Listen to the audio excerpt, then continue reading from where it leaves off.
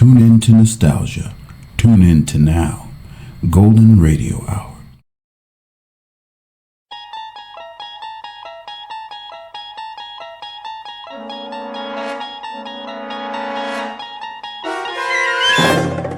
You unlock this door with the key of imagination. Beyond it is another dimension, a dimension of sound, a dimension of sight, a dimension of mind. You're moving into a land of both shadow and substance, of things and ideas. You've just crossed over into the Twilight Zone.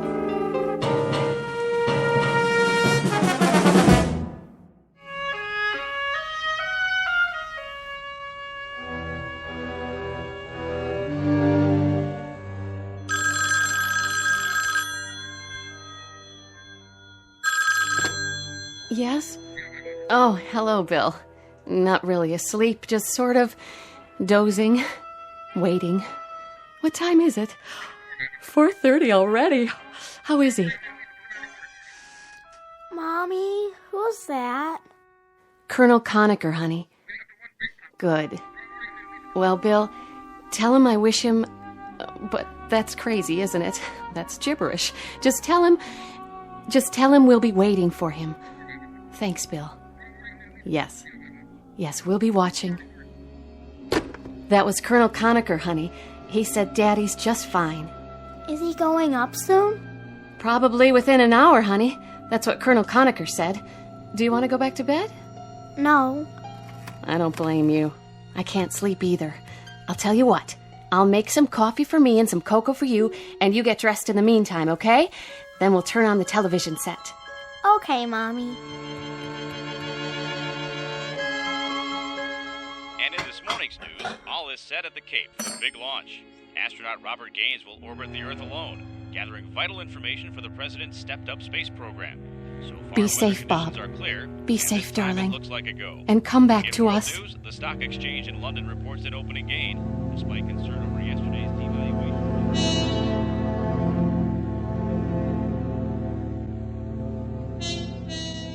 The year is 1963.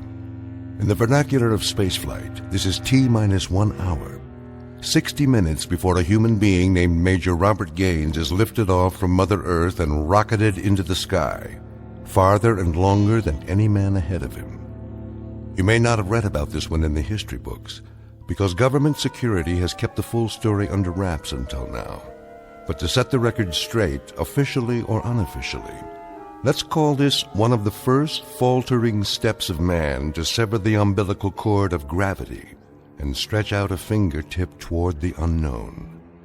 In a moment, we'll join this astronaut named Gaines and embark on an unscheduled adventure, because the environs overhead, the stars, the sky, the infinity of space, are all part of a vast question mark known as the Twilight Zone.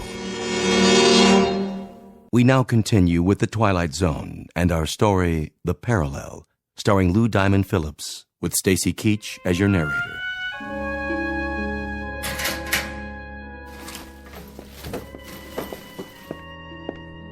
Hello, Gaines. Hey, Conacher. Pulse normal? Reasonable. Someplace between nonchalance and panic. I know the feeling. I talked to Helen. She's fine. Says to tell you they'll be waiting. Bless you for that. Any messages for the angels? Well, you could give them a kiss for me. Any that you happen to meet. Well, on my last orbit around, I'll lasso a pair of gossamer wings and I'll ship them down to Air Express. Collect.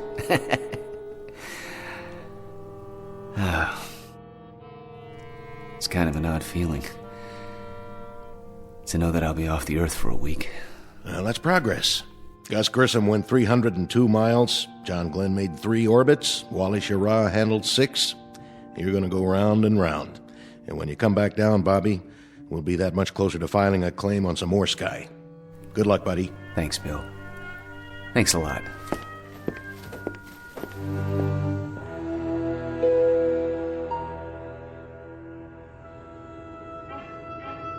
This is Capcom. The countdown for the MX-10 launch is T-minus 19 seconds. T-minus 19 seconds and holding.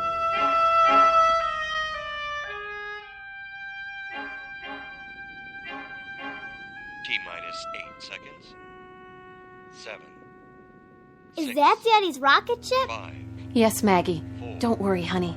He's going to be all right. 2, 1, 0. Ignition. Main stage. Liftoff. Godspeed, darling. Godspeed.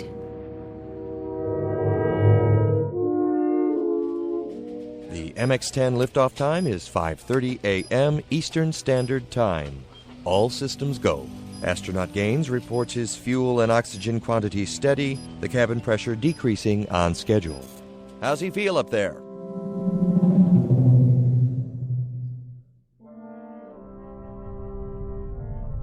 Go ahead, 10. We hear you loud and clear. 0G, and I feel fine. Spacecraft is turning around. The view is tremendous. Roger.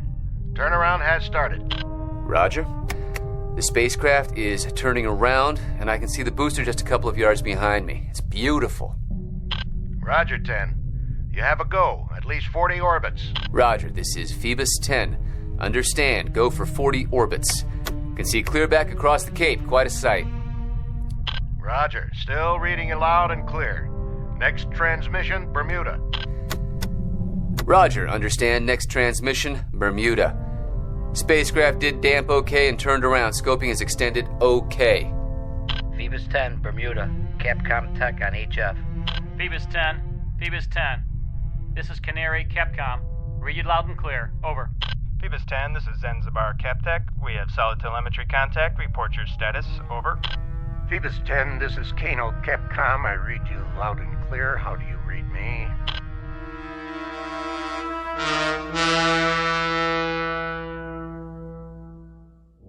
Phoebus 10, this is Capcom. We now have iOS. Over.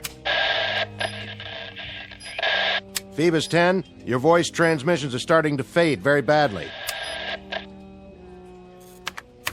I've lost radar here. What? Let me see. I've lost radar. We don't have contact here either. No contact at all. Capcom Tech calling Phoebus 10. This is Capcom Tech. Capcom Tech calling Phoebus 10. Come in.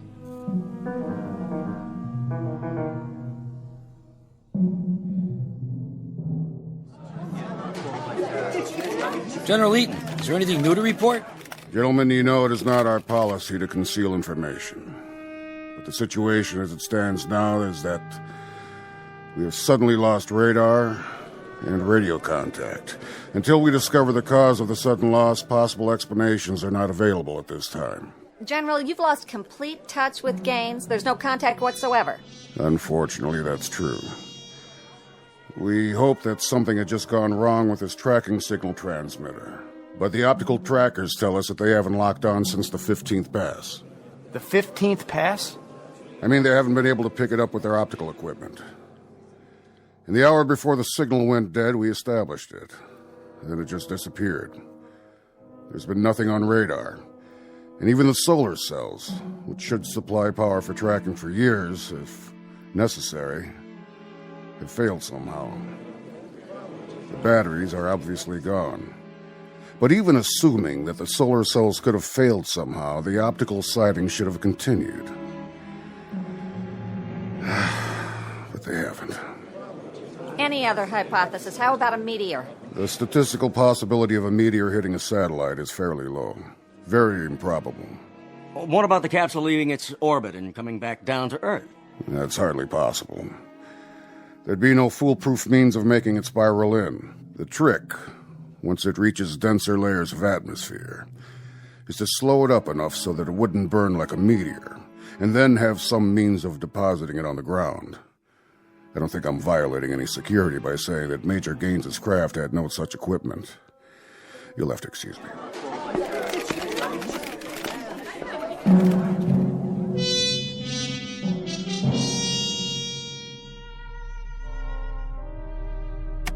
Capcom? Capcom, this is Phoebus 10. I've lost contact with you. Capcom, this is Phoebus 10.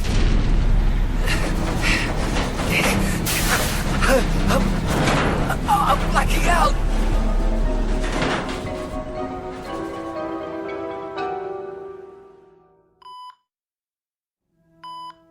How about it, Gaines? Can you talk? Sure, General. Yeah, sure, I can talk. Oh. Hey, Billy, what happened? We were waiting for you to wake up, Bob, and tell us. I don't know what to tell you. I blacked out. We lost you on radar and radio. We had no contact at all. It boils down to this, Gaines. You're the only one who can explain it.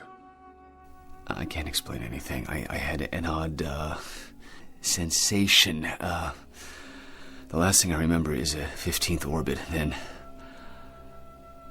I don't remember anything except this bed. I couldn't reach the Cape at all. I kept trying. Why don't you let him sleep? I think he'll be a little clearer later on. I won't be any clearer than I am right now. Bill, how could you lose me on radar? You mean to say that every single tracking station blacked out? Really, gentlemen, I think he ought Just one last question, Bob. There was only one way you could head back toward Earth. That was simply to spiral in and head for water.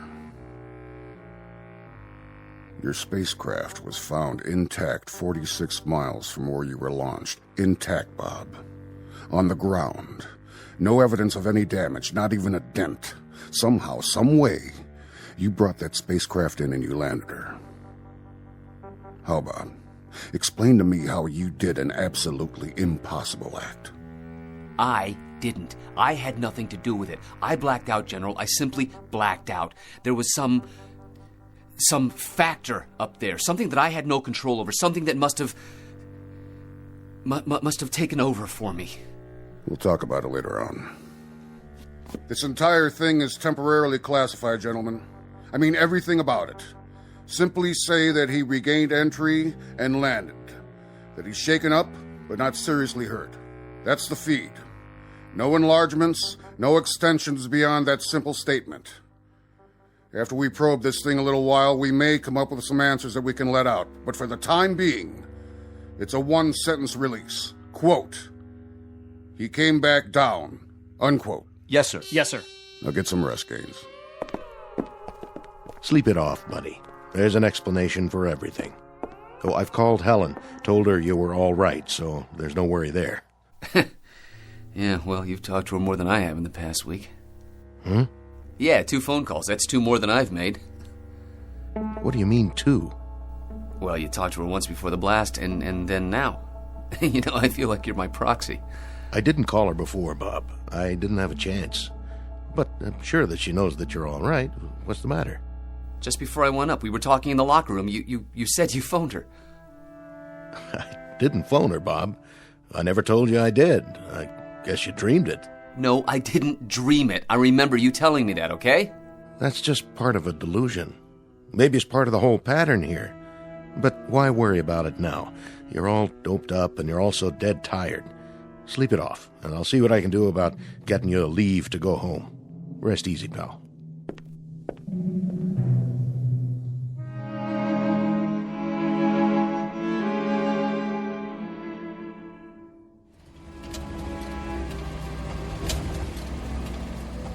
Need a hand with your bag? Nope, I got it. Now give Helen my love. And do me a favor. All your concerns, all your question marks, keep them in abeyance for a while. Stick them in a drawer someplace and bring them out one by one. But do it gradually. Give yourself time. And that's supposed to mean what? It's supposed to mean that all the mysteries of the universe don't have to get settled by one man in one morning. Those stars have been up there for a long time. I'll keep it in mind. Thanks for the services rendered. I'll talk to you later. No question about it.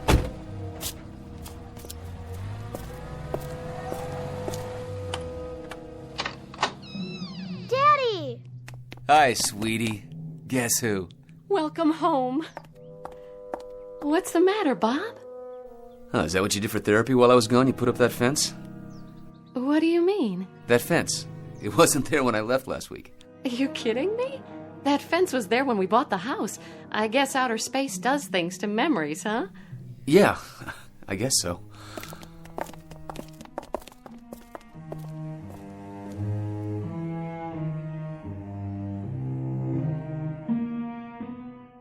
America America's latest manned orbital flight into space ends on a note of mystery today, with a cloak of secrecy placed over the entire process. You got any more coffee out there? I'm making some. Be done in a minute. The Space Administration announced late this afternoon that the flight was a success, but admitted contact was lost at one point.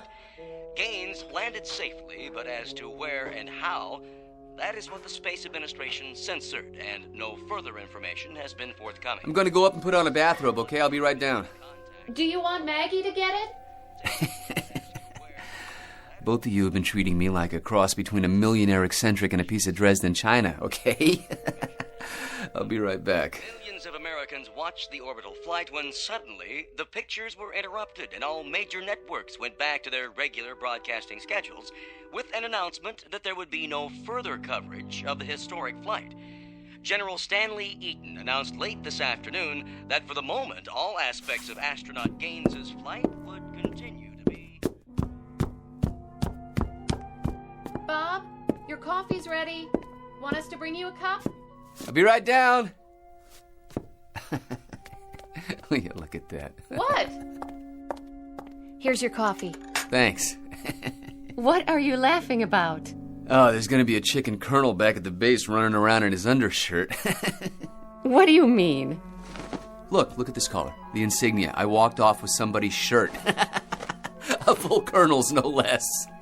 But Bob, you are a full colonel. Helen?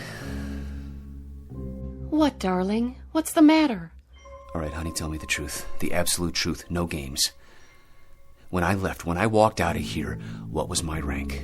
Your rank? Wasn't I a major? Haven't I been a major for 13 months? Bob, don't. You're scaring me. Well, without trying to scare you, honey, and without trying to make you wonder whether I still have all my marbles, I'd like you to answer my question. Are you serious? I'm not playing games, Helen, please. You've been a full colonel since last March. Last March? March. I want to say something to you now. I don't know what happened up there. I know you don't want to talk about it yet, and that's why we haven't said anything.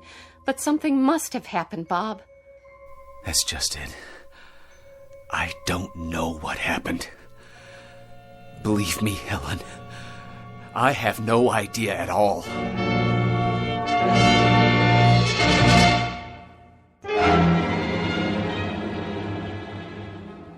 Listen, darling.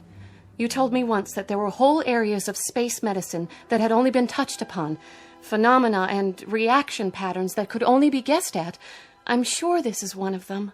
I'm sure that there isn't anything wrong with you except a couple of odd fixations that will go away with time. I don't know what happened, but I do know that I'm rational, Helen. I do know that I haven't changed at all, but in some crazy, unexplainable way, the things around me have. Nothing's changed. You've gone through some kind of trauma, and somewhere along the line, Bob, you've gotten a hold of some delusions? Huh? Some distortions? Like the fence outside of the house. I don't remember it, Helen. You told me it had been here when we bought the house. And then there was this business with Bill Conacher. He told me he'd phoned you before the blast-off. He made it a point to tell me. But afterwards, he said there was no such phone conversation. It's not important, really. I mean, it's insignificant, and yet it's part of a crazy pattern here. Something is very wrong. Because he did tell me he called you earlier, and that fence wasn't there, and those eagles were never on my collar before, because when I left, I was a major. Come on downstairs. We'll have dessert. And don't let a white fence and a promotion end the world for you. Helen, I think it would be a whole lot better if we just dropped all the pretenses. If you think there's something wrong with me, just say so. But honey, I'd consider it a real favor if you didn't tiptoe around me, all right? All right. I was going to ask Bill Conacher if he'd like to come over for dinner. How about a piece of pie with your coffee? I helped Mommy make it. Oh, did you? I'll get it for you, Daddy. Thanks, sweetie. Careful, Mags. Don't break any more plates. I won't. So, why did you want to call Bill? I remember he said once that there were some aspects of prolonged weightlessness that can't be explained. Here you are, Daddy. You know, little girl. One day, I'm gonna lose you to some Navy ensign who'll marry you for your father's fortune and your cooking. Come here, baby. Give me a hug. Don't! Maggie, honey, what's the matter? Nothing. Maggie, tell me, what's wrong? He's different. How, honey? How? Tell me, how am I different? I don't know, but you are. You are different. You're very different.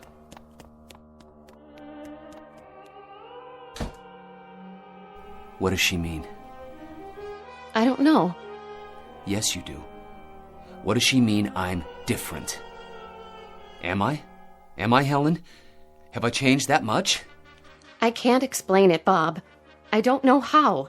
But I have changed, haven't I? There's something different about me. The child sensed it, and you've sensed it too, Helen. Yes, I have. How? I don't know. It's just that you're not the same somehow. You didn't have to call Bill Conacher. That wasn't necessary. Tomorrow I'll report in, for psychiatric help. I don't know what it is that's happened, but something did. Something that's tearing us all apart, and until we find out what it is, it's going to keep on doing that.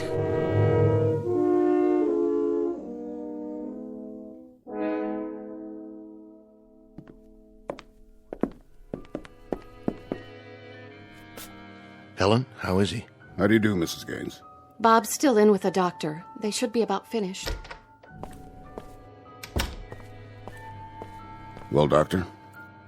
If you're looking for a very specific label, I'm afraid I'll have to disappoint you, sir. We're looking, Doctor, for some memory that might explain a re-entry and landing of a spacecraft that absolutely defies physical laws. I can't help you there, sir. That's physics. This is psychiatry.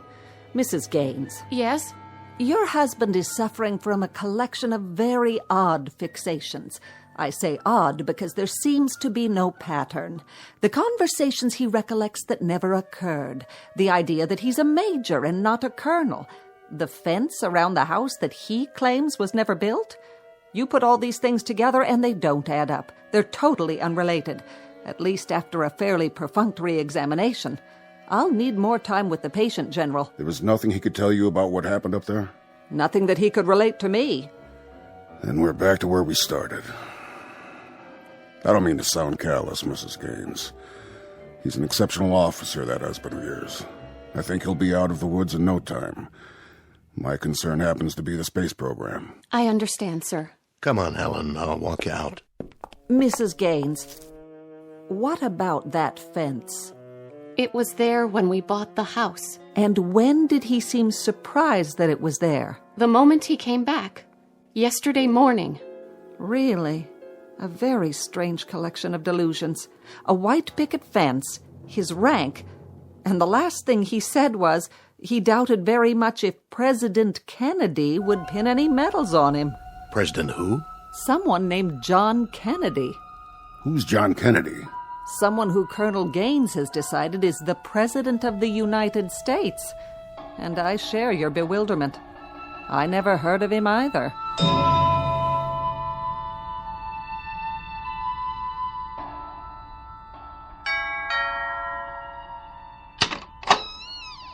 Come in, Bill. How is he? He's fine. He's perfect. A picture of health except for a couple of almost invisible flaws. In fact, he's upstairs right now, studying a set of encyclopedias and taking notes as if he were cramming for an exam. He says they've got some of the facts wrong. Names and dates and world events. Either they do or he does. Still the fixations. More of them now.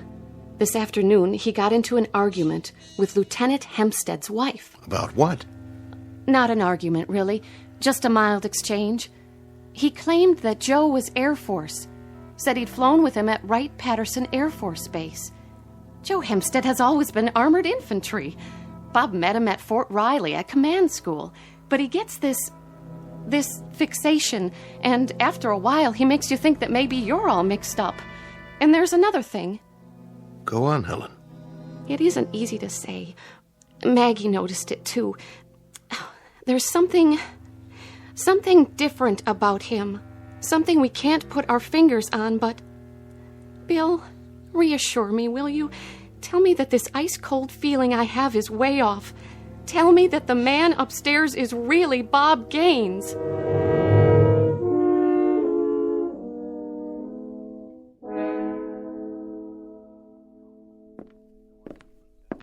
I'm sorry, General, but that's what we came up with. And you expect me to believe it? What you've told me is fantastic, incredible. How in the name of... I can't answer you how, General. This hypothesis will have to come from someone else. I'm only the project manager. But I can tell you what we've just seen. And it's not the same capsule that we sent off. It's almost a twin to it, down to the very last nut and bolt. But it's simply not the same spacecraft. It's a different vehicle. It's made as if it came out of the same mold. But every now and then in the wiring, in the control panel, in the structure, you come up with one very irrevocable fact. Colonel Gaines went up in one spacecraft, but he came back in another. Which leaves us with two alternatives. One, Colonel Gaines actually blacked out and has no knowledge of what occurred. Or two, that Colonel Gaines is not who we think he is. But then, General, who is he?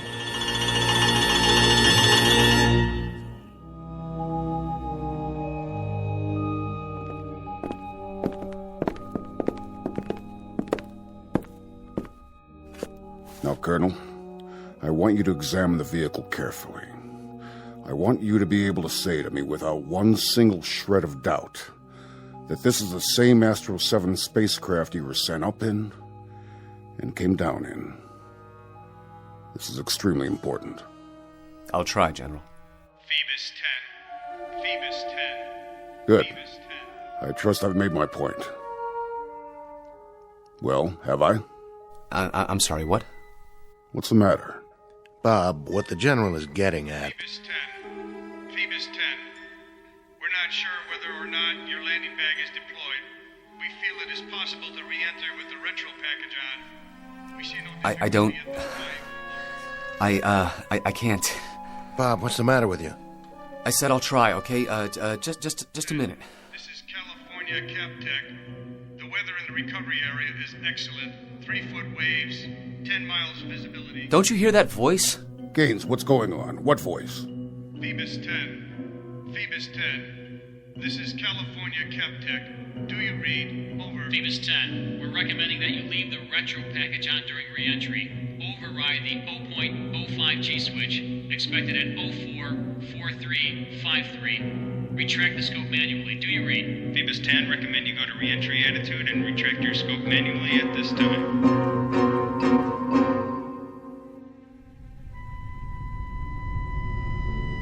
We have you on that. We'll give you the countdown for retro sequence time, Bob. You're looking good. We have only 50 seconds to retrograde. I'll give you a mark. 45. Mark. I'm on ASCS and backing it up manual. Good, Bob. Leave your retro pack on through your pass over Texas. Do you read? Roger. 15 seconds to sequence. 5, 4, 3, 2, 1, fire. Roger, retros are firing. I am starting my re-entry now. I'm going to fly by wire, down to about 50% on manual. There's a real fireball outside. How are you doing? What's your condition? I'm feeling fine. Condition is good. But listen, there's a lot of fire out there, an awful lot. Capcom, just one question. Go ahead, Bob. Who is the President of the United States? Say again, Bob. We don't think we got that. Who is the President of the United States? Sounds like you're asking who the President is. Roger, that's the question. Bob, the President of the United States is... I sure hope you said Kennedy.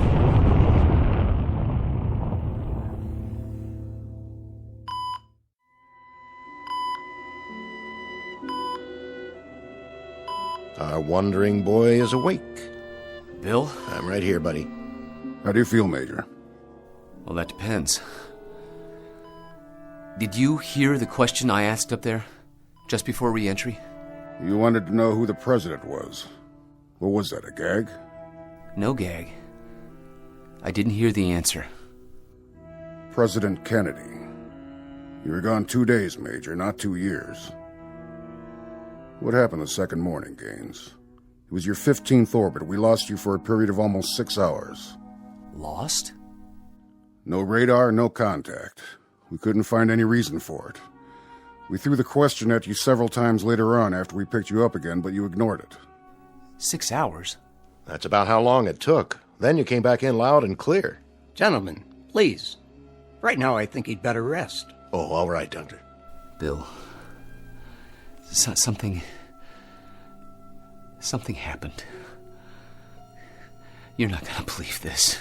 I'm not absolutely certain I believe it myself.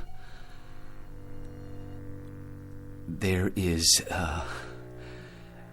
another dimension. I don't know where it exists or how, but it's a world that's a twin to ours. Same places, most of the same people, most of the same chronology of events, except every now and then there's something a little bit different. How do you know this? Because I was there, sir, for almost a week. That's impossible. We only lost you for 6 hours. I can't help that, sir. During those 6 hours, I lived out a week. Doing what? Looking at our counterparts, at us. Us? As we exist in a parallel world, General. A world that exists alongside us, but one that we can't see. And one that I stumbled into. I don't know how. Some kind of space-time warp or something, but there's a doorway up there. It exists, and every now and then, it's possible to fall through it, like I did. Well, how did you get back? I don't even know that. All I remember is standing by the spacecraft in the hangar, and then I was up there again, and now I'm back here. Bob, sleep on this for a little while, will you? Why? Because this whole thing may be a delusion. A delusion? Bill, I don't have any proof. But I can recount to you, minute by minute, everything that happened. Every word that was said, every person I met. I could describe the streets, everything. This was no dream. We'll talk about it after a while, Major. Get some rest. Has anybody phoned Helen? She asked what you wanted for supper. Will I be able to leave? At least for an overnight. But we want you back here first thing in the morning. What for? I want to look at the psychiatrist's face when you start talking about parallel dimensions. We'll see you later, Major. One last question. Be my guest. If we each have a counterpart, and you saw them, where was yours, Bob? I don't know. But he's a colonel, a full colonel. And I hope he got back. He's got a very beautiful wife and a very lovely little daughter.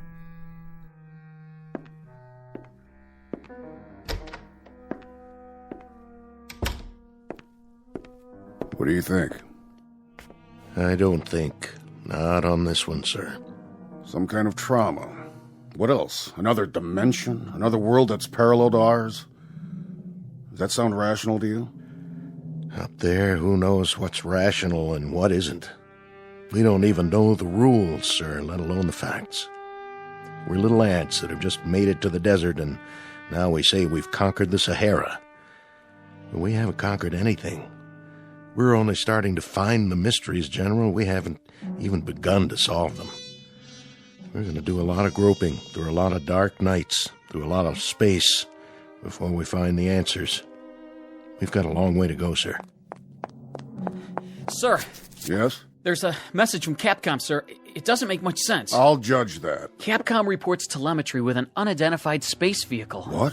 They had voice communication for about a minute and a half. The spacecraft identified itself as the Astro 7, and the person in it said... Said what? He identified himself as a Colonel Robert Gaines. He asked for re-entry data. Colonel Robert Gaines. Yes, sir. Then we got some garbled stuff, and then nothing. Then what? Well, then nothing, sir. We lost the visual sighting, and we lost all voice. The thing just disappeared. Get a transcript of everything that was said. Have it brought over to my office. Keep trying to raise whoever it was. Yes, sir. We're still trying, sir. All right. Keep me in touch. Yes, sir. You're so right, Colonel Conacher, when you say that we've got a long way to go. A lot of questions to answer. And you are so right when you say that we haven't even begun. Anything on your mind? One thing. I'd like to tell Astronaut Gaines that his proof just showed up on a radar screen, however briefly. Be my guest. Yes, sir.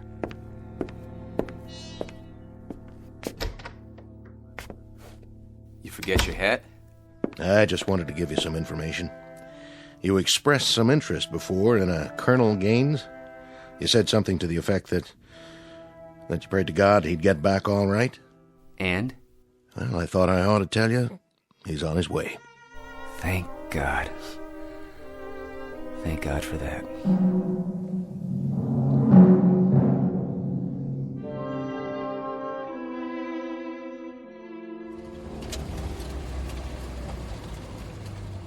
Hey, thanks for the ride. My pleasure, Bobby. I really mean that, you know. I do. I do know it, Bill. Daddy! Hey, sweetie. Do me a favor. What? Who am I? Why, you're my daddy, silly.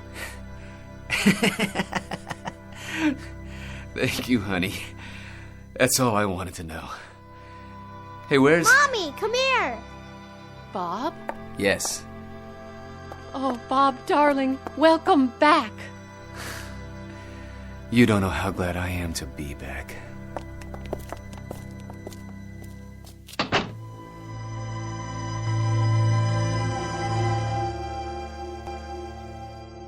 Major Robert Gaines, a latter-day Voyager just returned from an adventure. Submitted to you without any recommendations as to belief or disbelief. You can accept or reject. He pays your money and takes your choice. But credulous or incredulous, don't bother to ask anyone for proof that it happened. The obligation is a reverse challenge. Because NASA, try as they might, has never been able to prove that it didn't. At least, not in the Twilight Zone.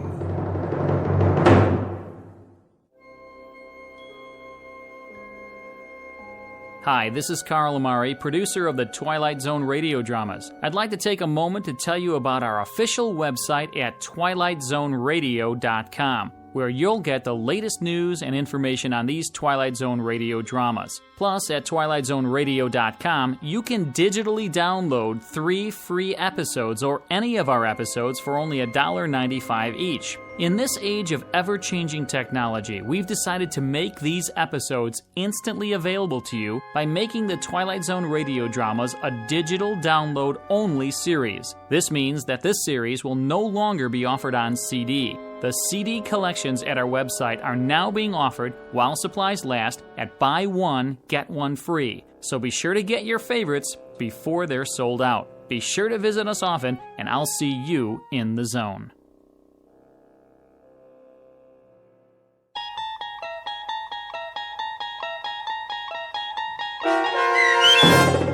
The Parallel, starring Lou Diamond Phillips with Stacy Keach as your narrator, was adapted for radio by Dennis Etchison and based on a script by Rod Serling. Heard in the cast were Maggie Carney, Lauren Patton, Roderick Peoples, Rich Kominick, Doug James, Guy Burrill, Meg Thalken, Carl Amari, Roger Wolski, and Mike Baccarella. To learn more about the Twilight Zone radio dramas and to obtain audio cassettes and CDs of these programs, visit our website at twilightzoneradio.com. This copyrighted radio series is produced and directed by Carl Amari and Roger Wolski for Falcon Picture Group. Doug James speaking.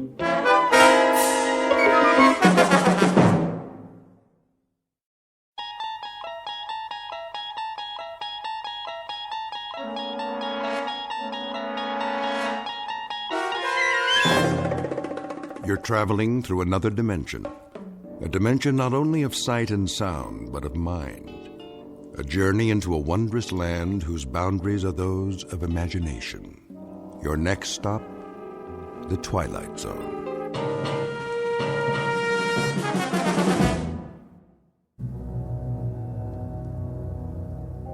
There are only 3 questions worth asking. 1, where did we come from? 2, what are we supposed to do while we're here? And 3, what happens next? All the rest aren't important. It took me a while to figure that out. I didn't get it at first. None of us did. But then, who does? What? Where am... Wait! Oh. What in the... Hey! Can anyone hear me? Is anybody up there? Hey! Can you hear me? I had no idea how I got there. I must have blacked out on the way down because all of a sudden I couldn't remember anything, not even my name. There wasn't much light at the bottom, just a steady, even gray, like fog with the sun behind it, only very far away. The wall was curved a little and made of some kind of smooth metal. At least, that's what it felt like. There was only one thing I could think of. If I was a prisoner, I had to get out. So I started exploring, feeling my way along. But I couldn't find a door, not even an edge to grab onto, nothing. I stopped to get my bearings, and then I heard it. Hooray! The fleet's in! Who are you? Oh, but it isn't the fleet, is it? It's the army. Then the army's in. Why are you dressed that way? What way? The makeup, the clothes. You look like a clown. You don't like my uniform? Oh, well, can't please all the people all the time. Nice uniform you have there. Hooray for the army! Tarara-boom-dee-ay! At-10 hut! At your service. What are your orders, Colonel? General? Whatever you are? I'm a major. Oh, yes, I see that now from your collar. But don't fret about it. You can always advance, even in a peacetime army. Today a major, tomorrow a brigadier. I wouldn't mind having you on the general staff. From major to brigadier, not bad.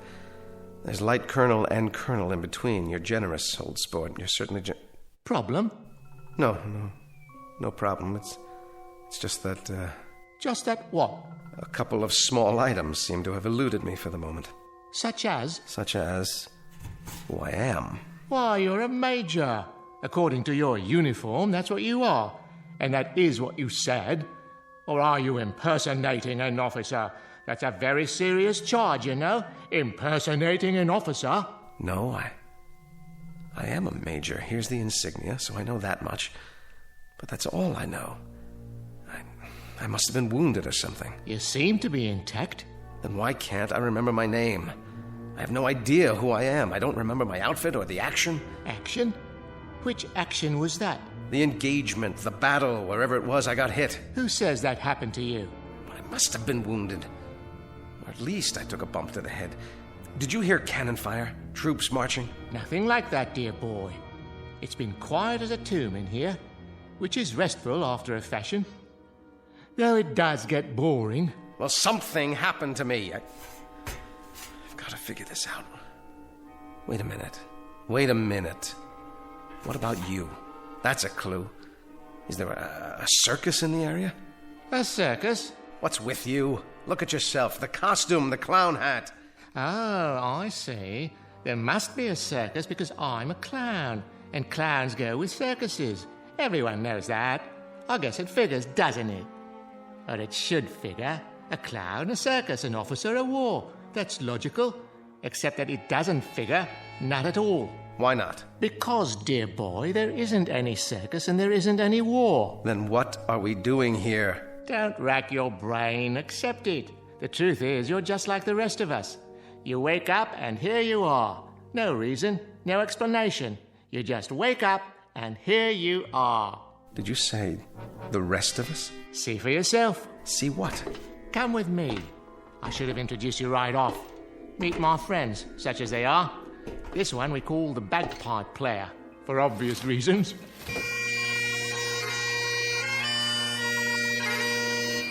Hello, laddie. And this is, well, I suppose one would call him a tramp or a hobo, judging from his stereotypical appearance.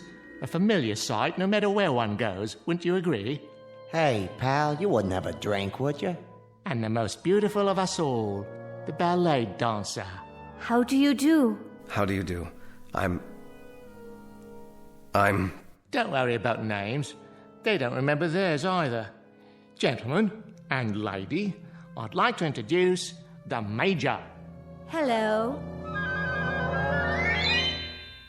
Meet our collection of walking, talking question marks.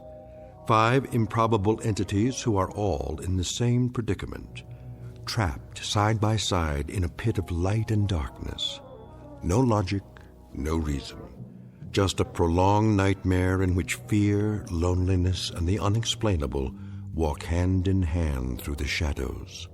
In a moment, we'll start collecting clues as to the whys, the whats, and the wheres. We will not end the nightmare.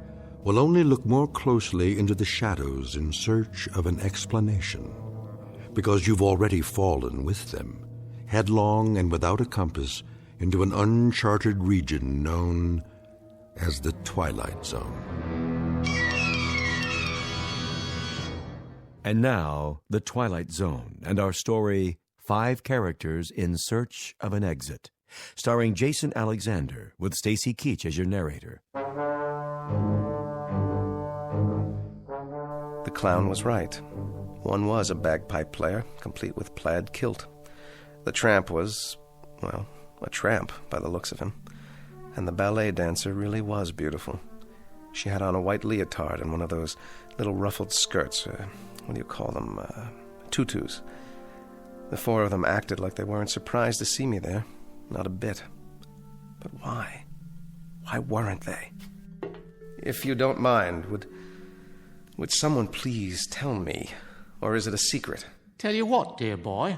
What do you think? What's going on here? Going? Going where, old boy? I don't know. What are we? Who are we? None of us know, Major. We don't know who we are.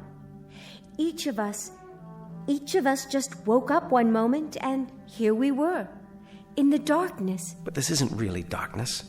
Not quite. I can see all of you and you can see me. It might as well be dark.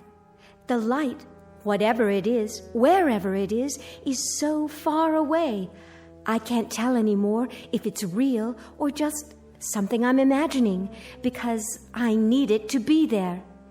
Instead of what? Of nothing. That's absurd. Is it? Each of you woke up, just like that. Correct again. Give the man a cigar. But how did you get here? What were you before? Who put you in this place? You sure got a lot of questions. I told you, Major. We don't remember. Are you sure you didn't fall? We may have. The memory fades after a while. Well, that's how I got here. Did you? Yes, he did. He did indeed. I saw him. A nice pratfall, as a matter of fact. Quickly, before it fades. What's the last thing you remember before you fell? I don't know. I must be suffering from amnesia. Oh. Then you're like us. Time to join the big parade, Major. If you could find your hat and sword, you could lead us. Oh, what a splendid drum major you'd make. Followed closely by the clowns and acrobats, of course. This is incredible. Oh, isn't it? What a troupe we've put together. The crowd will love us. But how did this happen? How could it? That's the same question we asked ourselves. How could it happen? A question with no answer, Major. A question with no hint of an answer. At least, not a rational one. Nonsense. Everything has an answer. You just have to find it. Consider all the evidence, sift through the clues. Oh, isn't this exciting? Where do you want to look first? It doesn't matter. Of course it does. Please, try to understand what I'm saying. It will be easier for you that way. We're things with no memory, no knowledge of what went before. no understanding of what is now, no knowledge of what will come. How long have you been here? Hey, it's part of the mystery, too. We don't know nothing. At least I don't. You got any ideas? No idea at all. Then don't fight it. Live it or live with it. Know what I mean? Whoever left us here must have a plan. How long will we be here until the next phase? Now, that's a very good question. The best question of all. But, alas, no one has the answer. You mean you don't? Who else is there? We've discussed it like a proper committee, and we're no further along than we were at the beginning. Talk, and more talk. So I ask you, man to man, clown to officer, what's the point? Sit down, Major. Conserve your energy. For what? For whatever the fates have in store. I suggest you listen to the beauteous ballerina and fasten your seatbelt, because we may be in for a very bumpy ride. Or then again, perhaps not. Perhaps what will happen is only more of the same. Perhaps we're all doomed to die of terminal boredom.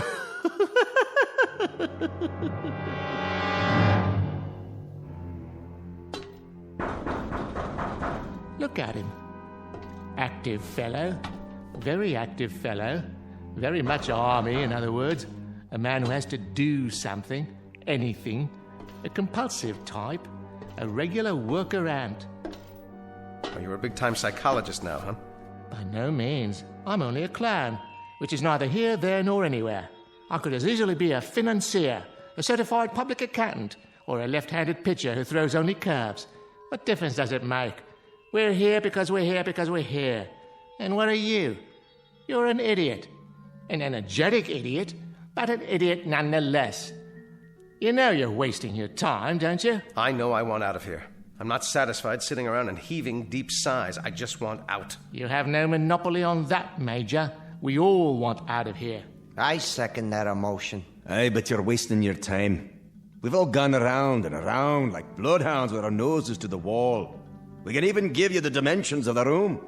39 feet. Starting where? It doesn't matter, does it? When you measure a circle, you may start anywhere. Am I right or am I right? What's the height? We figure about 40 feet to the top. What's up there? Oh, the sky, artificial light, maybe a fluorescent lamp, an illuminated microscope, you name it. One guess is as good as another. You have made guesses, then? Oh, all kinds. We could be on some other planet, or on a spaceship, or... Go ahead. Or we're all insane, and this is just a mirage, an illusion. Or we're dead. Dead to the world. Well, if we are, it certainly isn't heaven. How do you know? It ain't so bad. I've been in lots worse places than this. Limbo, then? Quite possibly. All together now. Limbo, limbo, limbo like me. Limbo, limbo, limbo like me. Or we really don't exist. We're figures in somebody's dream. Cogito ergo sum. I exist, therefore I am. Or each of us is having a dream, and everyone is a figment of someone else's imagination. Lots of possibilities. Makes your head want to blow up, don't it? That's one thing we have an abundance of. Possibilities. An infinite number of possibilities. What about getting out of here? Anyone examine that as a possibility? Have you? It's a solid wall. No crevices, no outjuttings of any kind. Nothing to hold on to or scrabble over or get your fingers around. Time to face the music, Major. We're trapped down here. There is absolutely, positively no way out. A nightmare, then. That's all it is. A nightmare. It is indeed. But whose? Yours? Mine? The Scotsman? The ballet dancer? Just whose nightmare is it? Can you tell me that? It doesn't add up. Someone knows we're here. Of course. We do. I mean someone else. Why do you say that? They have to. You've all been here a while, possibly quite a long while. So someone must feed you, someone must give you water. Yeah, well, you would have thought so, wouldn't you? Don't go jumping to conclusions now, laddie. Hold on. Someone must bring down food, or you couldn't survive. There's been no food, no water. That's impossible. Oh, is it really? In that case, we'll starve to death, or die of thirst, or... That's the oddest thing of all. What is? Don't you understand yet? No, I don't understand. Why don't you tell me? Do you feel hunger, Major? Or thirst? Or heat, or cold, or fatigue? Discomfort of any kind? Or anything? Do you feel anything at all? No. No, I don't. But that doesn't prove anything. This has been a trauma. It's natural that I don't feel thirsty or hungry, not yet. I'm in a state of shock. Close, but no cigar. You were born in a state of ignorance, educated in the school of hard knocks, and got your degree at the street corner university. Now you're ready to graduate to oblivion. What do you say? Let's break out the booze and have a bowl. None of us have felt thirst or hunger or anything else since we've been here. And we've been here for an endless time, Major. I can tell you that. Time without measure. What's wrong with you people? Have you tried shouting, calling for help? Endlessly. Well, then have you pounded on the wall like this to get their attention? I mean loud. I'm talking about taking off your shoes and really pounding. Have you done that? Often. Well, have you looked all the way around? Have you felt every square inch of the wall? Maybe there's a control button or a panel of some kind, a hidden panel, or a lever, something. Yeah, sure. At the start, that's all we did. Hunted and searched and peered and felt with our hands. And you know what we found out? Sure you do. We found out that this right here is the whole shooting match. This little room. What you see is what you get, Major. There ain't no more.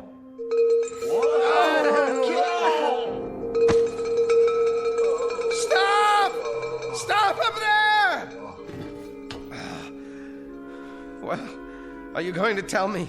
Tell you what, Major. What was that noise? It happens from time to time. A giant bell or something. That's what it sounds like. Yes, but what is it? Another question, eh, boy? One more question without an answer. Oh, then this is a madhouse. That's what it is, a madhouse. You're all loonies. You might be right, Major. But remember one thing. Whoever's ringing that bell, for whatever purpose, I think it would be safe to say that honestly and truly, absolutely and positively, it tolls for thee.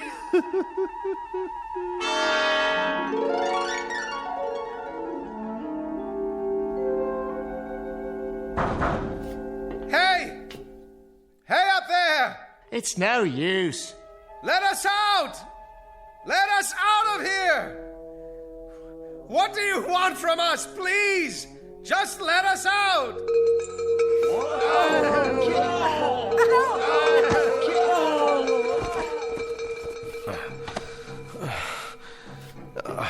Are you okay? Don't be afraid, Major. Take my hand. Where? Here. Please don't be afraid. In the beginning, it's hard. But after a while... There must be a way. Something we can do. There has to be. This sort of thing just doesn't happen. A few more like that, and it'll wreck my bagpipe. You there. Girl. What is it? Why don't you dance for us? Leave her alone. It'll make the time pass. A capital idea. I'll play a tune. I've already danced for you. It doesn't do any good. Don't be modest. The Major's never seen you dance. How about it? The Major doesn't want to see her dance. Careful. You'll hurt her feelings. The Major's not interested in passing the time. All the Major wants to do is get out of here. And how do you propose to do that? All right. It's smooth. Absolutely smooth. Unbroken. And high. Too high. Not even a place for a foothold. Nothing. That means we have to go through the wall. With what? Did you ever think of that, huh? A hole through the wall? Or what about the floor? What about it? If the wall is solid, smash a hole in the floor and tunnel out. Easier said than done. At least give it a chance. We don't know how thick it is, the wall or the floor, or even what they're made of. Then find out. Find out. Don't just sit there like lumps, like things, like mindless, soulless things, playing your bagpipe, telling her to dance. What's wrong with you? If this is a madhouse, maybe that's where you deserve to be, in a madhouse. And what about you, body boy? I think you're mad, all of you. I think you're out of your ever-loving heads. I know you are, but what am I? Try a hole through the wall, right about here. That's the first thing to do. Try to force a way through it. Industrious, isn't he? How about it, huh? A hole through the wall. See if we can get out that way. That's very bright, terribly ingenious, highly imaginative, incredibly inventive. Except for one thing. With what? With our bare hands? With our fingernails? With this. Why, wherever's your sword been all this time? It must have come off my belt when I fell into this place. Here. Watch this. Now you've gone and broken it, dear boy. Nice sword, I must say. Was it Sheffield steel or only pot metal? No. I will not have this. I will not have it. Major, please, Major, listen to me. After a while, it becomes easier. I promise. I need to make a plan. I need to do something. Perhaps there have always been dungeons like this, and we've just never heard of them before. Maybe they're for the unloved. Maybe that's what we are. The unloved. Don't let me hear you talk that way. Come here. Get a hold of yourself. Think. Don't be afraid. We have names. We're people, and that means we belong somewhere. Do we? There are others who care about us. You can count on that. Somewhere, somehow, we've got a life of our own, each of us, and people who care. And remember, out there. And we'll find them again. Together. Do you really think so? I'm sure of it. A tunnel. That's what we'll do. We'll dig a tunnel. The boy simply doesn't give up, does he?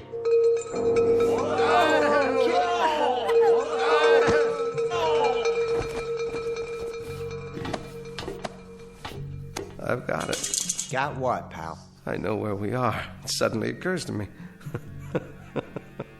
It's funny none of you ever thought of it, but it has to be. Where? Where are we? Why, my dear young lady, how unobservant of you.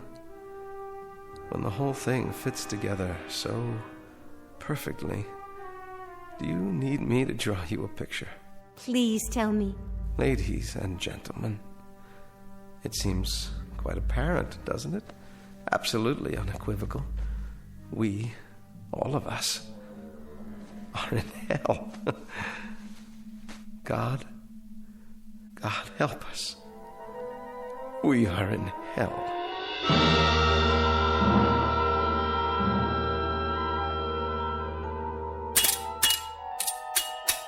Never say die, that one. He'll come to accept it eventually, just as we did. Let him be. If he gets some satisfaction out of banging a broken sword on the floor, well, let him have his fun. At least he's trying. He is indeed. He's been trying for several hours now. You can't help but admire that kind of persistence, even though it's a little like trying to empty an ocean with a cup, or count the grains of sand in a desert, or reach up to touch the stars. So, let him dip and count and reach all he wants. Of course, it won't help, but I fail to see how it could hurt under the circumstances. It's metal, or the hardest wood I've ever come across. Circular, perfectly smooth, with no breaks anywhere. All of which we could have told you some hours ago. Which we did tell you, if you'd bothered to listen. We've got to figure out something else. Oh, do. Maybe we could wish it all away using the power of positive thinking. That's enough. Or bore through it with our X-ray eyes. Anyone have a laser beam handy? I said that's enough. Or make believe we're acrobats. You know all about that, right? Clowns, acrobats? Most definitely. Alley-oop and over the top to freedom. Now you got it. Yeah, you got it all right. Dreaming and wishing, wishing and dreaming. Hold on.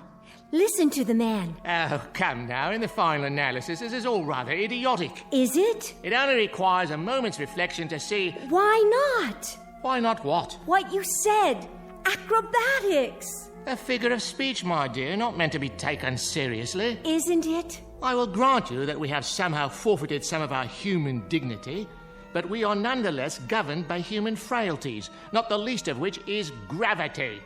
You may know some advanced acrobatics that I'm quite unaware of, but for the moment, unless you can find a circus gun big enough to launch one of us skyward like a human cannonball... I see what she's getting at. Well, kindly elucidate, if you please. Don't any of you see? Yes, of course. One on top of the other, standing on each other's shoulders. What about that? It's the way they do it in the circuses, isn't it? Is that query directed at me? You're a clown, aren't you? I'll ask one if I see him. I can assure you I may wear the costume of a clown, but I have no recollection whatsoever of having been one, if ever I was. Then the only thing you ever were was a coward. That's uncalled for. Consider the consequences. We may not feel thirst or hunger, but the pain of a broken bone is quite another thing. We might very well feel pain, and a fall from, 10, 15 feet up, down to this hard floor, well, that's a sensation I'd as soon do without. It's a chance. With all due respect, miss, no thank you. She's right. It is a chance.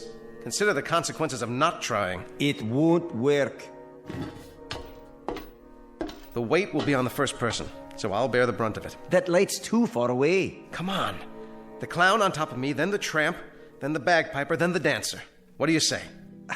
We'd never reach it. Well, never say never. We don't know how high it is. That's the point. We'd be exerting ourselves for nothing. It could be 100 feet up there for all we know, or 200 or 300. But we got nothing to lose, right? Why don't we sit down and have some entertainment instead? A much safer course of action. Why don't we go for it? Come on, clown, up on my shoulders. Oh, observation. Things were far simpler before you arrived. However, I suppose I must go with the majority. Get a foot on my shoulder. I'll boost you up. Careful now. That's it. My turn? Not yet. The bagpiper next. Give me a hand, laddie. Use the wall for leverage. I can barely manage, but it's holding. All right, miss. It's up to you. How high is it? Can you see an edge or anything yet? I'd guess 7 or 8 feet to the top. Maybe more. Maybe less. Come on. I can't hold this weight forever. Go very carefully, one step at a time. You'll make it. Thank God she's so light. Whoa! That's my nose you're stepping on. Now stretch. I am stretching. All the way up. Now, what do you see? I can't quite reach it. It's still, about 8 or 10 inches above me. Up on your toes. That's it. I'm almost there. Everybody straighten. All I need is a few more inches. No!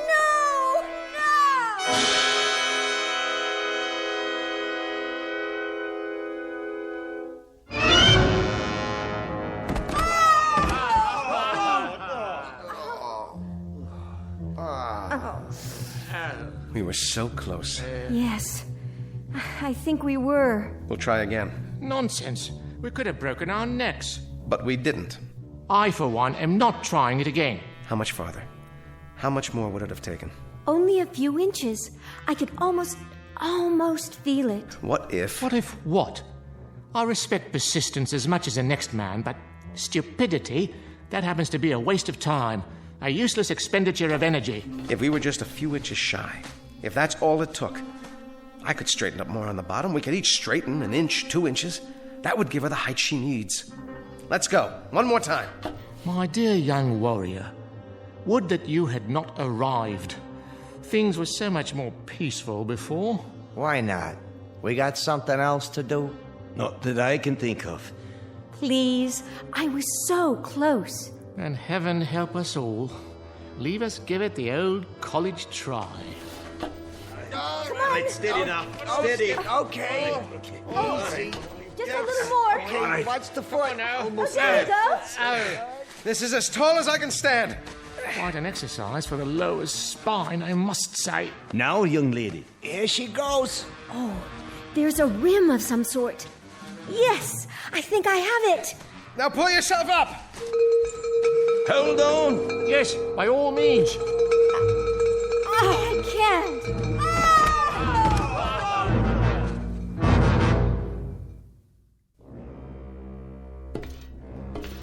How's the leg, miss? The knee's twisted, I think. But it'll be all right. You were almost there. You had your fingers over the ledge. A miss is as good as a mile. Not in this case. A miss by about 2 or 3 inches? That's hardly a mile. This is what we do next. Oh, share your plan, pray tell. The same thing, without the dancer. Then we'll be several feet short. No, we won't. Hear me out. The clown, the tramp, the bagpipe player, and then I'll climb to the top. I'll tie a rope to the haft of this sword, fling it over the edge. Let it catch there like a grappling hook. Now that's thinking. Ingenious. But first, hadn't one of us better run over to the hardware store and pick up the rope? He's right. There's no rope around here. Strips of cloth. Torn from what we're wearing. You mean tear our clothing? It's a chance, and a good one. Yours has the most material. You said yourself you don't feel the cold. So give me those balloon sleeves. The things we do for a man in uniform. 6 feet of excellent material, courtesy of Pagliacci, or whoever I am. Good, but I need more. Twist it and start tying it together. Big knots. That's it. Takes me back to my Boy Scout days. Were you a Boy Scout? Who knows? I might have been. I got one question for you. Aye? What the heck is a Boy Scout? Anybody remember? We're almost ready. Now this time, we make it. The rope tied to the sword and over the top of the ledge. It catches, and I'm up and out. And then what? We'll worry about that when it happens. Somehow, I will get you out of here. All of you. But nobody gets out until one of us does. Now that's logic you can live with, right? If we live. You, tramp. It's time. Indeed. Leave us get on with it. I can't take this much longer. Good luck, Major. Thanks. I'll need it. All right. Now swing that rope, man. You can do it. Ride him, cowboy. You got it. Almost. Watch out below. One more time, Major. I believe in you. Second time's the charm. Good show. I believe he's done it. How does it feel? Tight. I think it'll hold. Then go.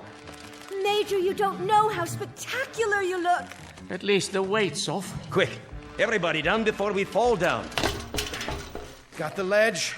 There. Yes. If I can pull one leg up. No. Well, what's there? What do you see? Major, you've got to tell us.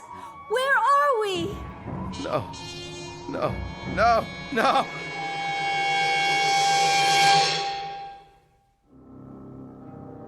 And I knew then what I had known all along but didn't want to face. Some things, I guess, are too fierce to handle in one bite. I heard the wind and I finally saw where I was, where we all are. I wished the 4 of them well. If you see my friends, will you tell them I love them? Because the truth is this. There are only 3 questions worth asking. 1, where did we come from? 2, what are we supposed to do while we're here? And 3, what happens next? All the rest aren't important. I didn't get it at first, but then, who does? Maybe it's better that way. No!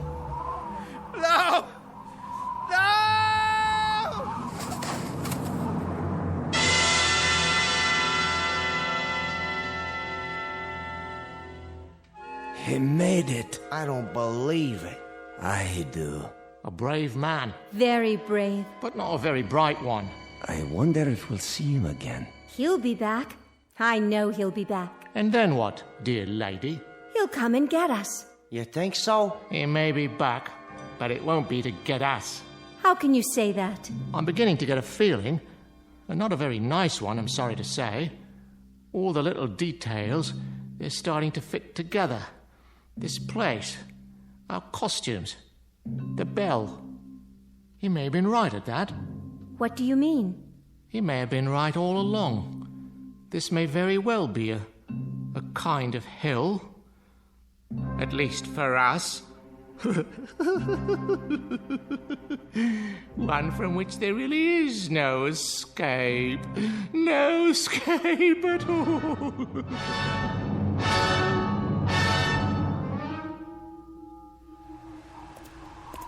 Look. What do you have there? I found it in the snow. Someone must have dropped it. Oh, thank you, dear. Just drop it in the barrel there, would you? He looks like a soldier, but his coat's all torn. That's all right. Someone will sew him a new one. I'm sure he'll make some little boy very happy. Wow, you got lots of dolls in there. Not as many as we'd like. They're for the orphans, you know. But it's early and we've just started. Can I have one? Are you an orphan? Well, no. But I like the ballerina. She's so pretty. Oh, yes, she is, isn't she? What's that on her face? See, on her eye. It looks like a real tear. Is she crying? Now, why would she be crying? It's just a snowflake that started to melt. I suppose you could have her if you promised to give her a good home. No. I think I better leave her here. Are you sure?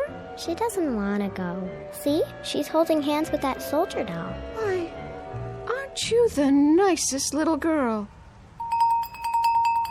Toys for Christmas! Toys for Christmas! Open your hearts, friends, and bring in your old dolls so the underprivileged little ones can have a happy Christmas, too. Help the Salvation Army. Dolls for Christmas! Dolls for Christmas! Dolls for Christmas!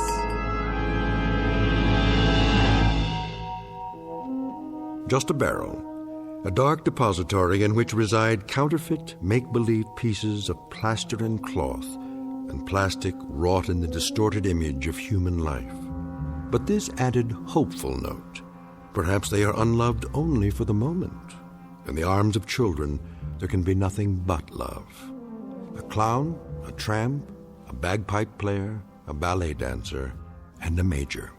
Our cast of players on a very odd stage known as the Twilight Zone.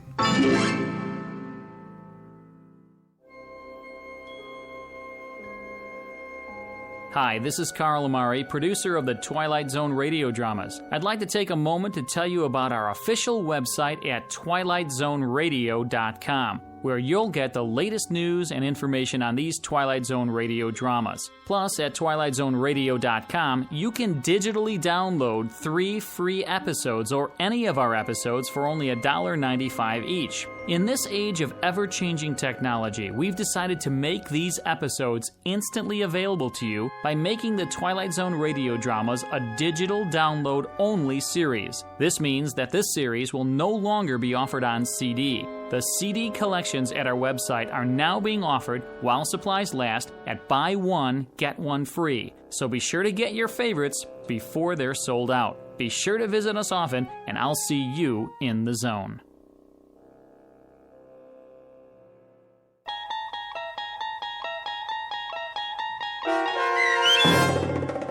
Five Characters in Search of an Exit, starring Jason Alexander, with Stacy Keach as your narrator, was adapted for radio by Dennis Etchison and written for The Twilight Zone by Rod Serling, based on a story by Marvin Peddle. Heard in the cast were Kathy Garver, David Darlow, Doug James, Christian Stolte, Frenette Lebo, and Amanda Amari. To learn more about the Twilight Zone radio dramas and to obtain audio cassettes and CDs of these programs, visit our website at twilightzoneradio.com. This copyrighted radio series is produced and directed by Carl Amari and Roger Wolski for Falcon Picture Group. Doug James speaking.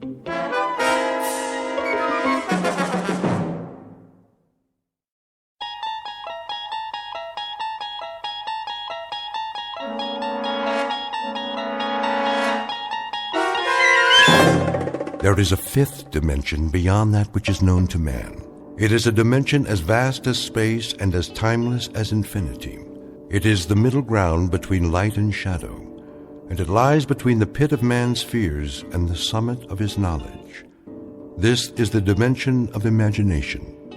It is an area which we call the Twilight Zone.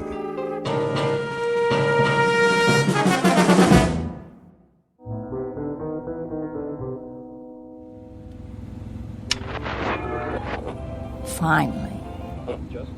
Darn this radio. Voice of America International Broadcast. And now the news. Victims continue to pour into refugee camps as the bombing continues. Please. I can hear them in the night. I can hear them in the daylight. They're coming for us, but they'll have bodies to step over. More bodies than they can count. There will be no survivors. The road of the righteous shall not be breached, nor illusion tempt thee from thy path. They are coming for you. Remember my words and make your peace, brothers and sisters, because no one gets out of here alive. Have you ever driven cross-country? I don't know what I was thinking, but it seemed like a good idea at the time. Get away from it all, see the USA. Except that it's more than you bargained for. You try to keep a schedule, so you push yourself. You eat when you can and keep the gas tank full.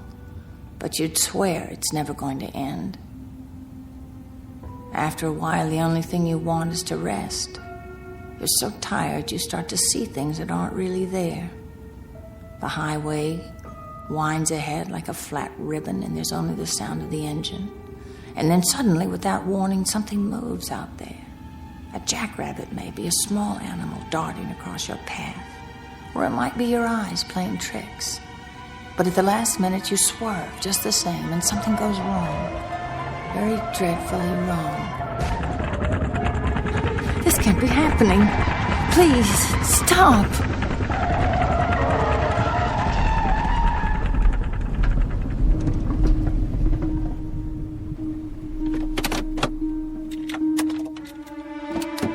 Help! Somebody help!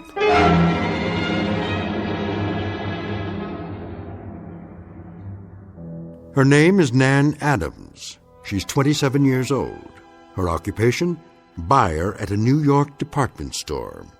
At present on vacation, driving cross-country from Manhattan to Los Angeles, California. She's gone just far enough to wear through the bald spot on her right front tire. But with any luck, she'll survive this little setback. Minor incident on Highway 11 in Pennsylvania. Perhaps to be filed under accidents you walk away from. A conversational item for the winter months back home when Miss Adams talks of her trip to her friends over a glass of wine. What she doesn't know yet is that from this moment on, she won't be alone. For the remainder of the trip, her companion will be terror, her route, fear, her destination, quite unknown.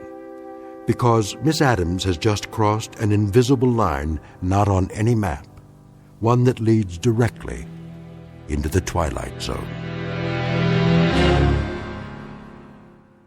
And now, The Twilight Zone and our story, The Hitch-Hiker, starring Kate Jackson with Stacy Keach as your narrator. How's it coming? Almost finished. I'm so sorry to trouble you. Hey, that's my job. Good thing I drove by. Yes, it is. There are no phones for miles. I don't know what I would have done. No real damage. At least you didn't flip the car. Thank God. Just let me tighten these lug nuts here and you're on your way. I should know how to do that. Would you believe I've never changed a tire in my life? You're not the only one. That's why I stay in business. Lots of flats out here.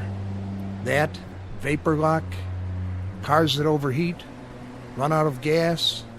I keep a 5-gallon can in the truck. I don't know what happened exactly. How fast were you going, lady? 60, 65, something like that. Oh, that all? I guess I wasn't paying attention. It happens. Gotta keep your eyes on the road, though. I thought I saw something. Like what? I don't know. Something moving.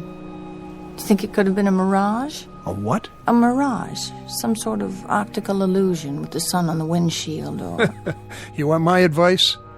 Check into a motel and get some sleep.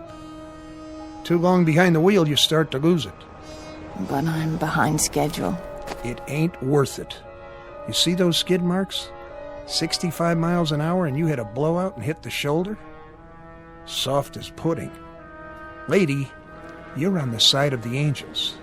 By rights, you shouldn't need a mechanic. Somebody should have called for a hearse. I take your point. How's that bump on your forehead?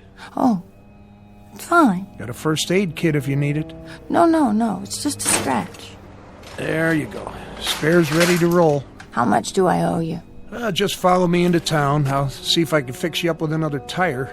You don't want to run the rest of the way without a backup. No, I suppose I don't.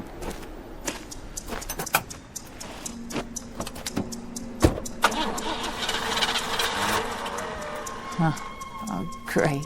Something wrong? What? Not out of gas, are you? I don't think so. Pump the pedal a few times. Careful not to flood it. I won't. It's just that I was wondering... Yeah? That man. Man? Over there. I don't know where he came from, but shouldn't one of us give him a ride? He looks like he needs it. What man? Behind us, about 50 yards. I can see him in my rearview mirror. He's watching us. I don't see anything. Oh. Well, neither do I now. I could have sworn somebody was standing there by the side of the road. You see what happens when you try to drive straight through? Come on, we'll get you fixed up at the station. Yes, of course.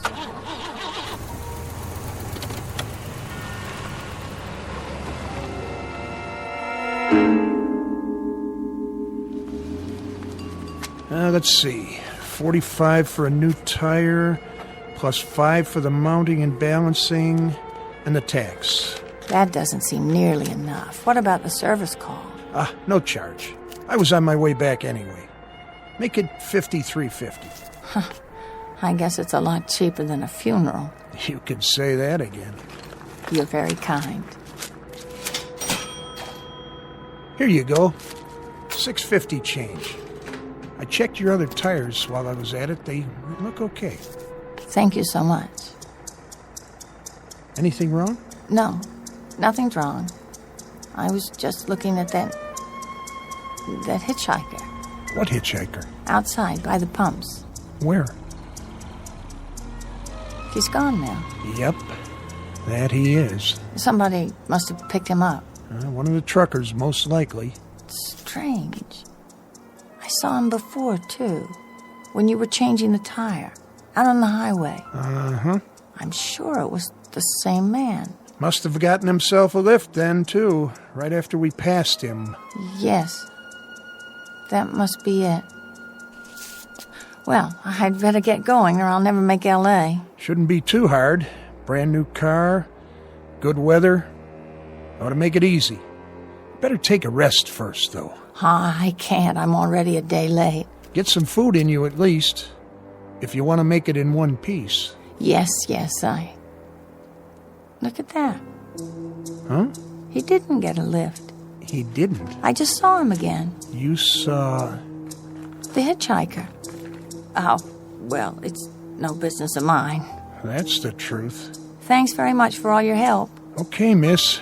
Have a nice, safe trip. Thank you, I will. Hitchhiker. What's she talking about anyway? I didn't see no hitchhiker.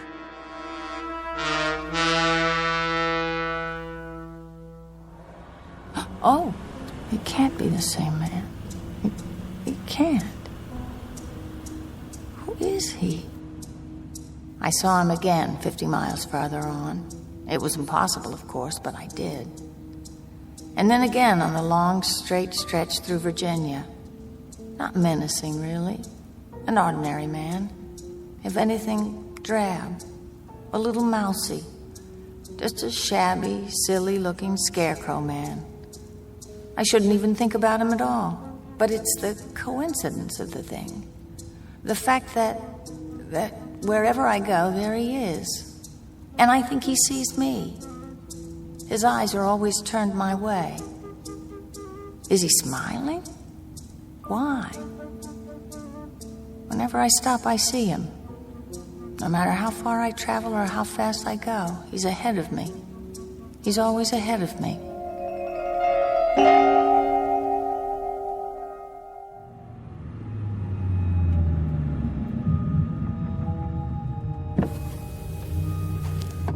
Yes, officer? Hold up, miss. Is something the matter? I can't let you pass just yet. Why not? Roadblock ahead. A roadblock? What for? Construction. Some big trucks blocking the way. Just a few more minutes. All right. I'll wave you on. Sit tight for now. This could take all night. Where's my map? I can't believe it. There is no other way. This is the only road west. Oh, no. It can't be, but it is. It's him. Going west, you say? I didn't say anything. I thought I heard... No, I'm not going west. I'm sorry. I'm just going up the road a little ways. I'm really very sorry, but I can't help you. Are you sure? Oh, please. Please. It has to stop. It's true. Miss? Miss, please. You can't go through yet. It isn't safe.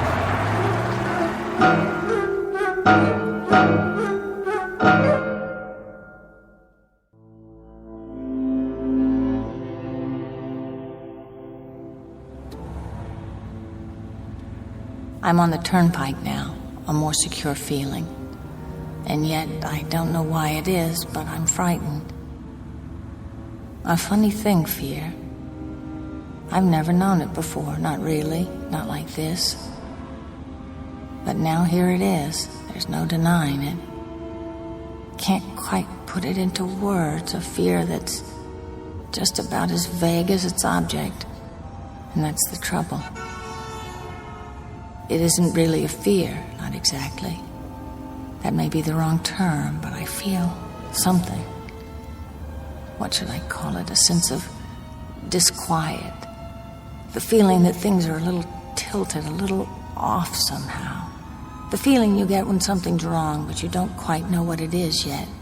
It's vague because that's what that hitchhiker is. He's vague. Like a charcoal sketch that somebody's made and then half rubbed off the paper, leaving only a kind of indistinct outline. I wonder why it is he's always there. I wonder why I can't shake him. But most of all, I wonder why I can't stop thinking about him.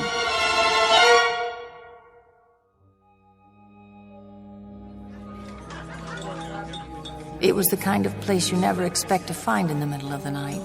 Bright lights, people, ordinary people, talking about ordinary things, even making jokes. I felt safe again for a time. Part of me didn't want to leave. Dessert, miss? What did you say? Still got some pie left. Apple, blueberry, lemon meringue. Well, let me check on the apple. Trucker came through a little while ago, ordered 3 pieces with ice cream. I'm sorry, No, thank you. Sure? It's mighty good. More coffee? Sure. Ought to have more than coffee, though. I guess I don't have much of an appetite. Driving alone? Yes, I am. Where to? All the way to California. Whew, no kidding. That's a haul. Couldn't get me to drive all that way, at least not by my lonesome. Actually, I was looking forward to it. You were? In the beginning. You see... End of the counter, Angie. 2 burger baskets to go. Coming up. Well, as the man said when he kissed the cow, everyone to his own taste. You got that right, Angie. Yeah, that's a good one. Yeah, I keep telling her she ought to be on television. How much do I owe you? Let's see. Here you go. Put it on mine, Rich. That's all right. I said I got it for you. No, really. Say, don't I know you from somewhere? I seriously doubt it. Come on over here a minute. Give the change to the waitress, will you? Sure thing. Hey, girlie, why don't you be friendly? It's mighty lonely driving long distance. All right, that's enough. This is no girly. This is a lady. Now knock it off. Sure, Rich. I'll see you next week.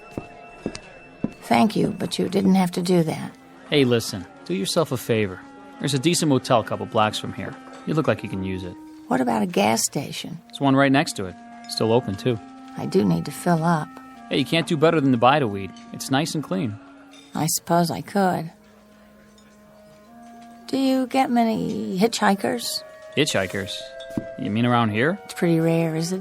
Yeah, I'll say. There's no road, just the turnpike. Guy'd be a fool hitching a ride here. I mean, look at it. Miles and miles of straightaway and practically no speed limit. Now, what car's going to stop and pick up a guy under those conditions? Would you? No. No, I probably wouldn't. In fact, I'm sure of it. Of course, a guy might get a lift before the turnpike starts. By the toll house or something. But then it'd be one long ride, and most cars wouldn't pick up a guy for that long a ride. And, you know, this is kind of lonely country out here. Flatlands and hills and that sort of thing. You didn't see any hitchers, did you? Oh, no. No, I haven't seen anyone like that. I was just wondering, that's all.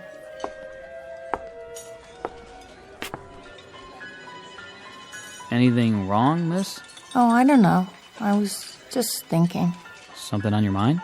I was just thinking how good it'll be to stop driving. It's getting so that I actually hate that car.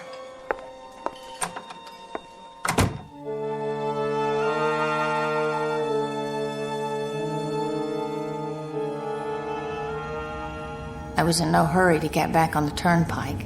The all-night gas station was just where he said it was, a couple of blocks south, near the railroad tracks.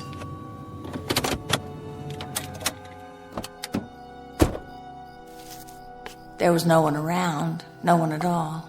To tell the truth, I felt relieved, even if it was self-serve. You'd think I'd have plenty of experience by now, pumping my own gas, but I was used to full service. There was only a little booth where you pay when you're finished. It's not working. Can someone please show me how to start the pump? Hello? Hello in there? Please, I want to buy some gas.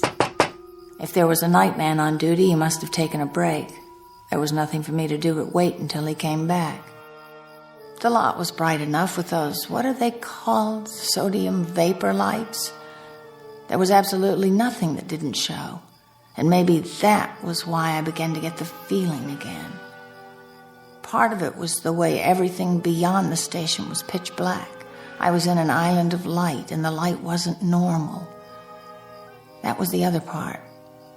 Sodium vapor bulbs put out a kind of orange glow instead of white, so some things take on a different color. My skin, for instance, it was, well, a sickly green. I stood there looking at my arms and hands and listening to the traffic on the turnpike, and I felt it before I saw it, felt it and heard it. It's him. I know it is. Where is he? Where? Get away from me! Do you hear me? Stay back!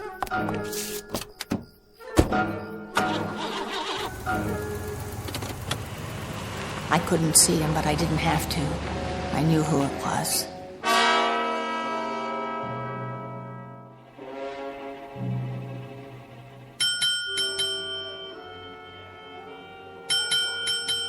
Yeah, can I help you? I need a room. For how long? Till morning. Just you? That's right. Fill out this card. I wonder, could I see the room? Huh? What for? They're all the same. If you don't mind. Come on, then.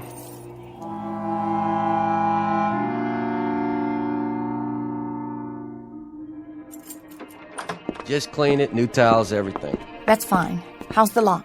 The lock? On the door. It works fine. Ah, there's a deadbolt, too. See, case-hardened steel. Nobody gets in or out unless you open it from the inside. Good. Need privacy, do you? I just sleep better when I know everything's secure. Traveling alone, huh? Business trip, is it? Yes, it is. Don't worry about me. I'll be up at the crack of dawn, as soon as I lay my head down for a few hours. Thanks. Bye now. One thing. Yes? Cash or credit, no checks. In advance. Oh, of course. I'll get you change. Keep it. Thank you. Good night. I told myself I'd be safe enough, at least for a while. I had to rest sometime. Clean sheets. What was that? Nobody out there. Must must be my imagination. Yeah, that's it. Besides, no one can get in. What was that? It's in the room. A leaky shower head. But I knew. Already I knew, even if I hadn't thought it through. Something the desk clerk said about nothing getting in or out. I imagined myself lying in bed in the dark, waiting for another sound, and me trapped with it here in this room. No, that wasn't acceptable. Not acceptable at all. I had to go back to the turnpike where I belong.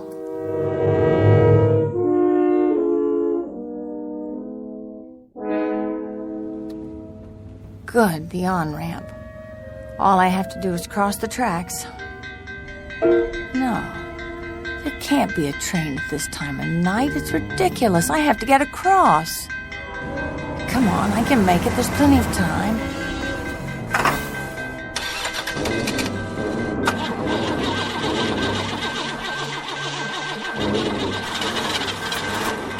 Miss, going my way? Get away from my car! It has to start. It has to. This can't be happening.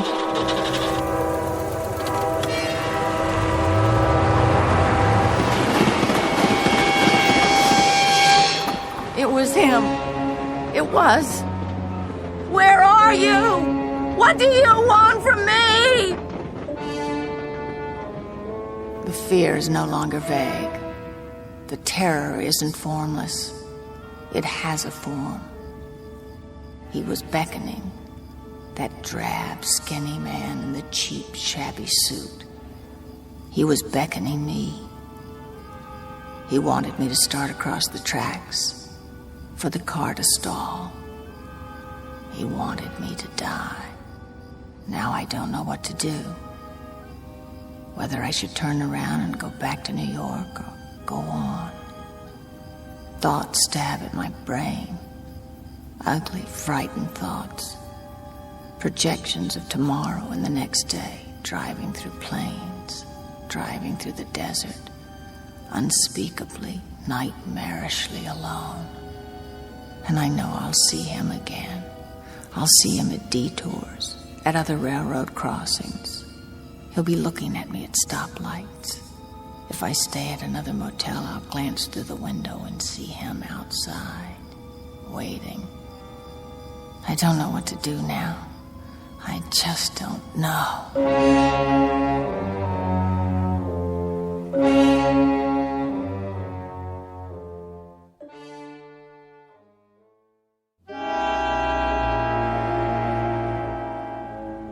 3 days and 3 nights now.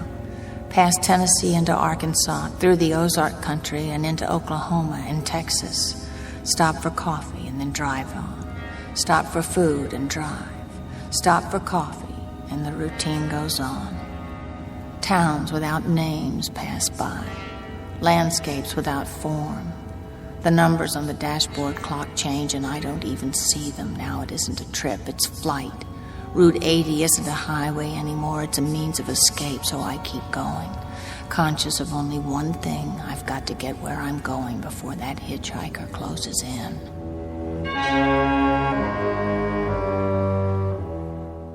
Halfway across Texas, 10 o'clock at night, the 4th day. The engine stops, and I sit there in the front seat chilled with fear. And I can hardly believe it. Out of gas.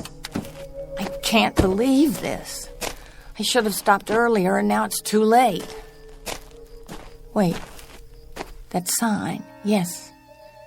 Gas eats 500 feet. I can see it from here.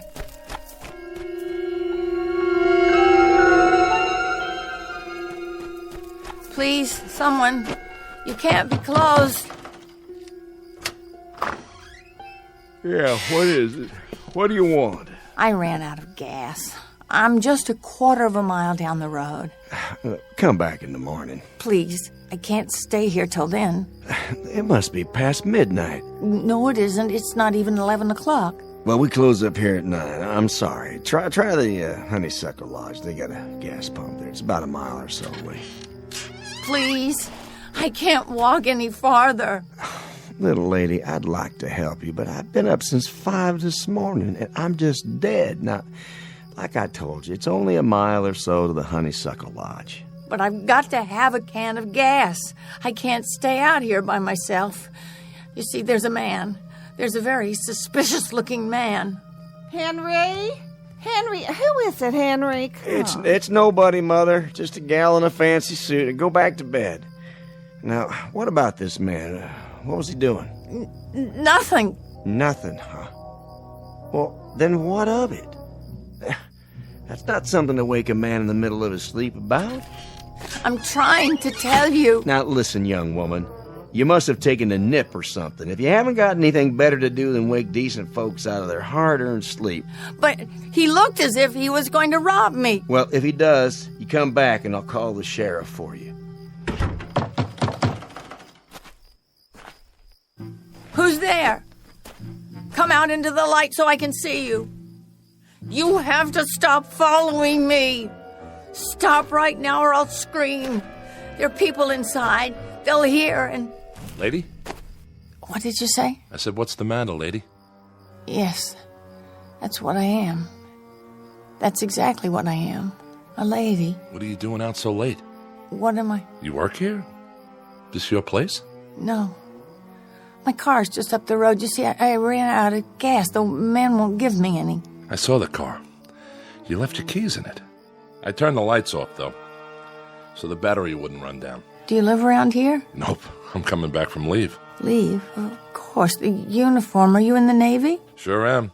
Ever see a fella in a sailor suit that wasn't? No, I guess I haven't. Where are you headed? Going back to my ship. She's in San Diego. That's where I'm heading. San Diego, California. Would you like a ride? You kidding? No, I mean it. I'll take you all the way to San Diego. Will you drive with me? You don't have to ask me twice, lady. You've got yourself a rider. I don't have any gas, though. We'll fix that. You tried already? The man's in bed. He can't be bothered. Well, let's get him out of bed. All he needs a couple of gallons. I seen some all-night gas station signs. There must be plenty up ahead. Let's go, Pop. You got some customers out here.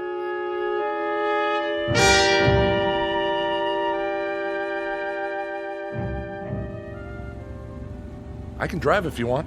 Oh, that's all right. I'm used to it. You mind if I take off my shoes? My feet feel like 2 hot bricks. You go right ahead. Oh, I keep thinking I'll wake up or something, middle of the night. No cars, no nothing, and who do I meet? A lady who looks like a movie star. Hardly. Brand new car and a ride all the way to the coast. When I tell the guys back on this ship, you know the odds for even one guy believing me? I'll write up an affidavit for you and we'll get a notary to sign it. Anytime. You hitchhike much? Back and forth on leave. It's tough sometimes in the open country. Trucks aren't so bad. They'll pick you up. But you have trouble with cars. People in cars don't like to pick up hitchhikers at night. I suppose not. But I'll bet if you got a good ride in a nice car, you could go places faster than, say, a person in another car. I suppose. Take me, for instance. Suppose I'm driving across the country at a nice steady clip of about, say, 55 miles an hour. Well, couldn't a guy like you, just standing beside the road waiting for lifts, beat me to town after town? Provided you got picked up every time in a car going 65 to 70 miles an hour? I guess. Maybe he could and maybe he couldn't. What difference does it make? Oh, it's no difference. It's just kind of a crazy idea I've had after so long in this car. That's one way to pass the time. Oh, no! What's going on? What's the matter? Did you see him? See who? That man. What man? The one who was standing beside the barbed wire fence. I didn't see anybody. That wasn't nothing but a bunch of steers in the moonlight. What do you think you're doing? Trying to run into a fence post? There was a man, a gray, thin kind of man with an overnight bag in his hand. You must be overtired or something, lady. There was nothing there but some cattle and a fence. I saw him. In fact, there he is now. Hey, give me that wheel.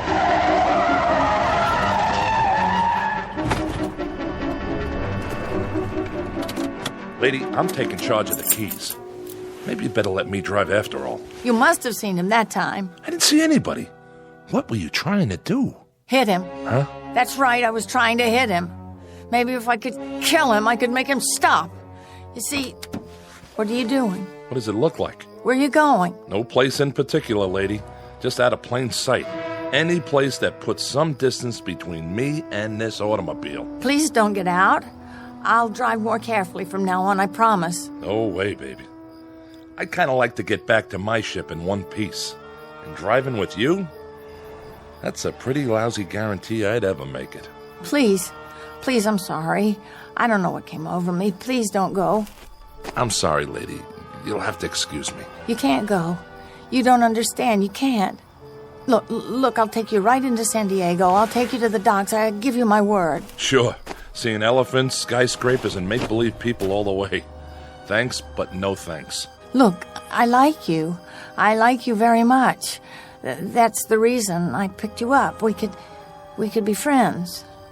Good friends. I'd like you to take me out. Really. Please. Sorry, lady. Believe me, you'll never know how sorry. Listen, I know you think I'm out of my mind or something, but this man, I've been seeing this man all the way across the country. He's been following me. If you could only help me, stay with me until I reach the coast. Honey, what you need is a good night's sleep. You don't need a boyfriend, just a good night's sleep. Here's your keys. See you around. Please, come back!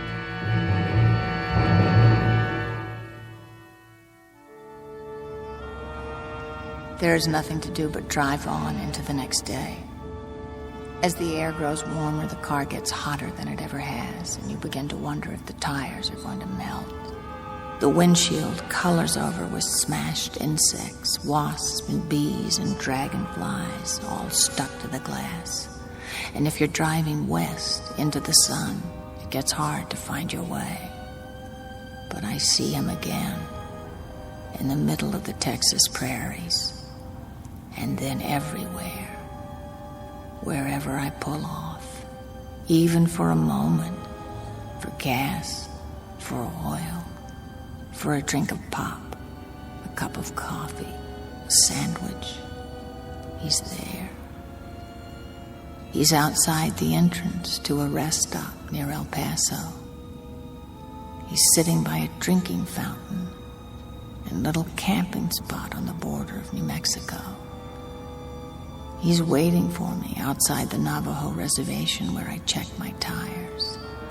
I see him again when I buy 12 gallons of gas in Arizona. He's everywhere I go, always ahead of me, always looking at me, always waiting for me. Now I'm outside a diner near Tucson. There's a phone booth, and I'm going to call home. Back to New York. Put in a call to my mother so I can speak to someone familiar. Someone I love. Someone who will bring back reality for me. Just a voice, that's all. But I know it will be enough. Just a warm, familiar voice so I won't lose my mind.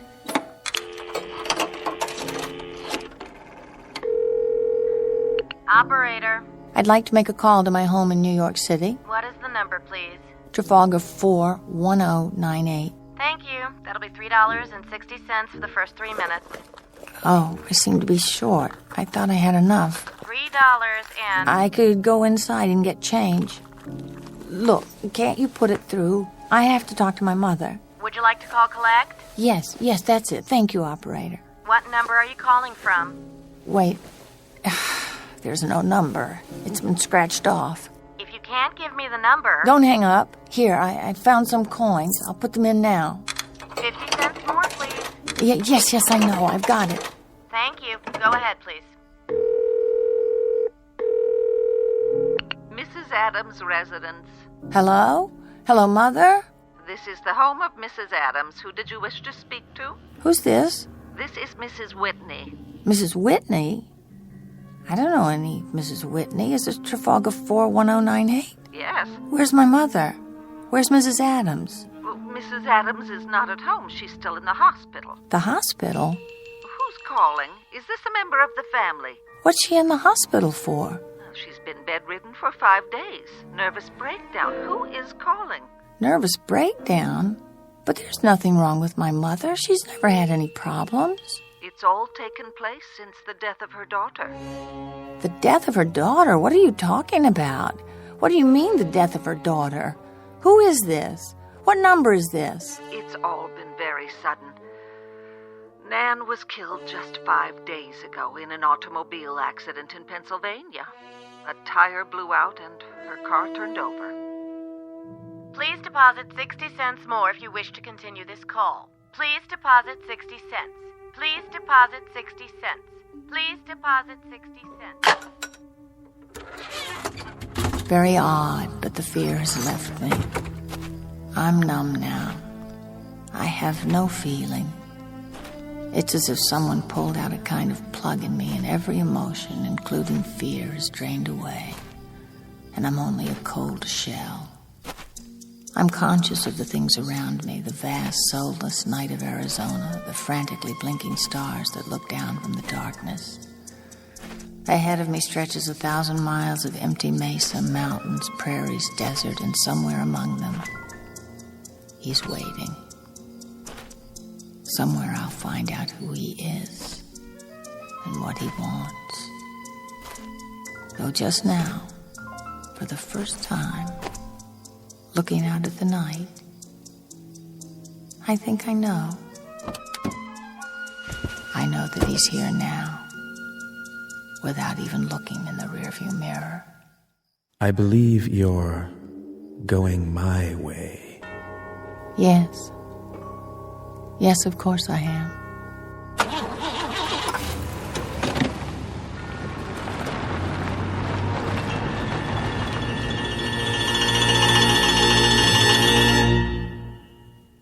Nan Adams, age 27. She thought she'd take a drive to California, to Los Angeles. She didn't make it because of a detour through the Twilight Zone. More from the Twilight Zone after this.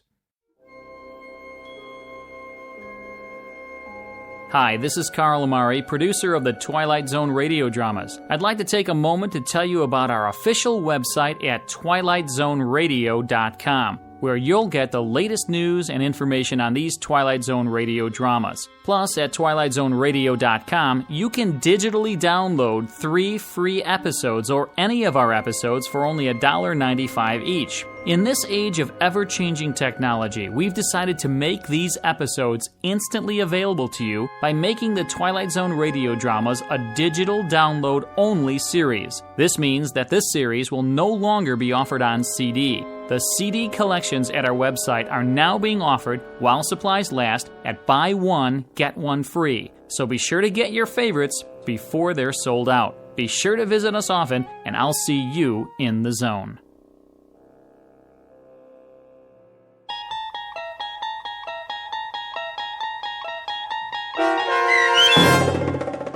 The Hitch-Hiker, starring Kate Jackson, with Stacy Keach as your narrator, was adapted for radio by Dennis Etchison and based on a script by Rod Serling from a story by Lucille Fletcher. Heard in the cast were Mike Starr, Nick DiGilio, Todd Manley, Peter DeFaria, Turk Muller, Doug James, Kurt Nabig, Carl Amari, Deb Dotzer, and Meg Falcon. To learn more about the Twilight Zone radio dramas and to obtain audio cassettes and CDs of these programs, visit our website at twilightzoneradio.com. The producers of The Twilight Zone wish to thank CBS Enterprises, Carol Serling, Dennis Etchison, Dick Brescia Associates, Claire Simon Casting, Terry Jennings, XM Satellite Radio, Sirius Satellite Radio, our sponsors, and our radio affiliates for helping make this series possible. This copyrighted radio series is produced and directed by Carl Amari and Roger Wolski for Falcon Picture Group. Doug James speaking.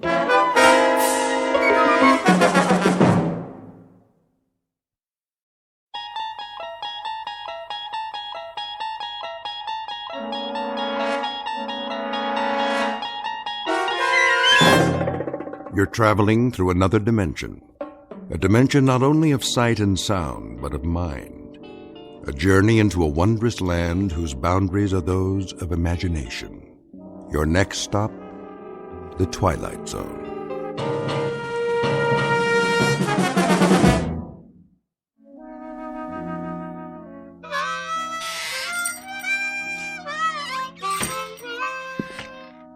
Oh, hi there, Pete. Didn't hear you come in. Why don't you join us? Set a spell.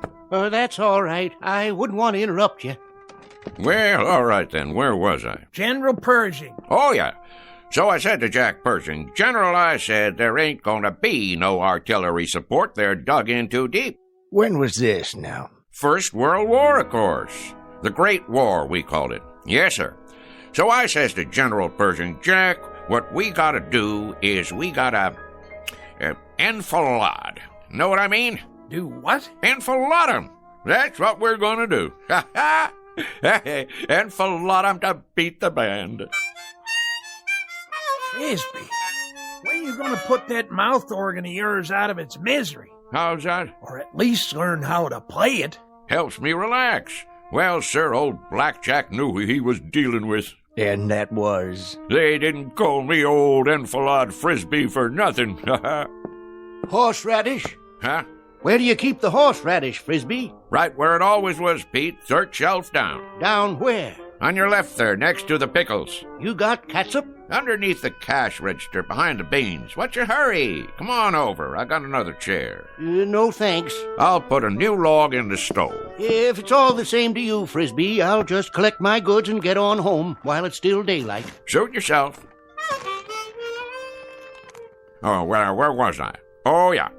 Well, sir, the following morning, we attacked up and down the line, and the rest is history. Smashed them to bits, we did. And then we went on to Paris to celebrate. Exactly 4.5 hours it took us. We had frogs' legs and cold duck till we couldn't eat no more. An hour later, we was in Berlin. Shall I say it, or do you want to? Be my guest.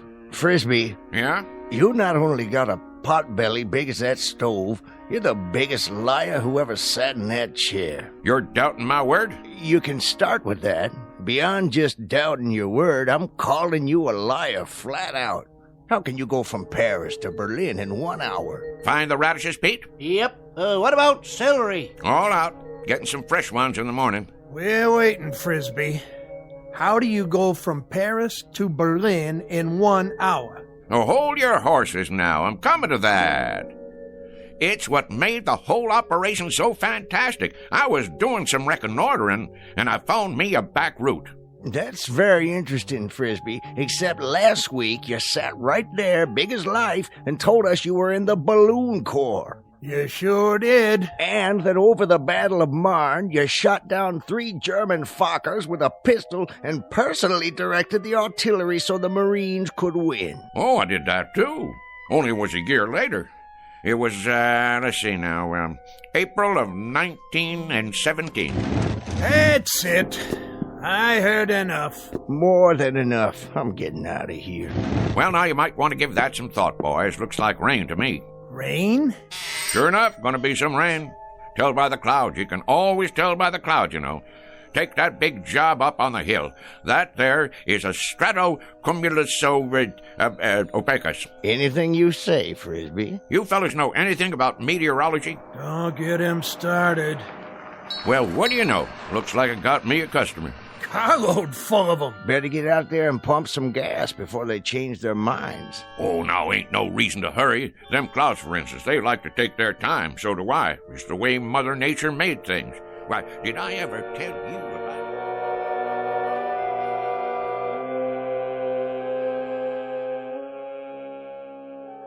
The slow-moving gentleman with the sizable mouth is Mr. Frisby, proprietor of Frisby's General Store, the local version of Gimbel's and Macy's. He has all of the drive of a broken camshaft and the aggressive vinegar of a corpse. As you've no doubt gathered by now, his stock in trade is the tall tale, the outrageous falsehood, the bending of truth up to and beyond the breaking point. What he doesn't know is that the visitors in the car out front are a very special breed, destined to change his life beyond anything even his fertile imagination could manufacture and embroider. The place is Pitchfield Flats. The time is the present, or thereabouts. And Mr. Frisby is on the first leg of a rather fanciful journey into a place we call the Twilight Zone.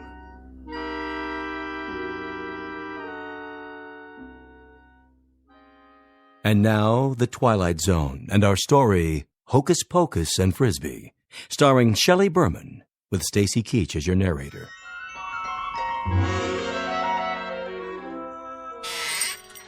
I believe I asked you boys a question. Oh, I'm sure you did. About meteorology. Well, I know plenty about that particular subject. University of Wichita it was. Got my doctorate in it. Did a treatise at the age of 13 that still uses standard text. Meteorology and You was the title. Talk was, it was the most scholarly treatise on the subject in the history of the field. My colleagues used to refer to me as Cumulus Frisby. Cumulus Frisby? Frisby's a meteorologist. I'm Vice President of the United States. Well, what do you say, Mr. VP? Better get out there, Cumulus. I'm coming. All finished, Frisby. You want to add it up? You do it, Pete. There's a pencil and paper right on the counter there. I could do it in my head for you, but it's been kind of a long day. I'm a little pooped out. 1 bottle of catsup, horseradish. Ever tell you about the time I gave a demonstration, me against the computer machines? 13 of them, lined up in an auditorium. 133 columns of figures, 8 digits apiece, and no pencil and paper, mind you, all in the head. Well, sir, people came from miles around. What happened, Frisby? I thought no one would ever ask. 4 of the machines broke down from overwork. Not you, of course. 2 come up with incorrect answers, and I beat them all by 21 seconds. Ha ha. That does it for me. I simply can't take no more, Frisby, I gotta tell you. Can't take what? I wouldn't mind if you was a bright liar. I mean, if there was some logic to it, but dadgum, the way you tell it, well, you'd have to be 100 different people living in 200 different places in 12 different periods of American history. Hallelujah and amen. Shucks. What are they in such an all-fired hurry for? Time to do some work, Frisby. You got customers. You just said a dirty word. Only thing that works in Frisby's whole body is his mouth. All right. Keep your britches on.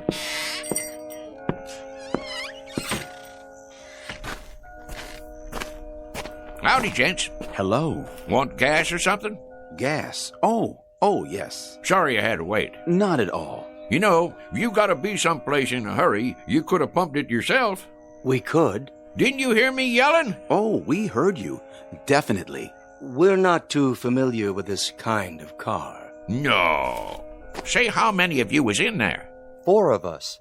It's a bit of a tight fit, I'm afraid. Sure it is. One of them foreign jobs. Not much room inside, huh? We don't know where to put the gas. We aren't familiar at all with these foreign jobs. You ain't?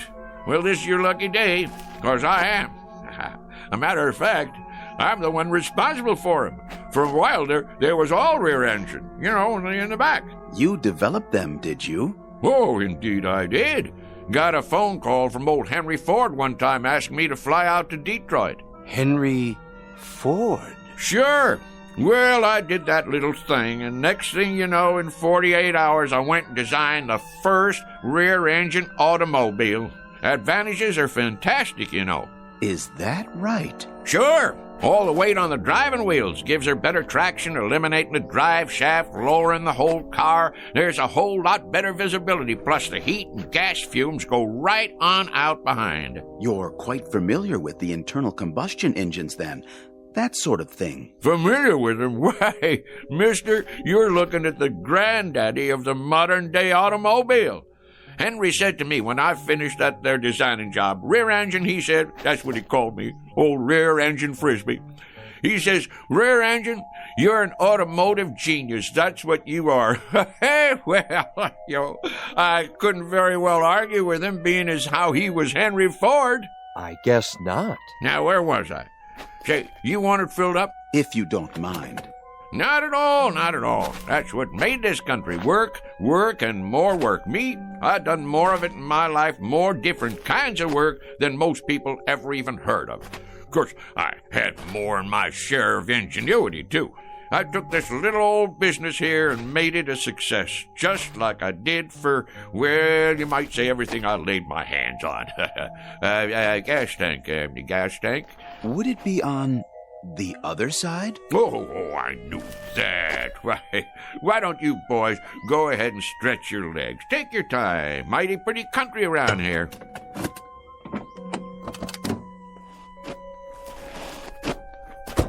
Yes, pretty. Of course, it wasn't very pretty when I moved in. First thing I did was plant all these trees, hundreds of them. I had to import them from my old friend Luther Burbank. You gotta give them just the right amount of water and a special kind of plant food I cooked up. This is the man. Without doubt. Frisby, is that it? Not a common name. He must be the one. Frisby. An incredible specimen. Done it all, knows everything, and everyone. All the greats. Then what we've heard is true. All of it. Absolutely. He studied at most of the major universities, holds a doctorate in at least 8 disciplines. A key man, obviously. Water and oil okay? I believe they are, but I'd feel better if you checked them. Might as well, long as I'm out here. I'll just open the hood and let me see now. Where's the latch now? In the front, maybe. Front? Where? Oh, no, what am I thinking? In back? Of course, where the engine is. Engine. You're a big help, Mr. Frisby. You don't know how much we value your personal attention. Oh, that's okay, boys. Look here. Ain't that something? They got the dipstick and all hidden away so's nobody can go messing with them. But I can see from here that they're just fine. They're just fine. And yep, that's fine and dandy. Well, that ought to do it. How much do we owe you? Looks like $5 and a couple of cents. Make it 5 even. Did you bring a supply of local currency? Right here. Which one? Will this do? This here's $20. That what it is? Yes, of course.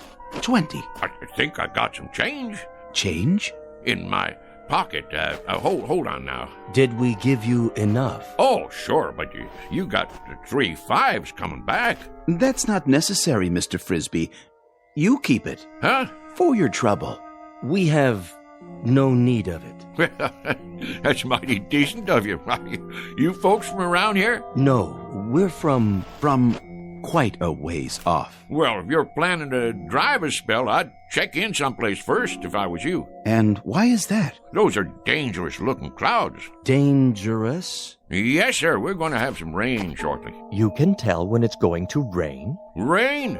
Mister, I can tell when the humidity drops 0.5%. I can predict fog, smog, hail, sleet, snow, dew, and freezing 24 hours before it happens. Really? Well, I was working on a perpetual motion machine in Sioux City, Iowa, back in 1921, when I got a call from President Harding. He was begging me to fly to Washington, D.C. and help him set up their meteorology department. Is that a fact? Not only is it a fact, but I'm giving it to you oversimplified, kinda.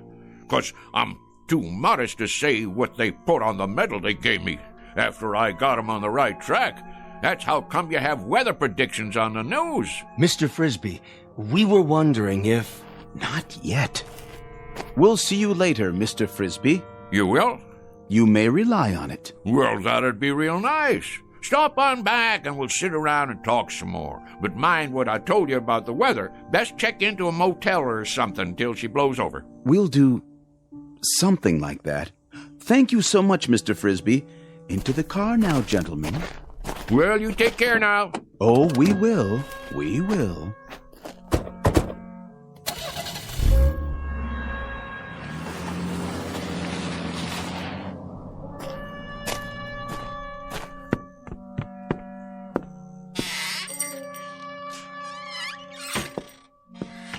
Odd fellers.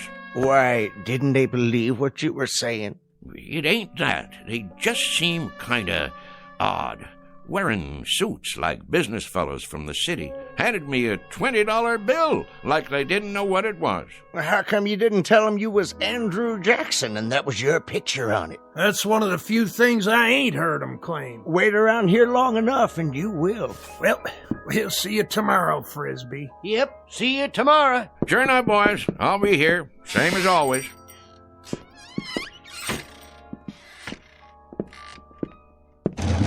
Let's see now, 5 o'clock. Sounds to me like a good time to close. Mr. Frisby? That's my name. Don't wear it out. Huh?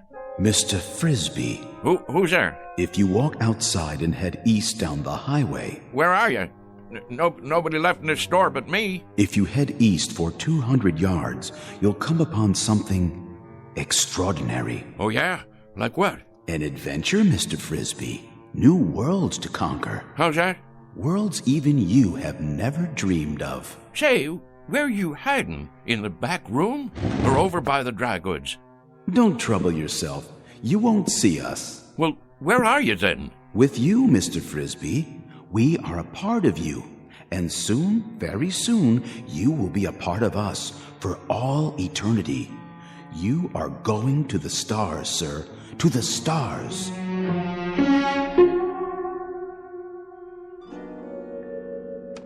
What do you mean, the stars? You talking about going to Hollywood? The stars in the heavens. You're not afraid, are you? Afraid? Me? Stonewall Frisby? Do I, David Eisenhower said to me back when I got onto the very first landing craft on D-Day, Stoney, he says to me, Stoney, you lead the invasion. There'll be mines, German E-boats, Stuka dive bombers, and artillery up against you, but you can do it. Well, Ike, I says, I guess if you really want me to. An exceptional record, Mr. Frisby, but our time grows short. Will you accept this last greatest adventure? You mean go walking outside? It's not far, just beyond the first grove of trees. Afraid I can't take you up on that, seeing as how it's going to rain. Then you are frightened. We had thought you'd be the one man willing to take almost any risk. That may be, but who, may I ask, is telling me all this? If you'll walk on down the road, as I suggested, you'll find out. Well, rain or no rain, I never was one to turn down a little excitement. Who'd you say you was? Your questions will be answered soon enough. Well, all right then. Just let me lock up. That won't be necessary. Why not? Because, Mr. Frisby, you won't be coming back.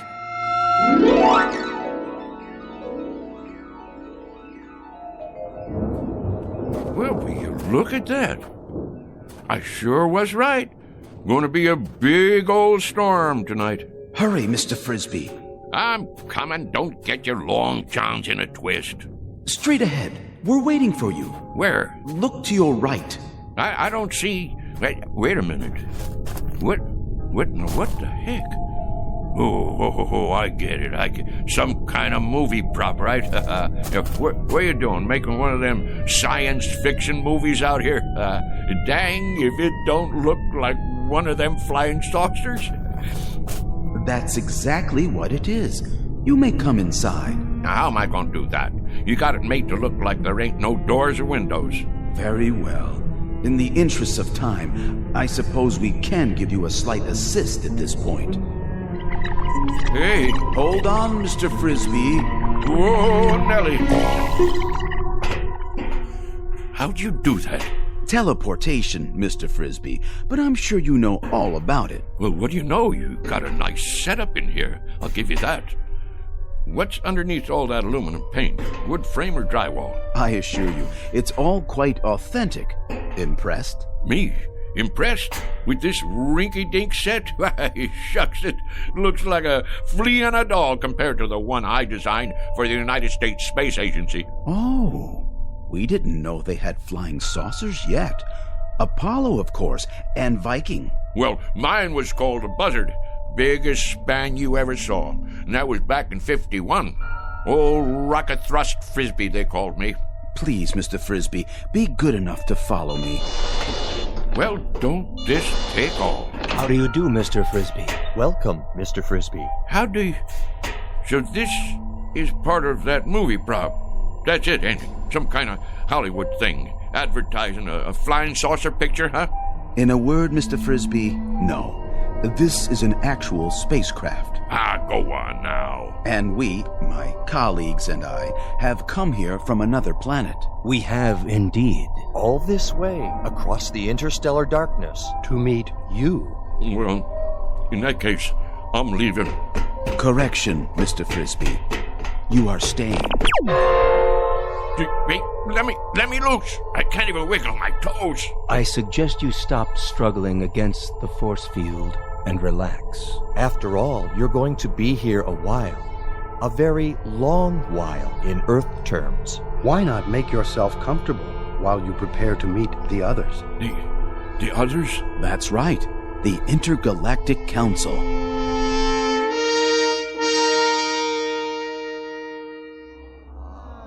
Well, sir, the government already knew about my research in atomic energy. Matter of fact, I suggested it to them as far back as 1923.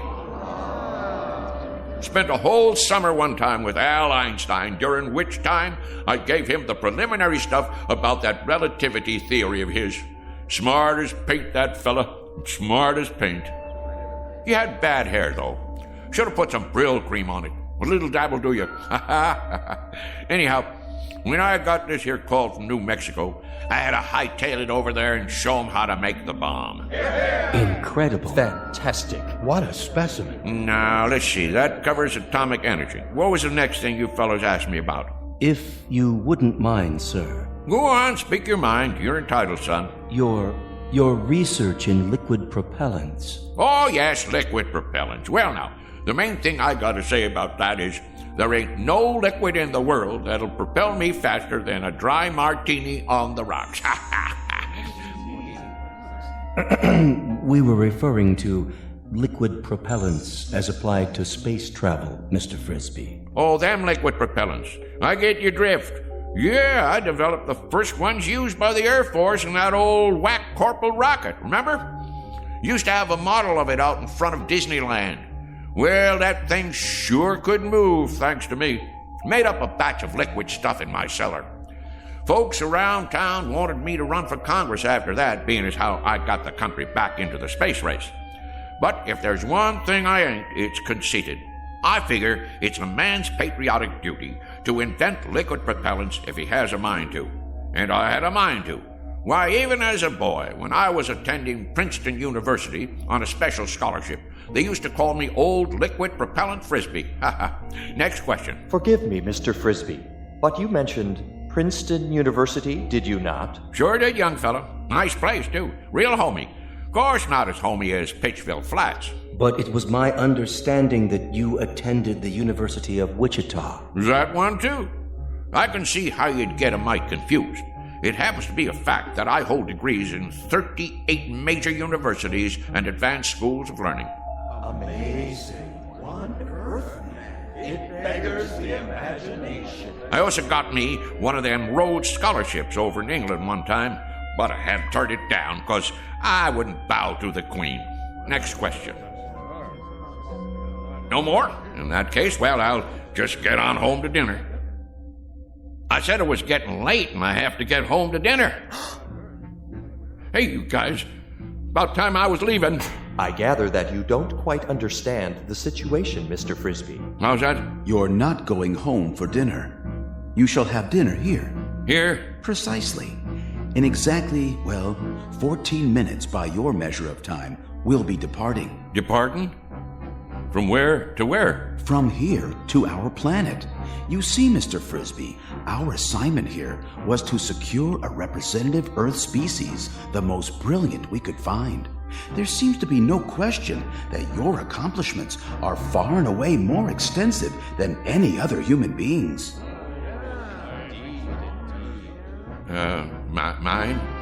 Now, wait a minute. Now, hold on there. You fellas got the wrong idea. Why, I'm just a plain old country boy, a bumpkin. I'm a bumpkin. That's what I am. Just a rube with a big mouth. Come now, Mr. Frisby. You do yourself a terrible injustice. We know all about you and your accomplishments. My accomplishments? Mister, The one accomplishment you fellas didn't pick up on is the fact that I am the gall-darndest liar that ever walked the pike. I spend the longest yarn west of the Rockies, and I'm not talking about exaggerating. I'm talking about lies. I mean lies. Mr. Frisby. Don't you get it? I'm a liar. I ain't got enough truth in me to raise a bump on a bee. There are some terms that have no equivalent in our language. This word, lie, that you mentioned. Dang right, lie. That there is the opposite of the truth. Don't you have that on your planet? Have what, Mr. Frisby? Have a fella that runs around talking the bull off a nickel? I'm afraid not. We have no concept of this term. You mean whatever somebody says goes without saying? That is the truth? So everything I told you, every doggone piece of harebrained guff I've been throwing at you, you believe it? And now you're taking me up to your planet so you can stick me in a cage? Oh, hardly that, Mr. Frisby. It won't be a cage. We'll naturally have to keep you confined, much as we do the other specimens we've collected. We've got a marvelously entertaining Venusian. He sings simultaneously in 8 different octaves, and he accompanies himself on percussion with his tail. Now, you listen to me. I'm a bona fide American citizen, and I got my rights. And furthermore... Please contain yourself, Mr. Frisby. Since we'll be departing very shortly, you have your choice of dinner now or later.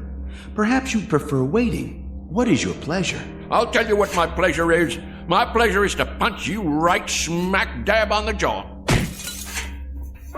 What the... Don't be alarmed, Mr. Frisby. That was only a mask, a disguise we use to pass among Earthlings. This is my real face underneath. I hope its appearance doesn't unduly disturb you. Mr. Frisby? Whoa, whoa! Mr. Frisby!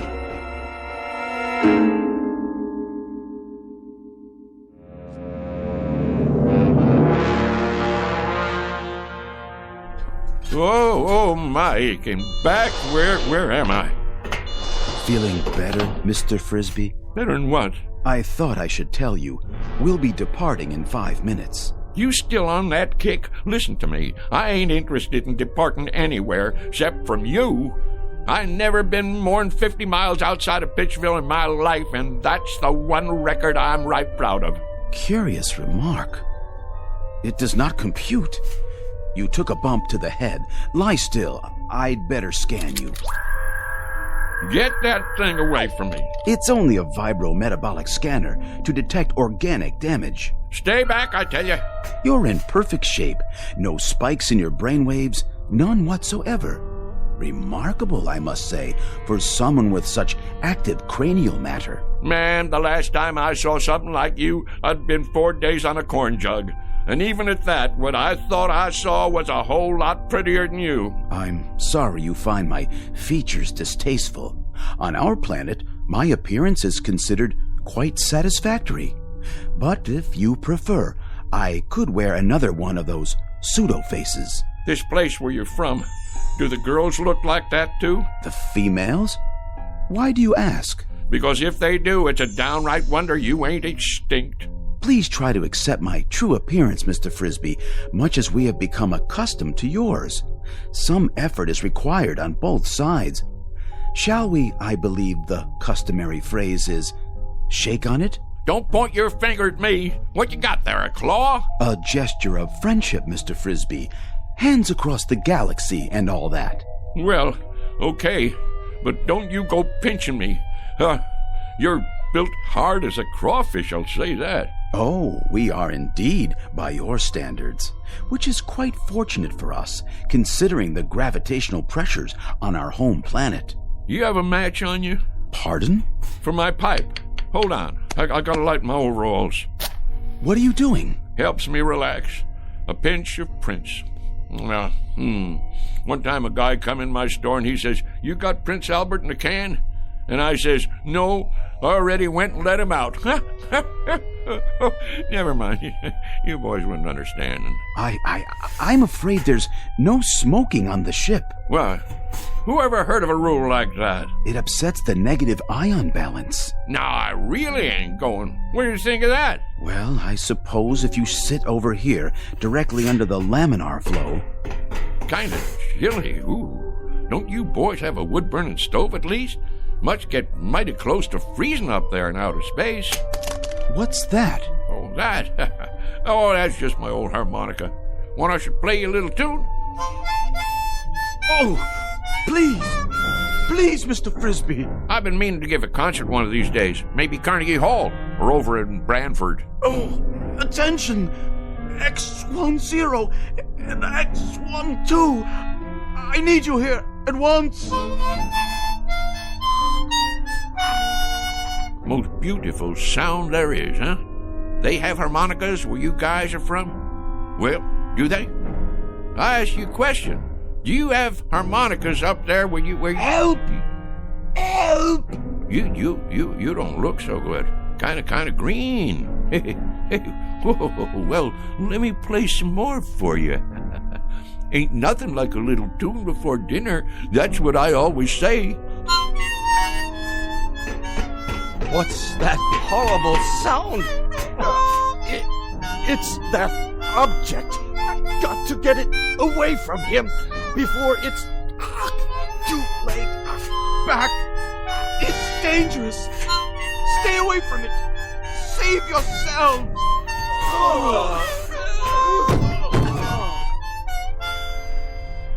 What's the matter, boys? Don't you like my playing? Boys? Oh, boys! Frisby, old son, something tells me this is your chance. You better make tracks, and I mean now. They didn't call you old mile-a-minute Frisby for nothing. Get moving. What are you doing out of your room, Mr. Frisby? Mr. Frisby! Don't let him off the ship! Quickly, seal the airlock! No, you don't, boy. Get out of my way. No. Don't go after him. He has some sort of fantastic instrument that emits a death sound. I've never heard a pitch like it. It's powerfully destructive. We'd best take off before he warns others of his kind.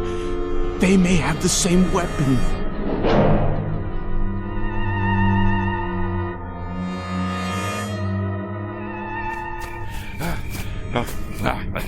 Can't catch this old boy, can you? Go on, get out of here. Get on back where you come from. That's it. Scat.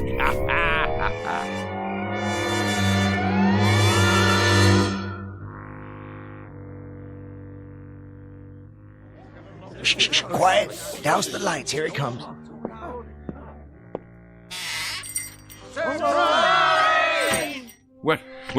What's going on here? Will somebody tell me what's happening here? What do you mean, what's happening? It's your birthday, ain't it? As if you didn't know. And this here is a surprise party. As if you didn't know that either. Congratulations, Frisby. Put her there, old buddy. Well, I sure didn't expect nothing like this. The heck you didn't.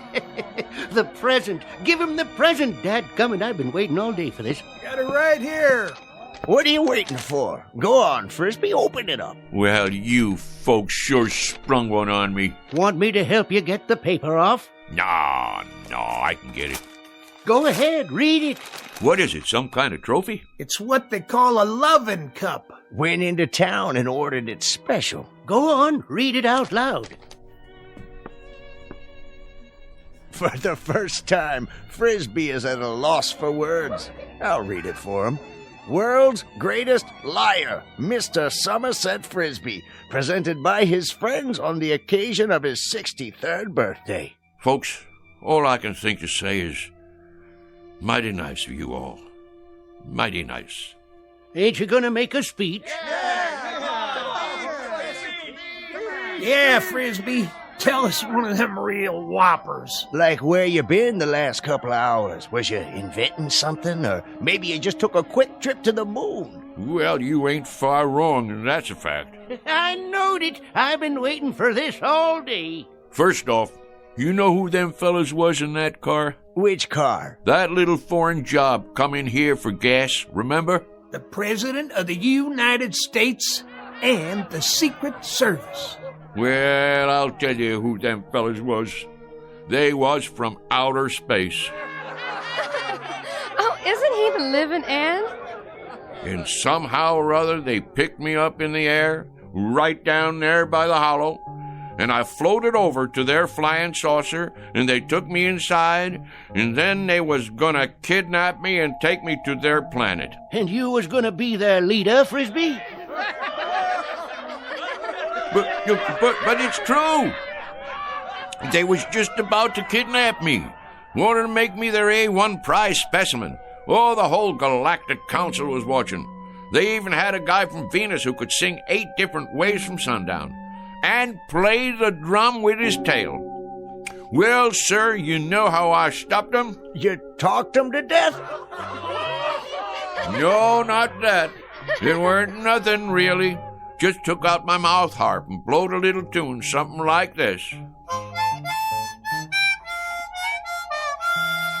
You know what happened then? I'm sure you're going to tell us. I've been waiting all day for this. They just plumb fainted away. Now that I can believe. Play us a tune, Somerset, the way you used to. Well, I suppose I could do that if you really want to hear it.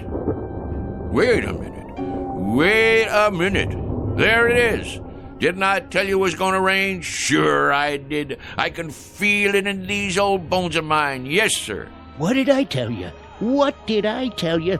Ain't he the perfect limit? Ain't he the be-all and end-all?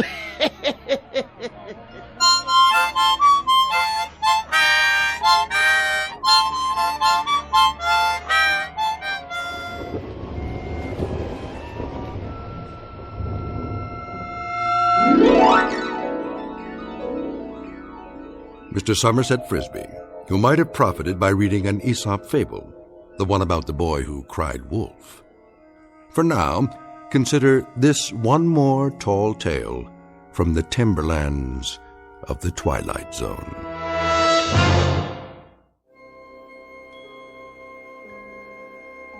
Hi, this is Carl Amari, producer of the Twilight Zone Radio Dramas. I'd like to take a moment to tell you about our official website at twilightzoneradio.com, where you'll get the latest news and information on these Twilight Zone Radio dramas. Plus, at twilightzoneradio.com, you can digitally download 3 free episodes or any of our episodes for only $1.95 each. In this age of ever-changing technology, we've decided to make these episodes instantly available to you by making the Twilight Zone Radio Dramas a digital download-only series. This means that this series will no longer be offered on CD. The CD collections at our website are now being offered, while supplies last, at buy one, get one free. So be sure to get your favorites before they're sold out. Be sure to visit us often, and I'll see you in the zone.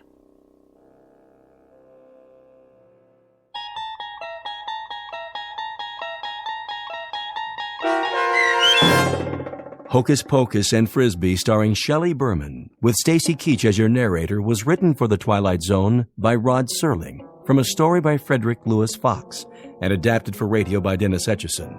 Heard in the cast were Mike Novak, Richard Hensel, Turk Muller, Sarah Marks, Jeff Lupetin, Christian Stolte, and Doug James. To learn more about the Twilight Zone radio dramas and to obtain audio cassettes and CDs of these programs, visit our website at twilightzoneradio.com.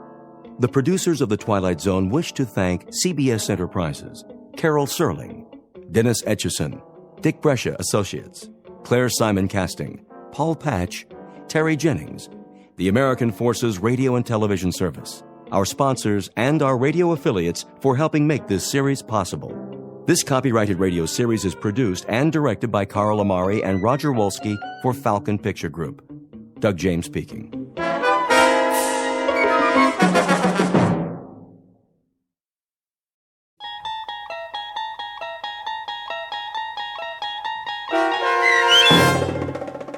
Long Distance Call, starring Hal Sparks with Stacy Keach as your narrator, was adapted for radio by Dennis Etchison and written for The Twilight Zone by Charles Beaumont and William Idelson.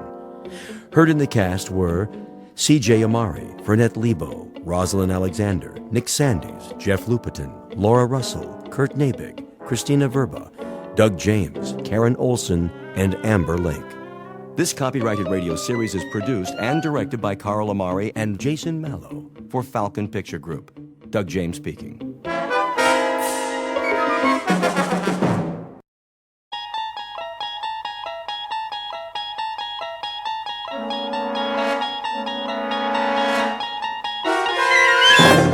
You're traveling through another dimension. A dimension not only of sight and sound, but of mind. A journey into a wondrous land whose boundaries are those of imagination. Your next stop, the Twilight Zone.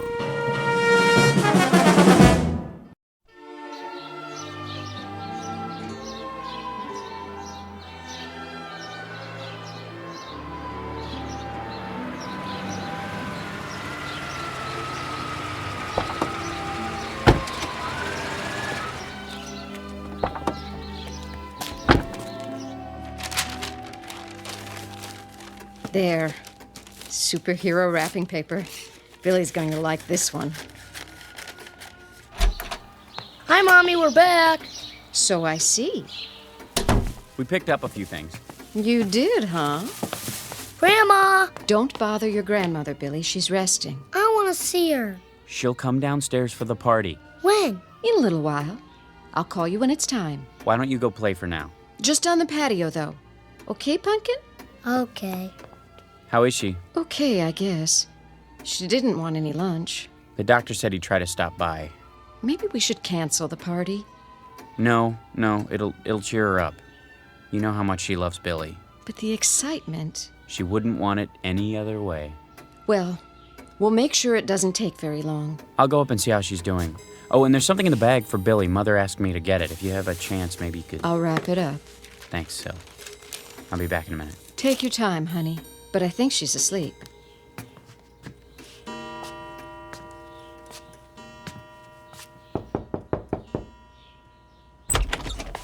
Mother? Is that you, Chris? How you doing? Oh, fine. Just resting my eyes. Well, you go right ahead. We've got everything under control. Where's Billy? In the yard, playing. Oh, such a big boy. And today, another birthday. I can hardly believe it. Neither can I. Did you get him a present for me? I sure did. The one you asked for. Sil's wrapping it up. Good. Take the money from my purse. No, don't worry about that. It's all taken care of. I insist. And I insist that you relax. Dr. Unger's coming in a little while. You want to look pretty for him, don't you? Oh, Chris, you're such a teaser. Well, who do you think I learned it from, Mama? Just like Billy. He's so much like you, in so many ways. Oh, I don't know about that. He's got Sylvia's nose and mouth. And your eyes. When I look into those eyes, I see you at that age. I don't know where he gets so much energy. From his daddy, of course. Now, hold on. I was the quiet type. Oh, you were a ball of fire. Running this way and that, full of curiosity. I find that hard to believe. But it's true. Billy's the spitting image of you.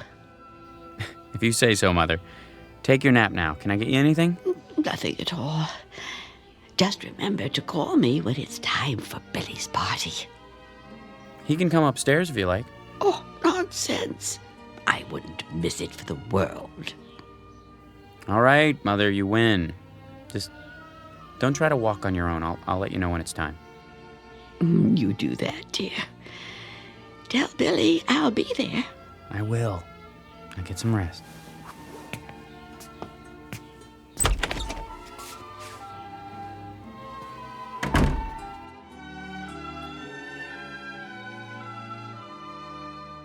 As must be obvious by now, this is a house hovered over by Mr. Death, that omnipresent player in the third and final act of every life.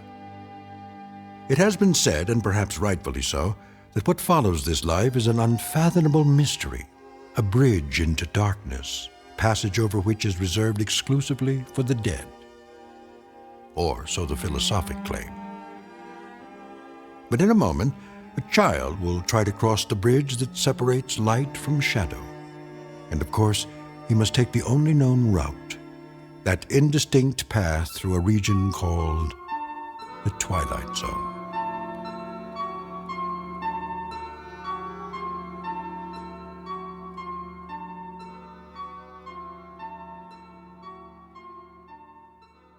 And now, The Twilight Zone and our story, Long Distance Call, starring Hal Sparks, with Stacy Keach as your narrator.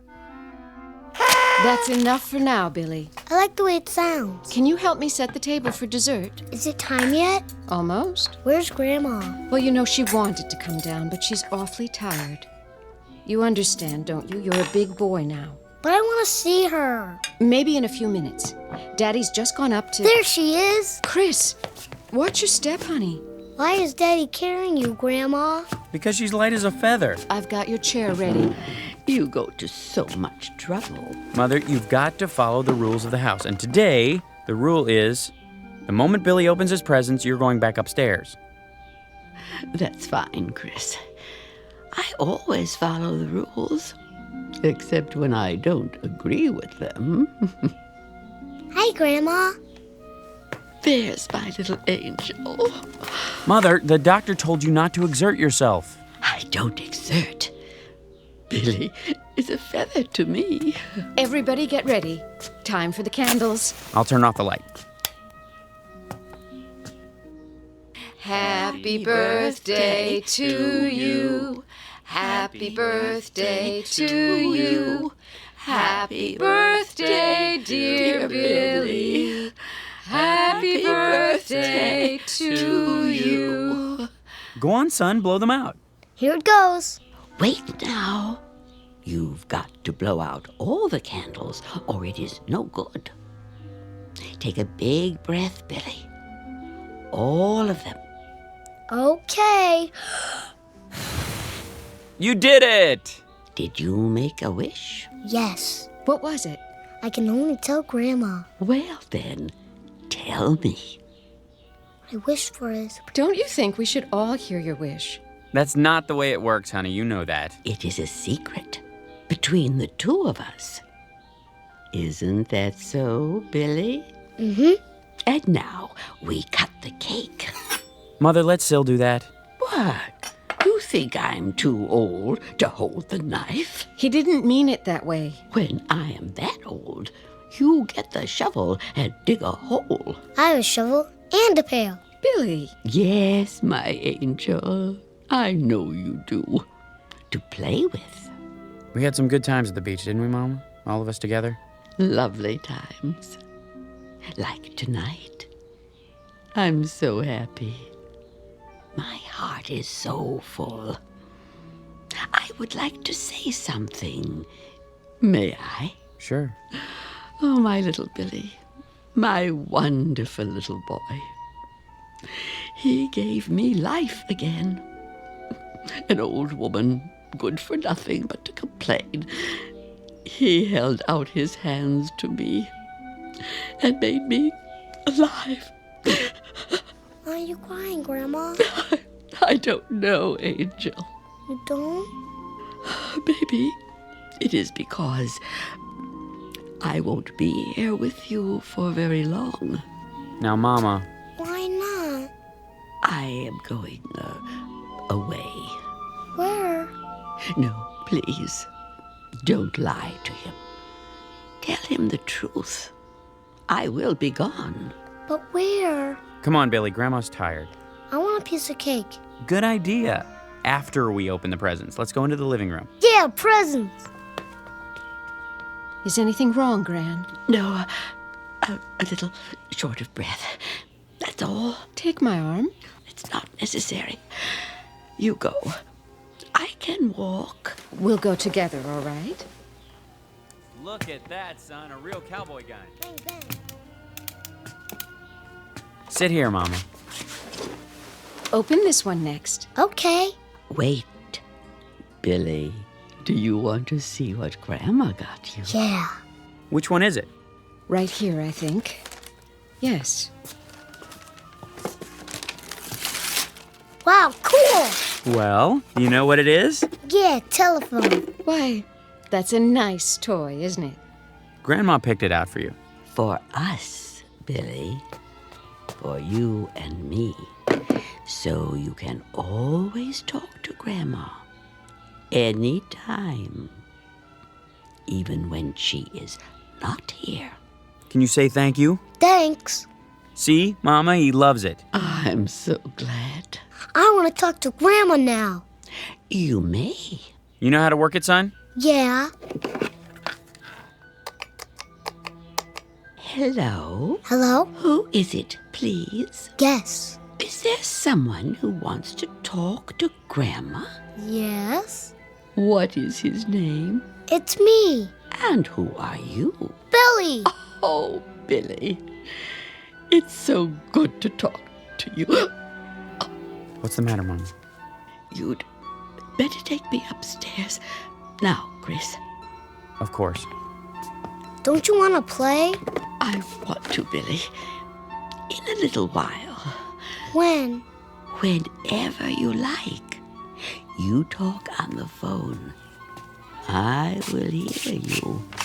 Come on, up you go. Don't hurt yourself, Chris. Not a chance. I'm not a little boy anymore. I think I could carry my mother upstairs. Can I call now? Not yet, Billy. I have a message for her. Hello? This is me. Grandma, please don't be sick. Don't be sick, Grandma. Can you hear me? I don't want you to be sick anymore.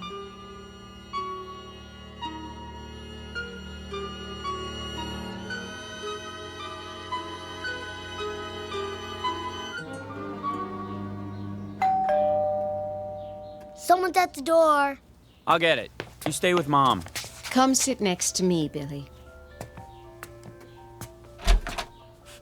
Dr. Unger. Chris, Thanks for coming by. how is she?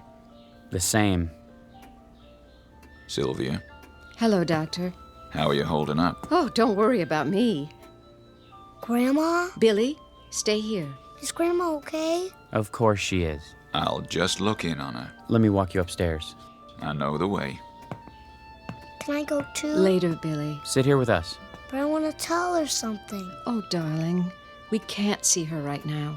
Why not? She's not feeling very well. Is she gonna get better? I hope so, sweetie.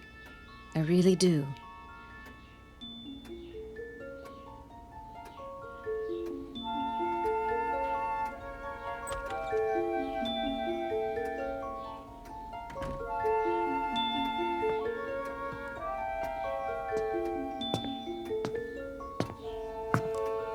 She isn't in any pain. Can we see her? I wouldn't advise it. Not that it would hurt her, but, well, I doubt that she would recognize you. Oh. We'd recognize her. All right, Chris. Just don't stay long. Me too. Isn't it your bedtime? I want to say goodnight to Grandma. Billy, try to understand. Grandma's sick. Why don't you wait until she's well? I want to see her now. Billy, don't. If I may make a suggestion. Yes? If he wants to see her, this might be the time. Come with me then, but only for a couple of minutes. And Billy, listen to me. If Grandma acts a little different, that's only because of the medicine, okay? Okay. Then let's go. Sylvia? Now? Do you think... I think we'd better.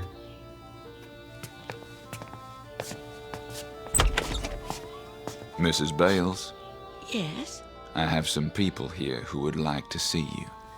you do? Go on in. I'll wait in the hall. Hi, Mama. What? Grandma, Angel. are you sick, Grandma? Not anymore. Then why don't you get up? Billy. How you doing, Mama? Who are you? Who am I? I don't know you. It's Christopher, your son. My son was taken from me by a woman. This is my son now. My only son. Little Billy. Does it hurt, Grandma? No. There is no pain. Then what's the matter?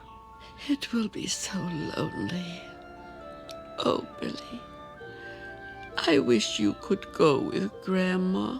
Go where? Away. Far away. Together. The two of us, Billy. I want to go.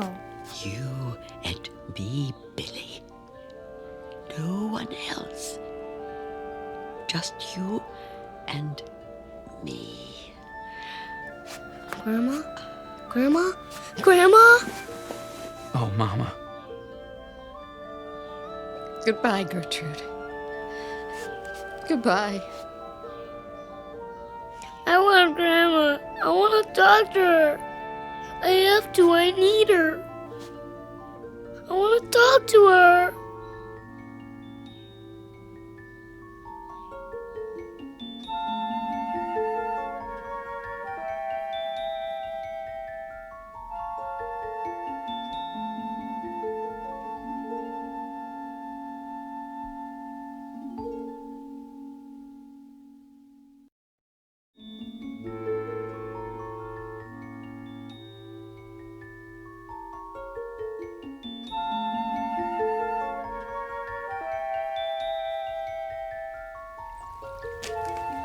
Hello, fishies.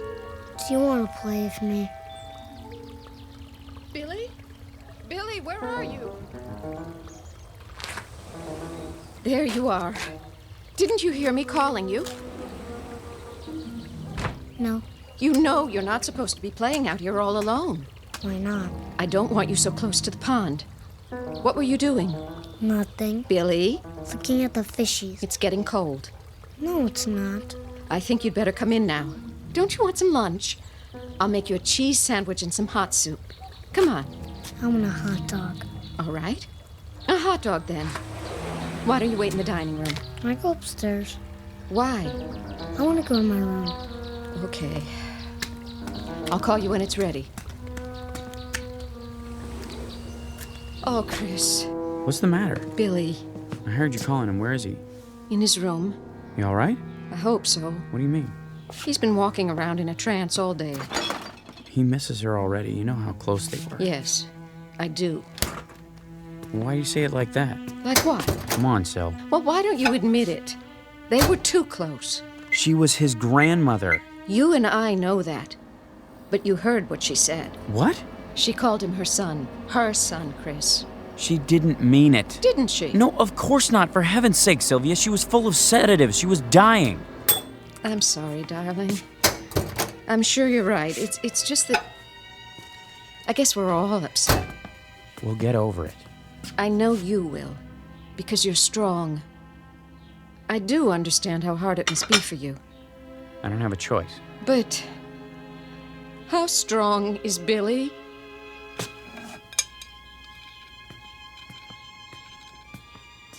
Billy! Lunch is ready. Billy? Are you still upstairs?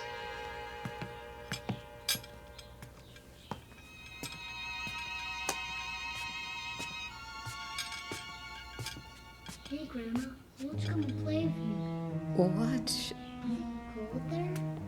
I'm having a hot dog for lunch. What are you having? I couldn't do it. Mommy called me. I was gonna play. Going to what? Bye. Who were you talking to? Grandma. Billy. She says she's lonesome. She wants me to come and stay with her. Can I, Mommy? Can I?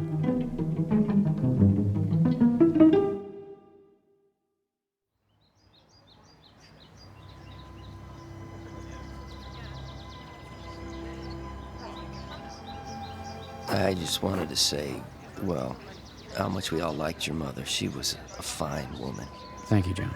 If there's anything we can do, anything at all. I appreciate your coming. A wonderful woman, Mr. Bales. She was, Mr. Pennington. And I know she was fond of you. She mentioned you often.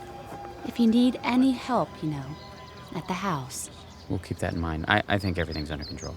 How's that dear little boy of yours? Fine, Mary. He's with the babysitter. I'd be happy to take him anytime. Shirley's just down the street. She's been very good. We have plenty of food at home if you want to stop by. That's all right. We should get home to Billy, though. I'll bring over a casserole so you don't have to cook. Bless your heart. I made dinner ahead of time. All I have to do is heat it up. Well, don't be a stranger. You two, both of you. We should see each other more often. Very kind of you to come.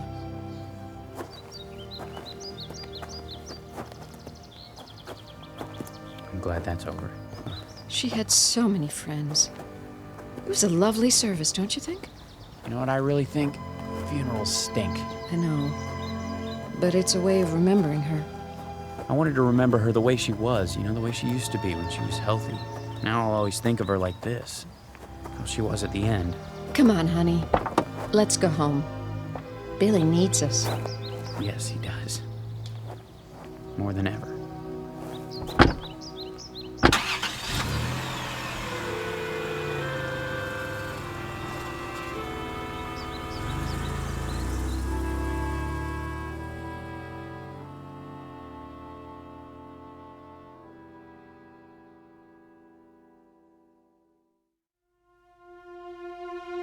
What?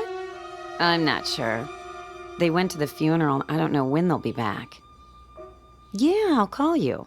No, don't come by. I told you I don't know. Oh, he's a good kid. Kind of depressed with his grandmother dying and all. Doesn't want to play or anything. And oh, wait a minute. Hey, Billy boy. Where you going? Outside. Is that okay with your mom? Yeah. You sure? What are you gonna do out there? Play. Oh, yeah? Well, that's good. That's real good. How come you decided to play? Somebody wants me to. Wants you to what? Go outside. Just don't go out of the yard, okay? Okay. Oh, nothing. He's just going out to play. It's the first time he wanted to do that today. No, I don't have to watch him. He's a good boy. He never wanders very far. He just sits and plays by himself. It's sad. I don't... Wait, what was that? Something's happened. I gotta go.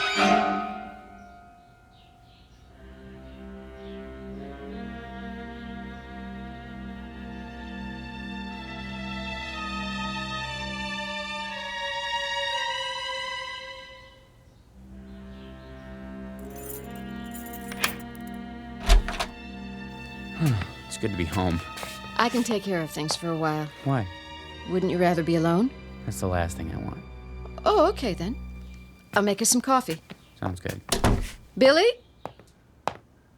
Shirley? We're back. Mrs. Bales? Hi, Shirley. Are you in the living room? Is there anything I should... Oh, Mrs. Bales, Who's this? Mrs. Bales, my name's Peterson, Jeff Peterson. I live down the block. Where's Billy? Sorry to bother you at a time like this. I mean, the girl told me about your mother-in-law's funeral. I'm very sorry, but, What's happened? Well, it's about your boy. Billy? What about him? He's all right, Mr. Bales. I put him down for a nap about a half an hour ago. Then what? What about Billy, Mr. Peterson? Well, now, I sure hate to say this, but, your son almost got himself killed this afternoon. What? He ran right out in front of my car, from nowhere. And lucky thing, I'm a cautious driver, Mr. Bales. If I wasn't, he might have... Billy! Billy never plays in the street. He never leaves the yard. I know. That's why I didn't mind when he wanted to go out. What happened? Well, there wasn't any sense in putting on the brakes. He was too close, so I cut the wheel as sharp as I could. Just in time, too. Couldn't have missed him by more than a few inches. Not a scratch on him, I'm glad to say. It wasn't my fault, Mr. Bales. Honest. All right, Shirley. Apparently it wasn't anyone's fault. Anyway, Mr. Bales, if I do say so, I think you better have a talk with your boy. He's sleeping. Oh, he's fine, just like I told you. A talk? Why?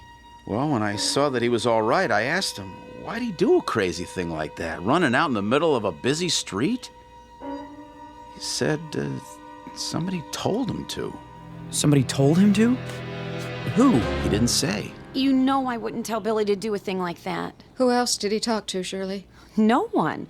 All day long, he just sat in his room playing with the telephone. Chris? You believe me, don't you? Yes, I do. Chris. I'm sorry it happened, Mr. Peterson. Don't be sorry. Be glad. The boy's safe.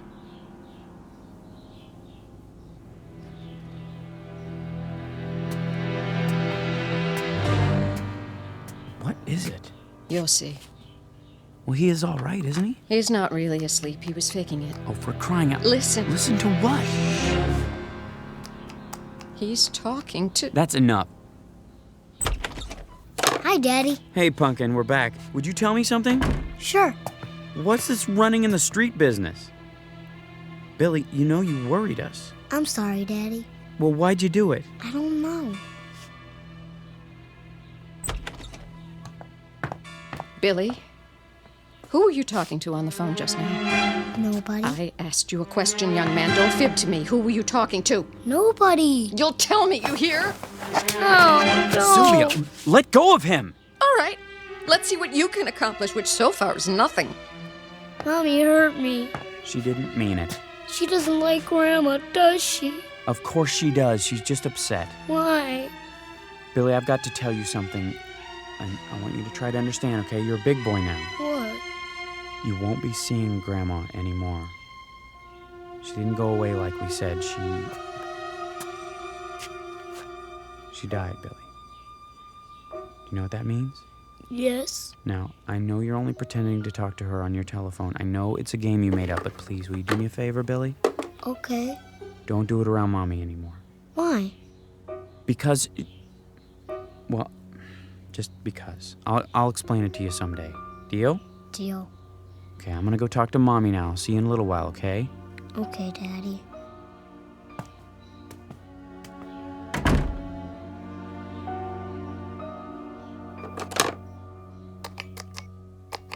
Hi, I'm back.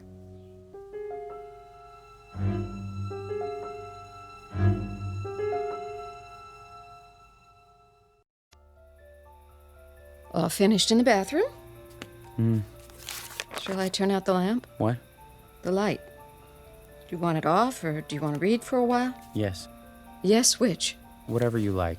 Oh, Chris. It's not what I want, it's what you want. I don't care. Please, don't shut me out. Sorry, I was just... thinking. I know. Sil, Yes? I know how hard it was for you. What you went through these last weeks and months, you did more than anyone. But I hope you understand. Understand what? My mother didn't mean any harm. I suppose not. It's the truth. She had 2 other children before me, and she lost them, and she couldn't let go. I was all she had. Except for Billy. Billy was me again. At least as far as she was concerned. A chance to go back, to pretend that none of the years had happened after Dad died. I know it wasn't right or fair to you, but honey, believe me, whatever she did out of love. Love for whom? What does that mean? I'm sorry, I didn't mean it the way it sounds. Really, I didn't, Chris. You're trembling. It's cold. You pull up a blanket. Let's get some sleep. Yes. It's been a long day. The longest.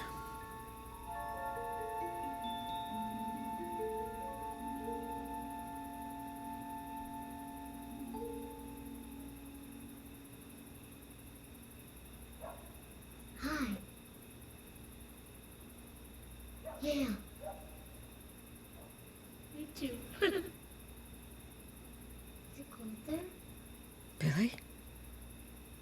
You giving me an ice cream bar? Oh, that would be cool. How about some candy? Me too. No! I won't have it! Mommy! Who are you talking to? What's the matter? Give me that! What is it you're hearing? I want to know! That's my phone! Hello? Hello? Give me my phone back! Whose voice is that? Who? Mommy, give it to me! Not until you tell me. Say it! Say it! It's my phone! It's from Grandma! That's it!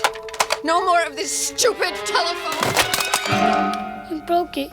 You broke it! Yes, and I'll break it even more into little pieces. You will never play with this telephone again. It is gone. Do you understand? Gone and never coming back. I want it. I want it. Why? I want Grandma.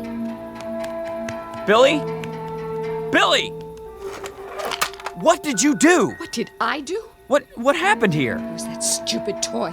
I woke up and... I'm sorry, Chris. I lost my temper again, but... Why did you break it? I heard her. Heard who? Who do you think? What are you saying, Syl?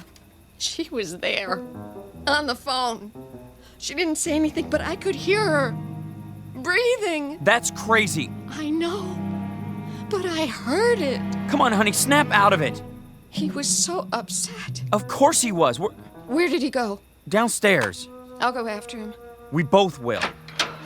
That's the back door. He's gone outside. Billy! Billy! Where is he? In the patio. Billy, come here, son. The fish pond. Billy! Oh, no. He's not breathing. I'll give him CPR. Go inside and call 911. Dr. Unger, too, now!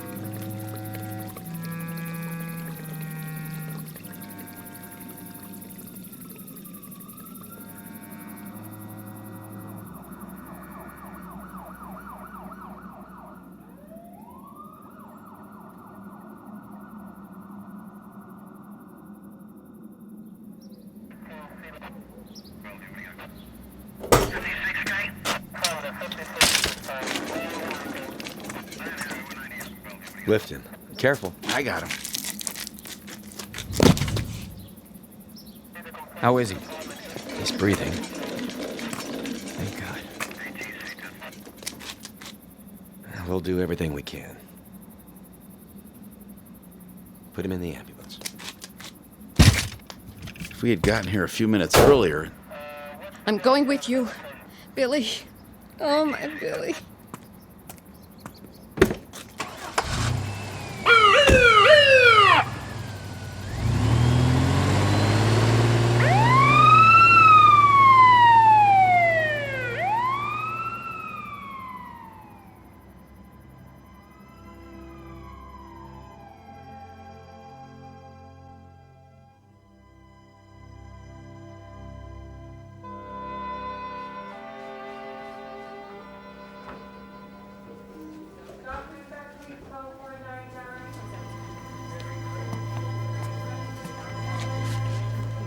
Excuse me. Yes? My son, the little boy.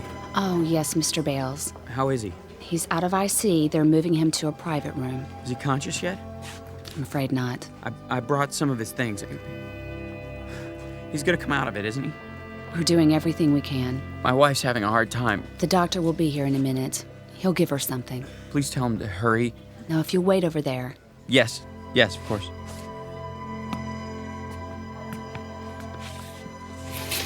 Well? Take it easy, honey, please. He's gonna be all right. Is he? Yes, I promise. You can't promise that. He's getting the best treatment. It doesn't matter. What? It's too late. Don't even think that. No? Why not? We have to face facts. What facts? She's already taken him. That's not true! Yes, it is. She took him away. She has him now. Syl, don't say that! That's what she wants. What they both want. I can't fight her anymore. She's won.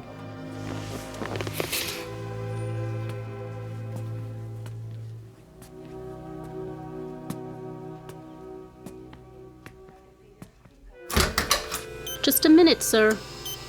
Is this room 511? Yes, but no visitors are allowed.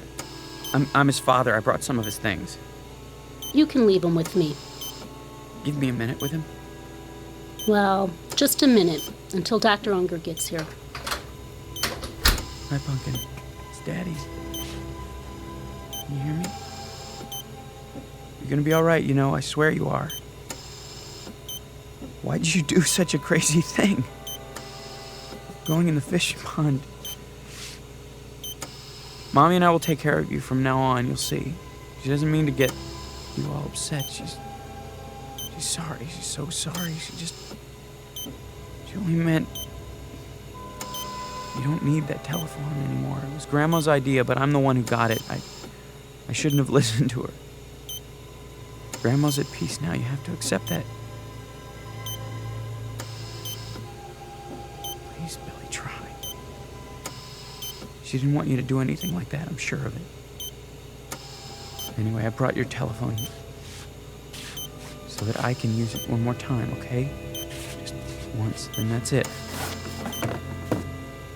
I have to try. You hear me? I know it's silly, but I have to.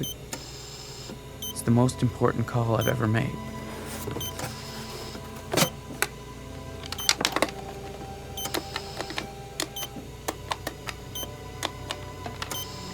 Mother, if you can hear me, by some miracle you can hear me at all, please listen to me now. You said you loved Billy, remember? On his birthday, you picked him up on your lap and hugged him and said that he gave you life again. I know you meant it. You did, didn't you, Mama? Well, if you did, if you really meant it, I'm asking you now to prove it. Give him back to us. He's 5 years old. Do you know how young that is? He hasn't even started. He doesn't know anything about school or girlfriends or wearing long pants or pitching a baseball. He doesn't know anything yet. He hasn't been anywhere. He's hardly been out of our house. There's a whole world he hasn't seen or heard or tasted or smelled or touched. Remember what you said. You said Billy gave you life again. Well, now you can give him life. If you really love him, let him live. Give him back, Mama. Give him back.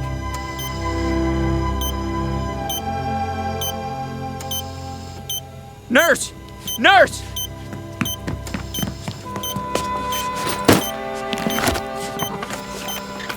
What's happened here? I don't know, Doctor. His heart! It's not stopping after all. It's stronger. And his breathing. Blood pressure's rising. Heart rate's up. Thank you. Something's happened here. What? His vital signs are stabilizing, Doctor. Take a deep breath, Mr. Bales. Then go tell your wife. He's come back to us. I don't know how or why, but we've got him. He's going to be okay.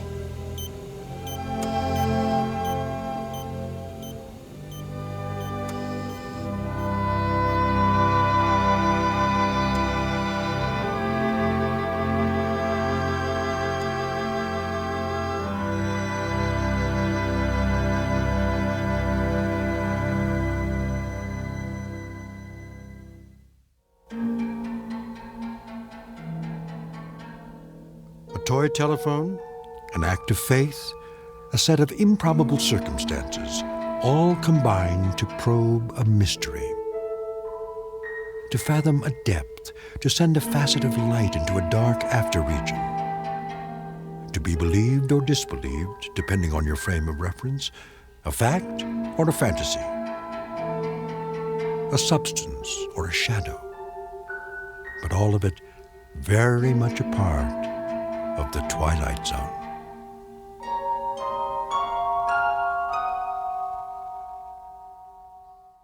We'll return to the Twilight Zone in just a moment. You are about to enter another dimension.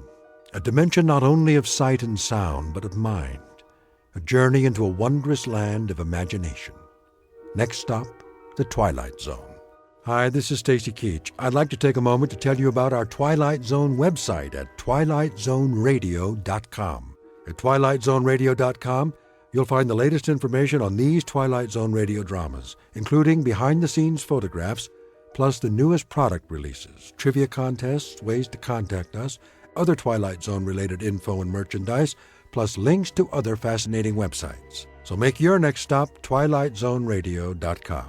Visit twilightzoneradio.com to purchase these Twilight Zone radio dramas on cassette and CD, or call toll-free 1-866-989-ZONE. That's 1-866-989-9663.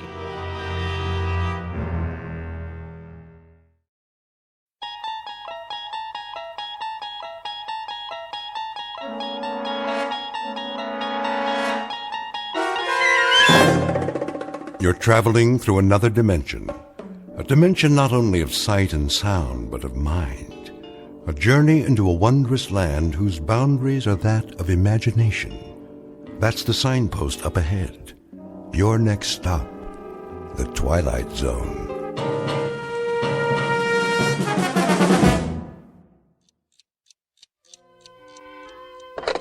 Front desk?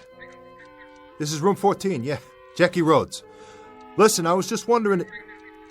What? No, I already paid you for the week. Sure I did. Didn't I? Well, I thought I did. No problem. I'll drop it off downstairs first thing in the morning. That's right. Cash, same as always. Yeah. You know I always pay my rent. One thing about me, I ain't no welcher. I got a big payday coming tonight. Anyway, the reason I called, can I ask you a question? No, that ain't it. I know you don't do room service. I was just wondering, is my phone working okay? Uh-huh. Well, the reason I ask is I'm expecting a call. A real important call, and... You sure? Not a one, huh? No, I ain't been out of the room. See, I've been waiting right here for this very important call, and... You would have put it through to me, wouldn't you? Sure. Okay. Oh, one more thing. Am I ever going to get my air conditioner fixed? Well, when the super shows up tomorrow, ask him again. Leave him a note or something. It must be 100 degrees in here. Yeah. Thanks. Come on, George. Come on. You said you was going to call. Oh, what a night. Can't even go out for a cup of coffee. Yeah. Oh, hi, George. Fine. You too? Nothing much. Yeah, well, I've been sitting here waiting. That's right. Expecting a call. From you, of course. Yeah, George. Yeah, sure is a hot night, ain't it? Uh-huh, George. George, I was just wondering what kind of job you had in mind tonight. Well, now, look, I've been sitting here 3-4 hours, and if you want to know the truth, I've been roasting to death and like to go out of my mind. All I'm asking you is... George, hey, whoa, will you listen to me? Will you listen? I'm not trying to cop out. I am definitely not trying to cop out, all right? I just wanted to know what kind of... Well, because I got a tendency towards nerves, George. Well, you can sit in a hotel room only so long, and it's such a hot night. George, I ain't complaining. Whatever the job is, I'm up for it. Sure. You got a number one boy here is what you got. You know that. And I'm going to do the job for sure. George?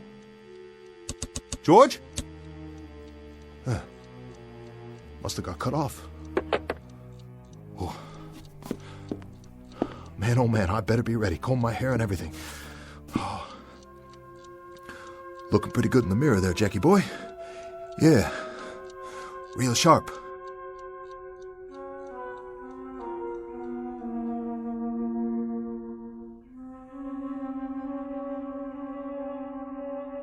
This is Mr. Jackie Rhodes, age 34.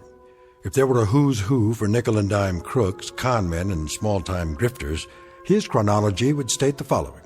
Simply that he was born in New York City, went to a boys' reformatory at age 11, followed by a state penal institute at age 19. He has been picked up along with the usual suspects on every count from petty larceny to extortion to assault with a deadly weapon. And where some men leave the mark of their lives only as a brief record of a fragmentary existence on earth, this man leaves a blot, a dirty, discolored blemish, to document a cheap and undistinguished sojourn amongst his betters. What you're about to witness in this room, and particularly in the chipped and dusty mirror above the dresser, is a strange kind of mortal combat between a man and himself. For in just a moment, Mr. Jackie Rhodes, whose entire life has been given over to fighting adversaries of one sort or another, will meet his most formidable opponent to date, his own reflection. as seen in the mirror of a cheap Skid Row hotel room that just happens to be located in the Twilight Zone. And now, The Twilight Zone, and our story, A Nervous Man in a $4 Room, starring Adam Baldwin with Stacy Keach as your narrator.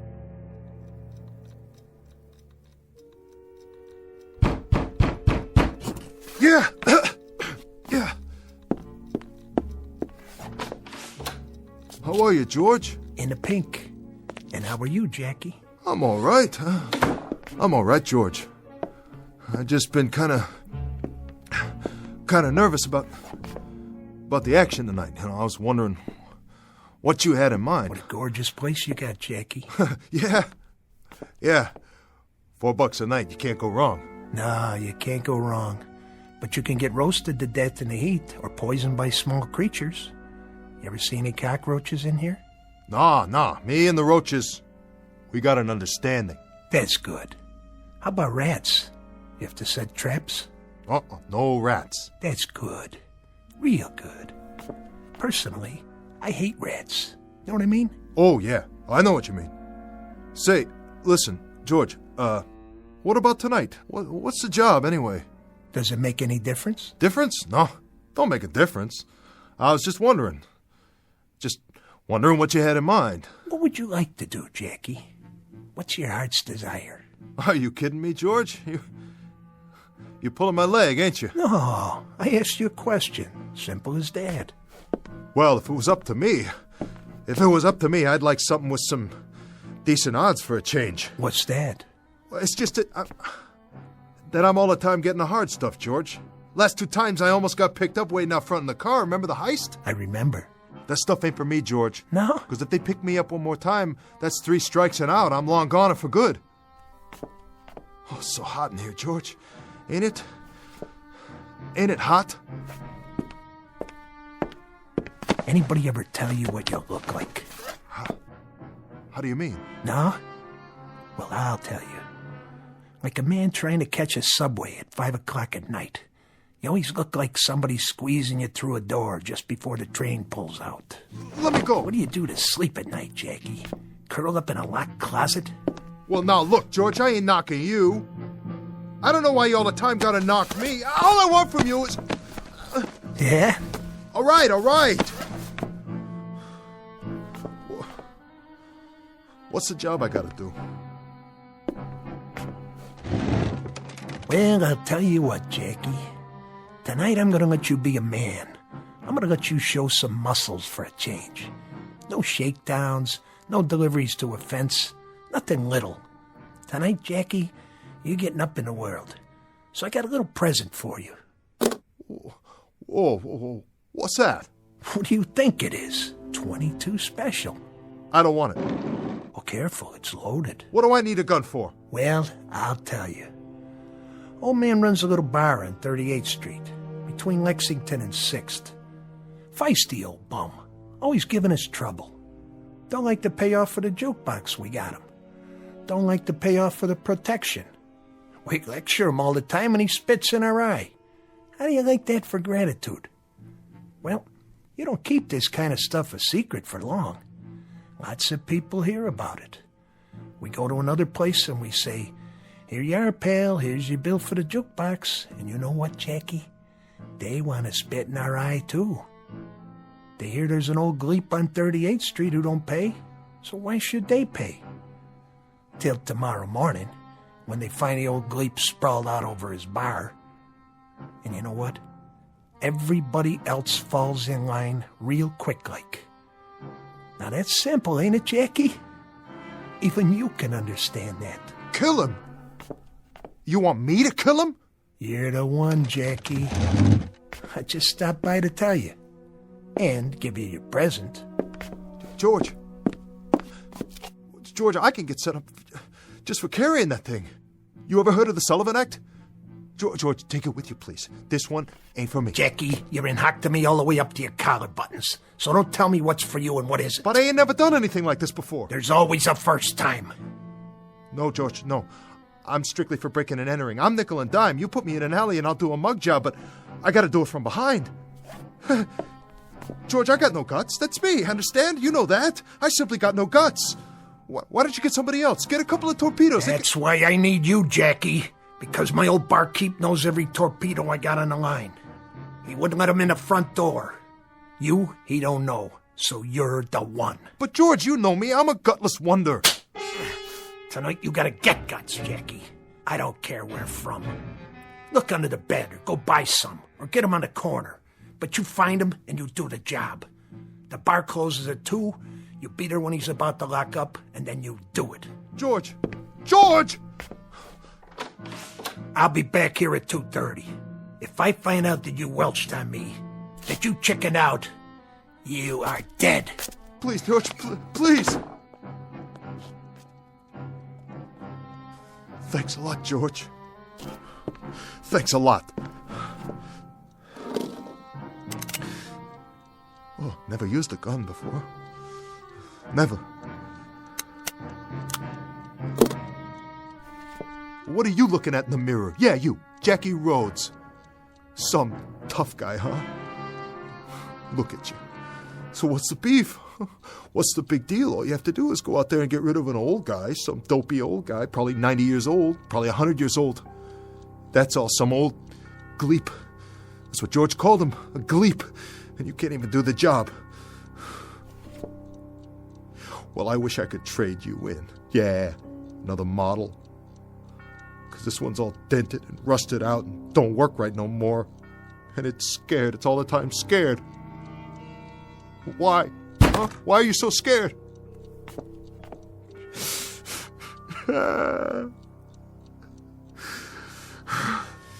Man, it all comes down to this. Took you a long time to get here. Real long. How many nights in the tank? How many months in stir? How many hours in cheap, dirty hotel rooms like this one?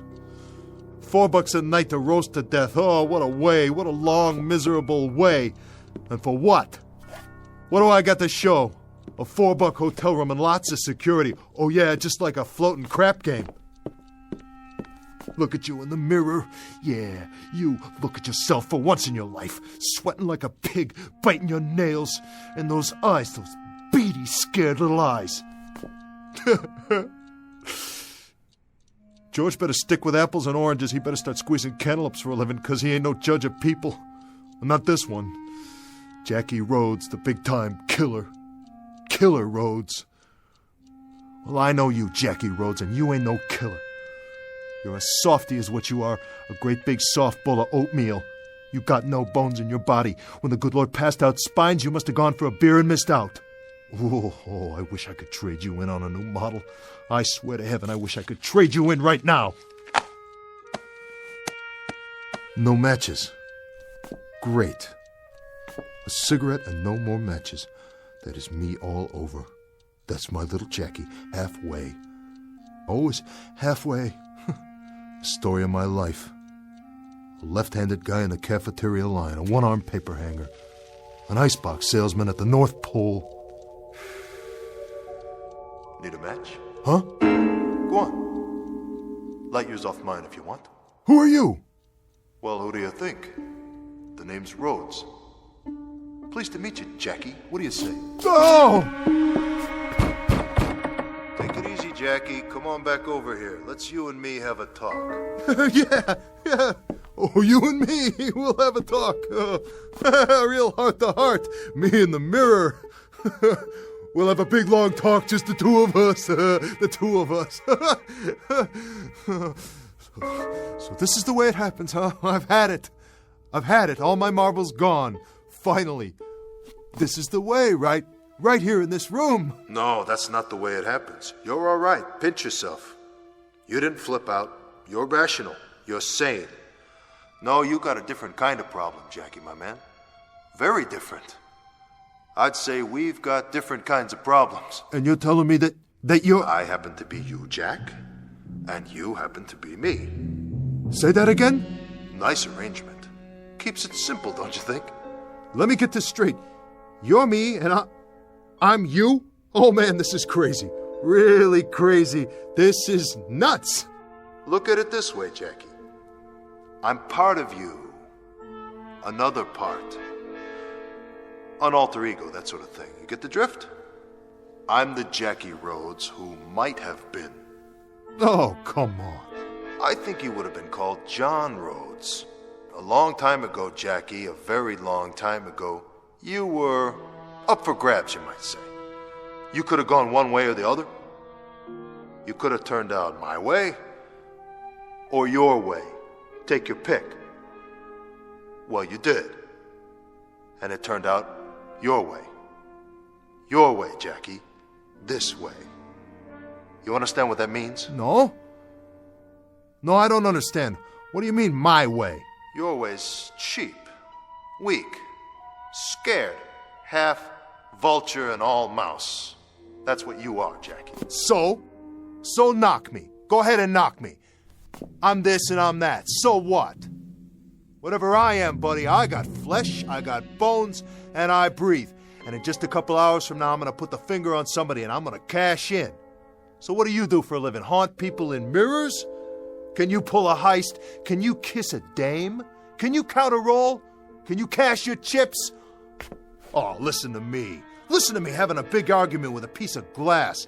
Well, listen, glass, I'm leaving. I'm pulling out. I've had it with you. I'm a mouse, huh? Well, you're nothing. Imagination, that's all you are. You're a big fat dream is all. Forget it, will ya? I gotta get ready now. Wash my face.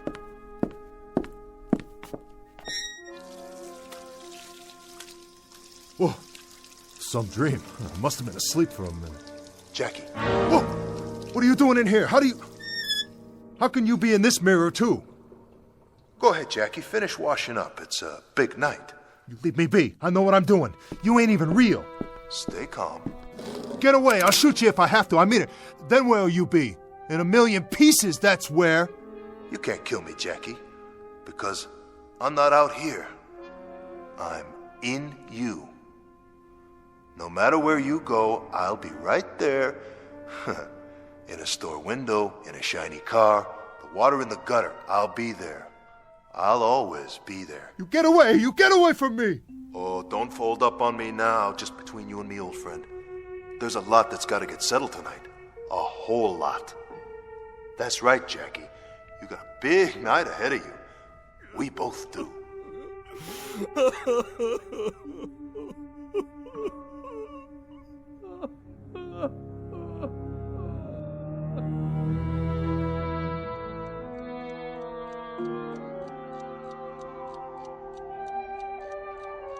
What time is it, Jackie? Leave me alone. I thought you were going someplace. Yeah, I'm going someplace. What's it to you? What's it to me? Everything. It's everything to me. Whatever you do is everything to me. Get it? Yeah, I get it. I get it. Your watch stopped, Jackie? What? Check the clock by the bed. It's getting late. Later than you think. Get off my case, will you? Oh, this is rich. Nutso, that's what it is. Really wild. I'm talking to myself in the mirror and I'm hearing answers. I'm really off my rocker. I must be... Of course you're talking to yourself. That's what I am. A part of yourself. A part deep down inside that never came out before, so you couldn't see it. You never let it come out. Never let me come out. But there were moments, weren't there? Remember? What are you yapping about? Moments. When I still had a chance.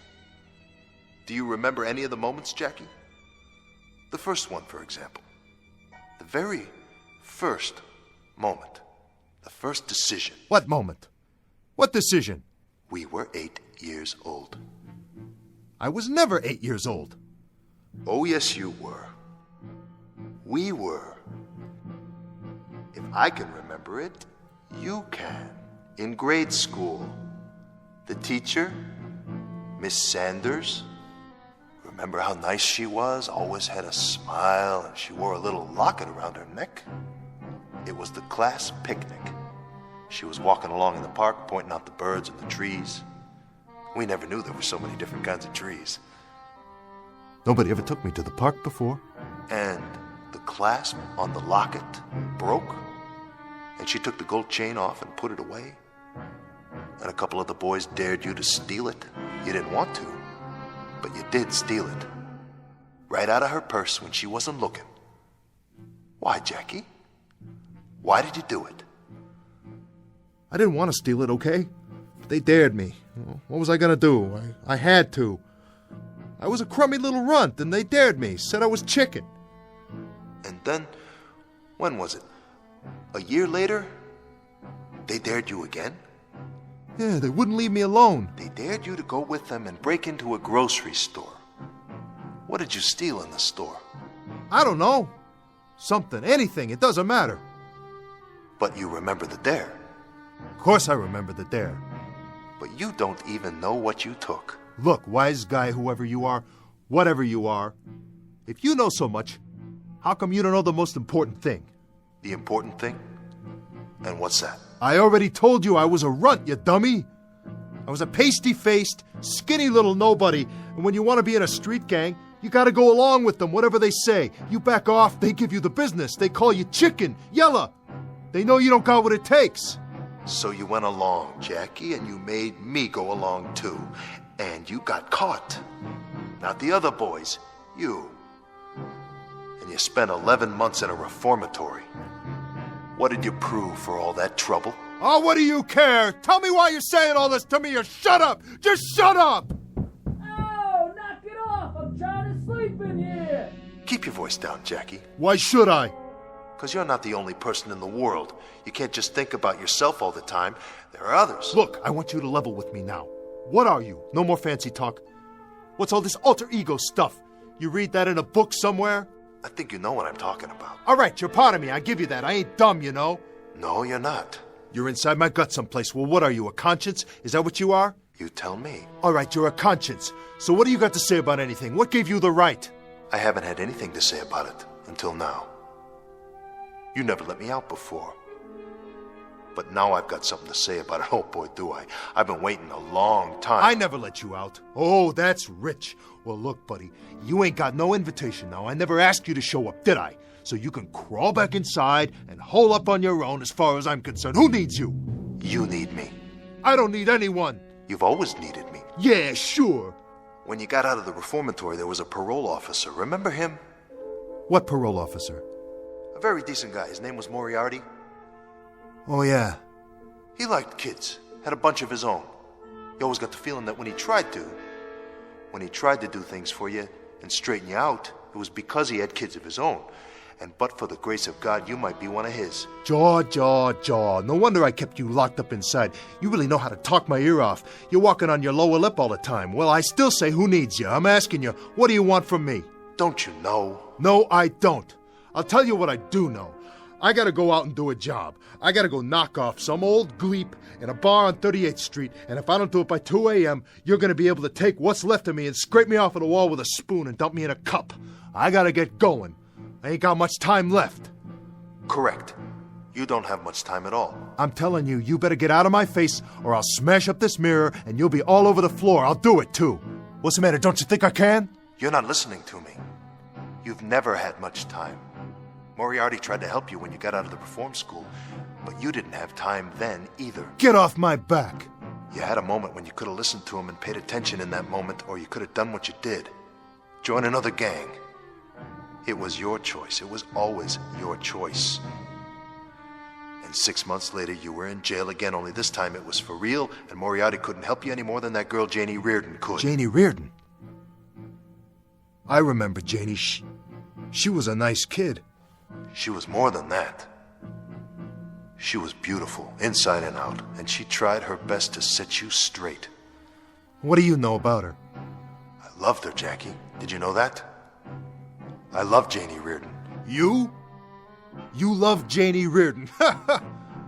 Why, you're nothing but a piece of glass. You're me in the mirror. How could you love anybody? How could you love anything? Oh, I could love. I could love deeply and intensely. I loved her, and I tried to get you too, but you were too busy. You graduated from the street gang. You moved up fast, didn't you? I sure did. You got mixed up in an extortion racket, shaking people down, parting them from their hard-earned money. Real sweet. You were a big shot, huh, Jackie? Still trying to prove something. And what did you prove that time? I proved plenty. You proved you were the #1 patsy of the world. You were the expert in bag holding. It was 2 years in a penitentiary after that one, wasn't it, Jackie? And when you got out, Janie Reardon had got married to a regular guy and moved away. She walked out of your life, Jackie. Out of our life. You cheated me out of her. I don't care. I didn't care then and I don't care now. Dames, I can take or leave. Dames you can take or leave. That's a statement for the press, isn't it? Can I quote you on that? A real fond sentiment. Except for one thing. It isn't true. You calling me a liar? You'd love to have a girl, wouldn't you? Somebody sweet and pretty. Somebody who'd stay with you and love you in return and be kind and gentle with you. You could have had that. Maybe you still can. The question is it too late? Why don't you knock it off? Will you do that? Will you knock it off right now? If you say so. What do you want from me? I'm asking you a question. What do you want from me? Calm down, Jackie. Have a smoke. Here, want one of mine?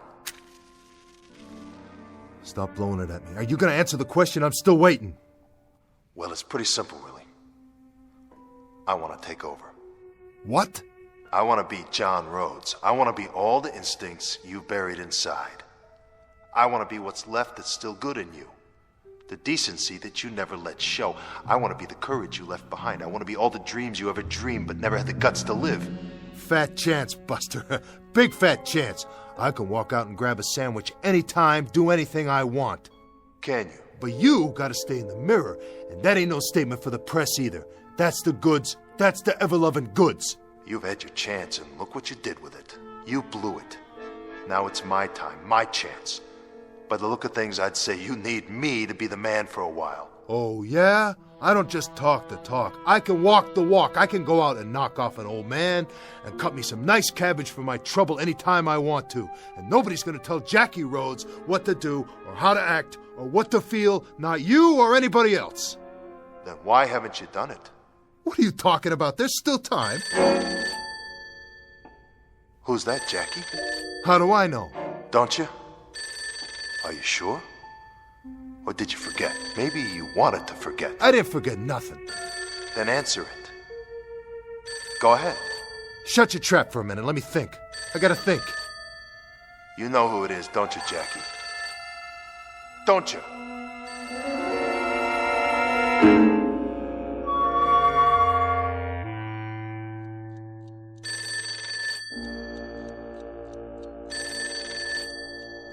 Go ahead, answer it. Okay. Yeah, George. Yeah, you just called me on the way out. I was just leaving. Yeah, George. Sure. Honest, I'm on my way out. Sure, George, I know what time it is. I'll see you right here at 2:30. Sure. Sure, George. Yeah, I got it. See you then.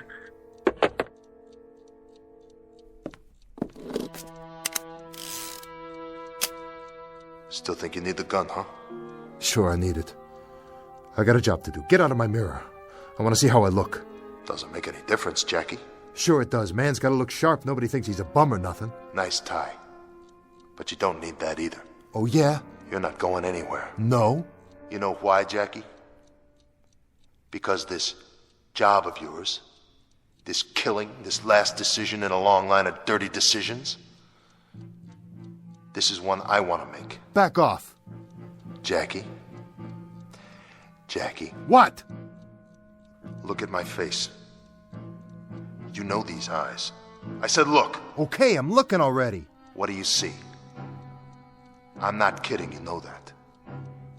You can tell. I want out now, Jackie. I want to take over. I want to help us.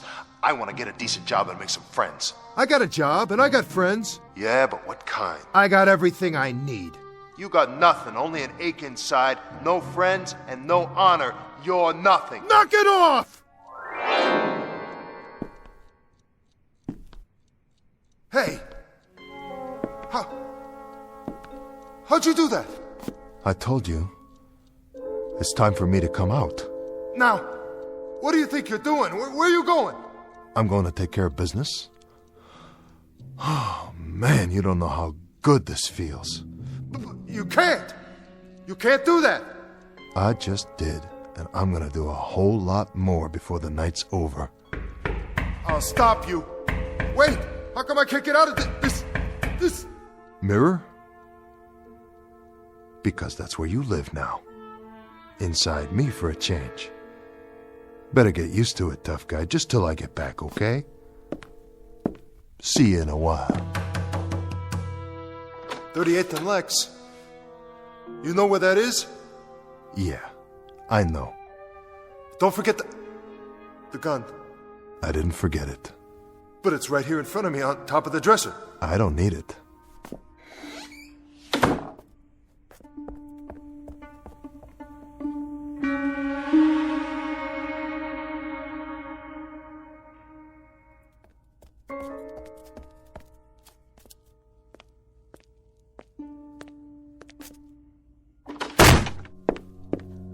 Get up, little man. I said get up. Hi, George. I'm gonna take your skin off foot by foot. You are. Nobody went to the old man's bar tonight, Jackie. Nobody at all. That right. That's right. At last report, he was extremely healthy. Thanks to you. Thanks to you, you raunchy little welcher. Easy, George. Don't get your blood pressure up. I don't like your attitude. After all I've done for you. Given you another chance. And another. And another. And what do I get in return? No gratitude. Well, you just ran out of chances, buddy boy. Your extra time's all used up. Now I'm gonna take it out of your hide. What do you think of that? I don't think anything. You know, Jackie, it's nothing personal. It's just business. I like you. I always liked you. That's why I tried to cut you a break. But now, you think that if you keep your trap shut, I'll forget about it and it'll go away. Is that what you think? No. Speak up. I can't hear you. What do you got to say for yourself, Crumb? Huh? What? What have I got to say for myself, George? That's right. And make it good. Very little. I have very, very little to say for myself. Not much at all. Just one sentence. 2 words, really. I resign. That's it, George. I resign. What? You what? I said I resign. You know what that means, don't you, George? It means quit. Walk out. You're not walking anywhere. When I get through with you... Throw in the towel. Toss in your cards. Retire. I like the sound of that one. Well, that's me. I'm retired as of, let's see, 2:42 a.m. Why, you... Oh, you can have your gun back, too. It's right there where you left it on the dresser. I never figured you to be that much of a sucker, Jackie. Now that I've got my gun back, what do you think I'm going to do with it? Or did you even think that far? Yeah, I thought about it. And? And I figured you'd try to make me eat lead. Well, you got that much right. Of course, I took the liberty of removing the bullets first. Guess you want them back now, huh? Well, they're right here in the wastebasket. Here, let me give them to you. Oh. Good, kid. I didn't think you had it in you. Neither did I. Come on, Jackie. Let's see what you got. Why not? I already know what you got, and it's not much. I've seen your kind before, on the playground, in dark alleys, in the joint. You're a bully, George. The kind who pushes little kids around and rolls drunks and knocks over mom-and-pop stores when they're too old and weak to stand up to you. But as soon as somebody does just once, you turn tail and run, don't you? Sure you do, 'cause you're chicken, George. You're the real chicken, otherwise you wouldn't worry about keeping everybody down in case they're stronger than you. You couldn't stand that. You can dish it up, but you sure can't take it. What are you going to do now, Jackie? Be the big man on the street? Go ahead. Let's see how long you last. Oh, I'll last, George. Longer than you, a lot longer. I'll still be alive. I'll be walking around in the park feeding the squirrels while you're doing 25 to life in Sing Sing. That's going to be tough, George. Real tough for a punk like you. Now get out and don't let me see your sorry face again. Give the desk man what I owe him on your way out. for the time I spent waiting for you in here.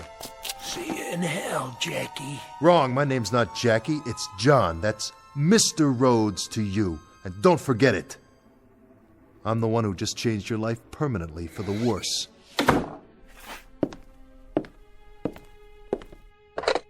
Hello, desk. This is Jackie. This is John Rhodes. That's right, room 14. I'm checking out. No, for good. I'm not coming back. No, as a matter of fact, nothing is all right. The room is too hot, too small, and too dirty. It's just a thing for bums, but not for me. Hey, Jackie. John. We're John now. That was really slick. You liked it? I saw the whole thing from the mirror. It felt great. It did, didn't it? Well, let's hope we don't ever have to do it again. So, what do we do now? Now? We go look for a real job. We get it together. We stop biting our nails and we start living a life. Oh, and you can come out of there now. Thanks. Ready? I guess so. Then, let's get gone.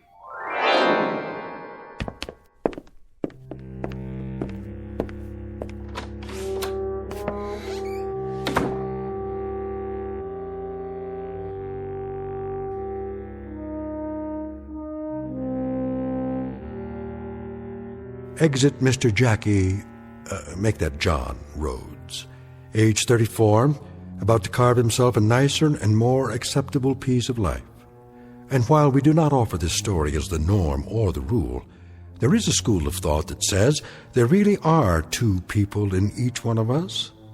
And so, for the gentlemen out there, a word to the wise, mind who you're shaving tomorrow morning.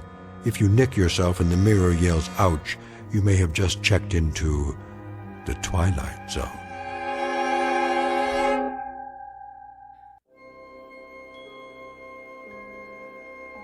Hi, this is Carl Amari, producer of the Twilight Zone Radio Dramas. I'd like to take a moment to tell you about our official website at twilightzoneradio.com, where you'll get the latest news and information on these Twilight Zone Radio dramas. Plus, at twilightzoneradio.com, you can digitally download 3 free episodes or any of our episodes for only $1.95 each. In this age of ever-changing technology, we've decided to make these episodes instantly available to you by making the Twilight Zone Radio Dramas a digital download-only series. This means that this series will no longer be offered on CD. The CD collections at our website are now being offered, while supplies last, at buy one, get one free. So be sure to get your favorites before they're sold out. Be sure to visit us often, and I'll see you in the zone.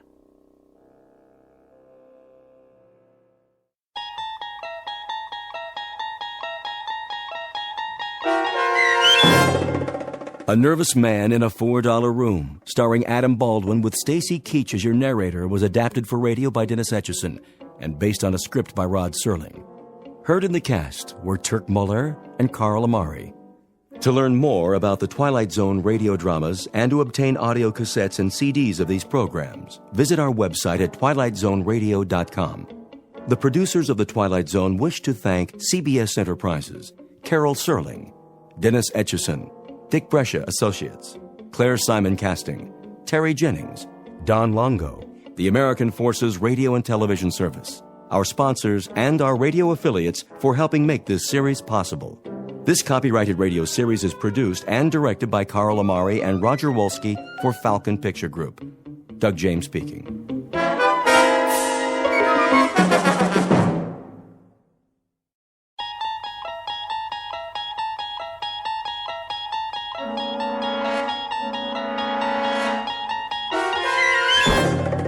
There is a fifth dimension beyond that which is known to man. It is a dimension as vast as space and as timeless as infinity.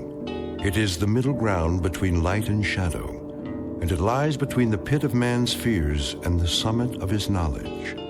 This is the dimension of imagination. It is an area which we call the Twilight Zone.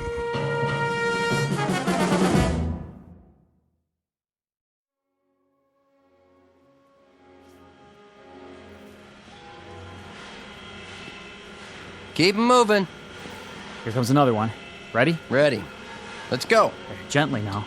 I got it. Watch it. Oh! Ah. Hold up. Stop the line. I said hold it. There's a man down over here. What happened? It's Miller. One of the casings slipped off the belt. I'm all right. Get the line, boss, now. Sturka! Stand back. Lay him down flat. Sorry about that, boss.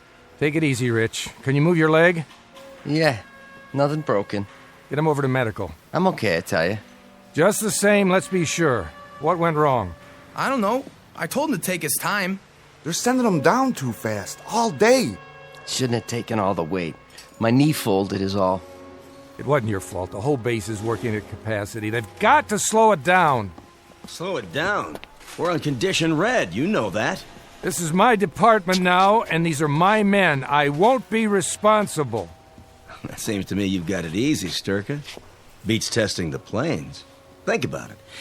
That's where you'd be, up in the wild blue yonder, if it weren't for... Regardless, this is my watch. Any more injuries? It's on my hands. Well, now it's academic, isn't it? Time to go home. Rich. Yeah? I want you cleared by the medics first. Okay. Here, lean on me, Miller. Hey, you need any help? No, I can shake it off. Come on, Sturka. Thank your lucky stars there was no payload in that assembly. I'll walk you to the gate. You don't mind, do you? End of shift. All employees, please clear the plant at this time. Proceed to the security gate. All employees... 5:30 p.m. Quitting time at the plant. Time to go home to waiting families and supper. Time, perhaps, for a drink on the porch. For summer birds and crickets and the sounds that come with long, warm nights. For the quiet rustle of leaf-laden trees that screen out the moon. And the odd shadows that appear on the cooling sidewalks. And underneath it all, behind the eyes of those who watch, hanging invisible over the summer night, is a horror without words. For this is the stillness before the storm. What awaits Mr. William Sturka now is nothing less than the eve of the end in the Twilight Zone.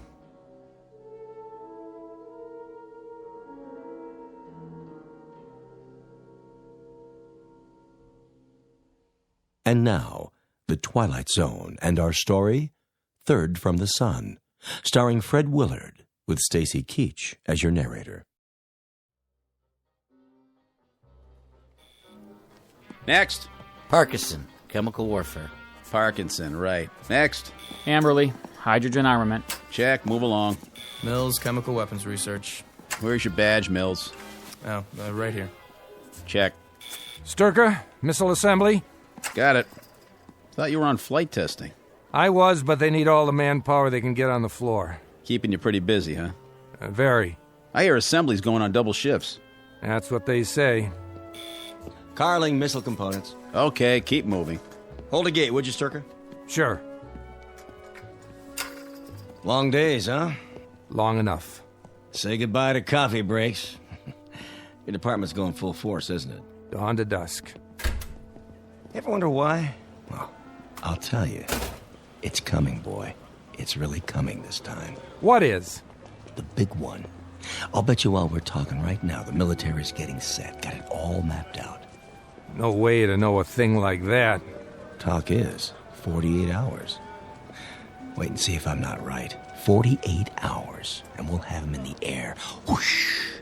Up, over, and whammo. There goes the enemy. Obliterated. Finito. And what are they doing in the meantime? Who? The enemy. What do you mean, what are they doing? They're probably set to retaliate as best they can. Just a big waste of time, though, let me tell you. We get the first licks, so they can't do much. It's too late. Well, they can do the same thing if they want to. Whoosh. Up, over, and whammo. Absolutely. But not as many as we have. Not so perfectly aimed, not so efficiently launched. So instead of losing 50 million people, we lose only 35. Is that your point? You a defeatist, Sturka? Is that the way you think? I don't think anything. Then you'd better watch what you say. And what I think? too? Yeah, and what you think. You don't know who might be listening. That's right, I don't. Good night, Carling. See you tomorrow. Oh, you'll see me all right. Count on it.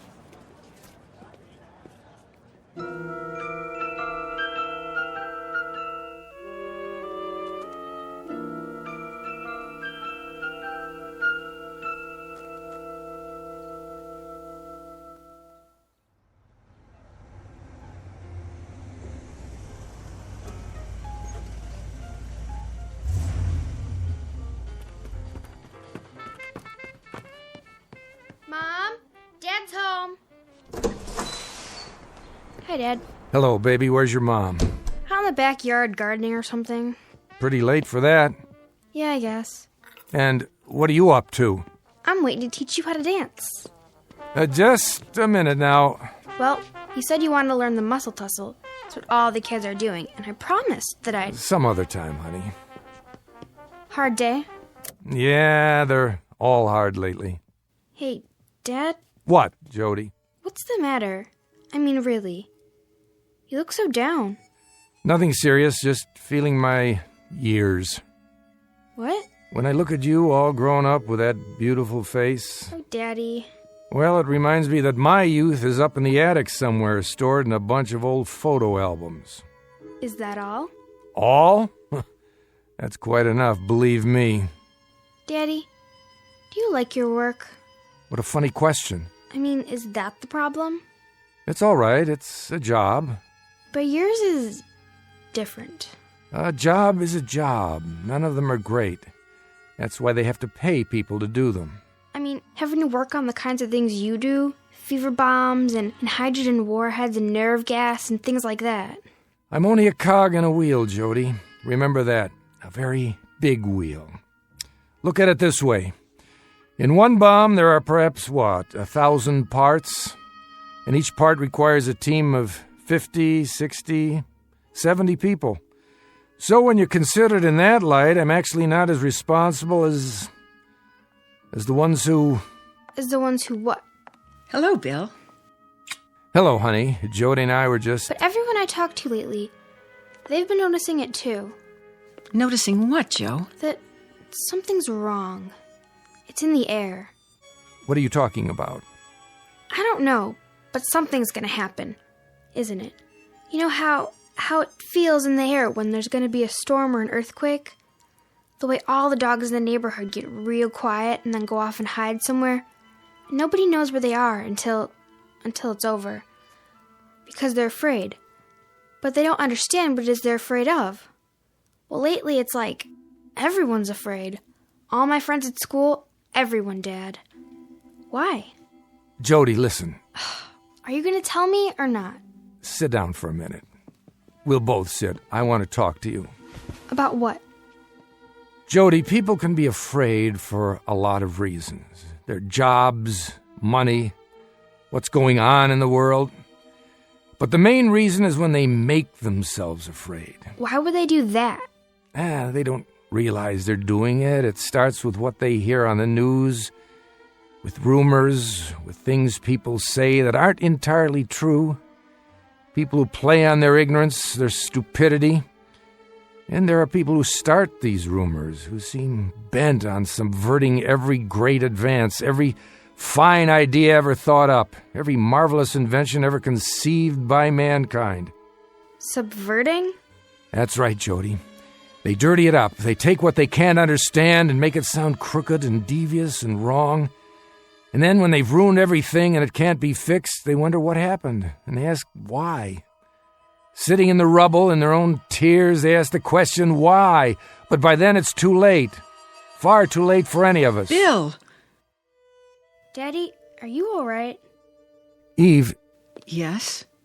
Invite Jerry Ryden and his wife over tonight. We'll play some cards or something. Tonight? Yes. Call him up. Ask him to come over around 8 or so. But isn't Jerry out of town? Wasn't he testing some kind of aircraft up north? He got back this morning. I told him we'd phone them. If you like. You'll be here, won't you, Jody? They'd like to see you. Can't. Sorry, Dad. I've got a date. Oh, Jody, not tonight.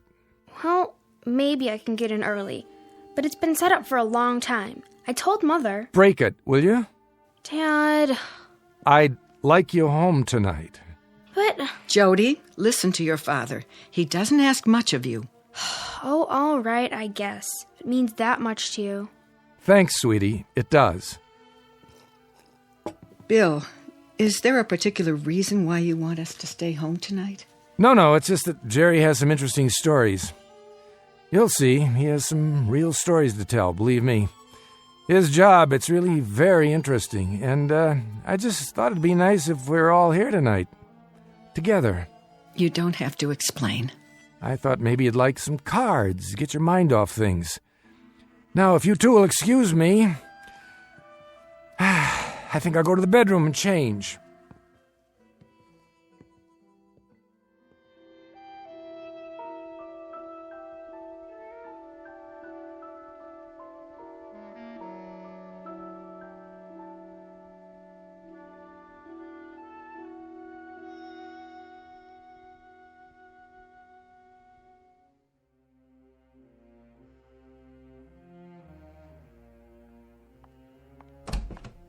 Bill. What is it? That's what I'd like to know. Evie, please. What is going on? What do you think is going on? That's just it. I wouldn't know how to talk about it any more than Jody. But I have so much fear inside me that I can't give it words, only feelings. Feelings aren't what matters. Bill, don't shut me out. I want you to tell me whatever it is. I'm not sure I know how. You mean you don't want to? Look at me. I'm your wife. Oh, Eve, there's so much, but now it's too late for words, for explanations, for debates about what's right or wrong. Try. Eve, remember what we talked about? All the armaments on both sides and what might happen if things went too far? How if we reach a certain point, it could be too late to turn back? What are you saying? There's no hiding from it anymore. No pretending it won't happen. I'm sorry, Eve. So terribly sorry, but it's coming. When? Probably within 48 hours. And there's nothing that you or I or anyone else can do to stop it. Not now. Will it be bad? It will be a holocaust. It'll be hell. The end of everything we know. People, places, ideas, the whole slate, all wiped clean. Did you say 48 hours? It could be sooner. Then what will we... Sit down, Eve. But if that's all the time we have... Sit down on the bed. I'm asking you... Listen very closely. We're leaving. You and me and Jody. Jerry and his wife. When? Tonight. Leaving? For where? I can't tell you that. I can only tell you that sometime between midnight and 1, we've got to be out of here. As far away as possible. And no one is to know. Not the neighbors, not our relatives, not even Jody. She might let it slip. We won't be able to tell her till we're already on our way. Oh, Bill. You have to be strong now. There's no time. Do you understand what I'm saying? Yes, but... Dad? Somebody's here. Be right down! Now? Why is someone here now? Stay here. I'll take care of it. But what if... Do as I say. Dad? Mom? Wait, Jody. Don't answer the door yet. I'm coming. Bill, please, be careful.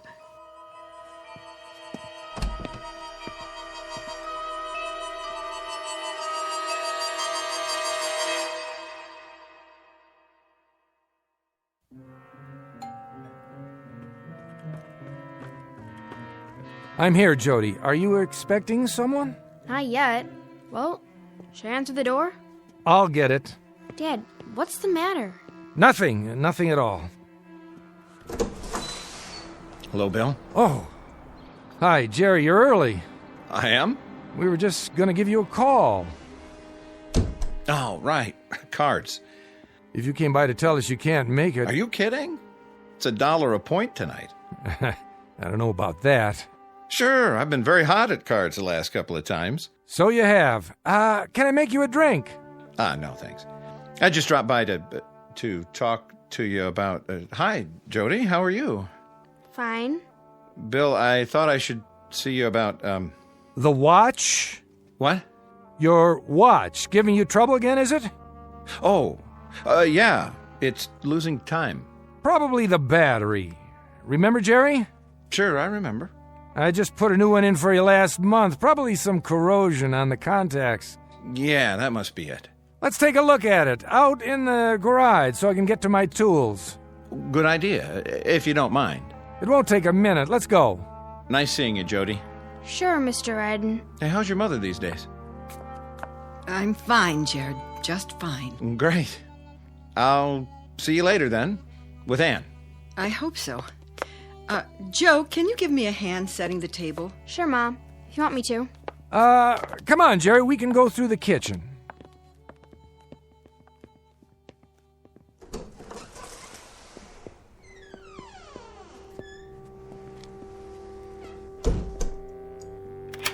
Here we are. Now then.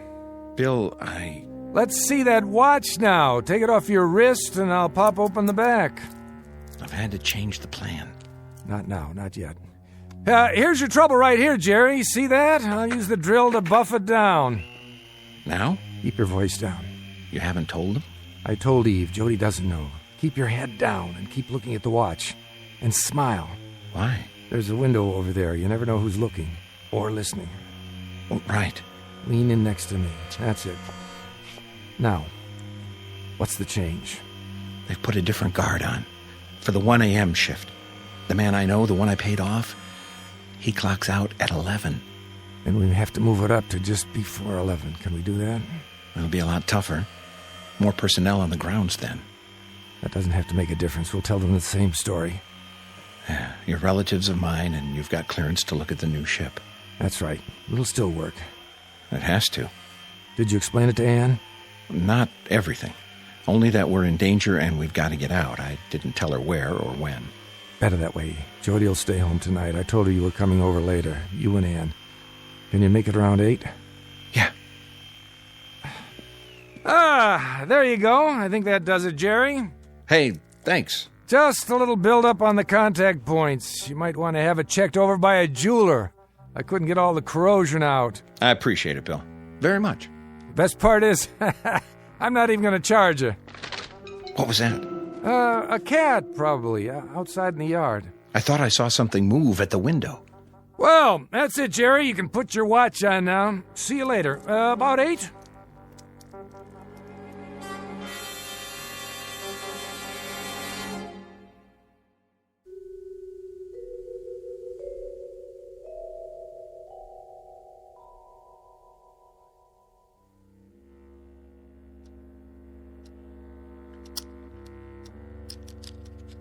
What do you bid?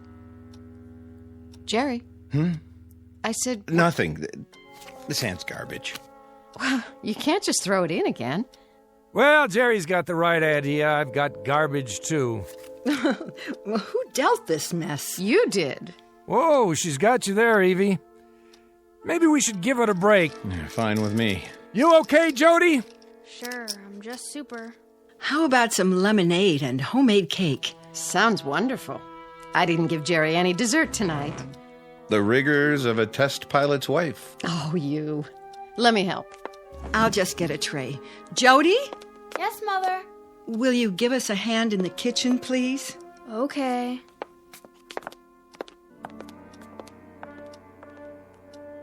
I've got 10 minutes to 10. That right? Yeah, the clock on the mantel's dead accurate. Everything's set then. You sure nobody suspects? I can't see how. You don't sound positive. There's no way. Well, what about that guy in your department, the one who asked so many questions? What's his name? Carling. Still curious? Still.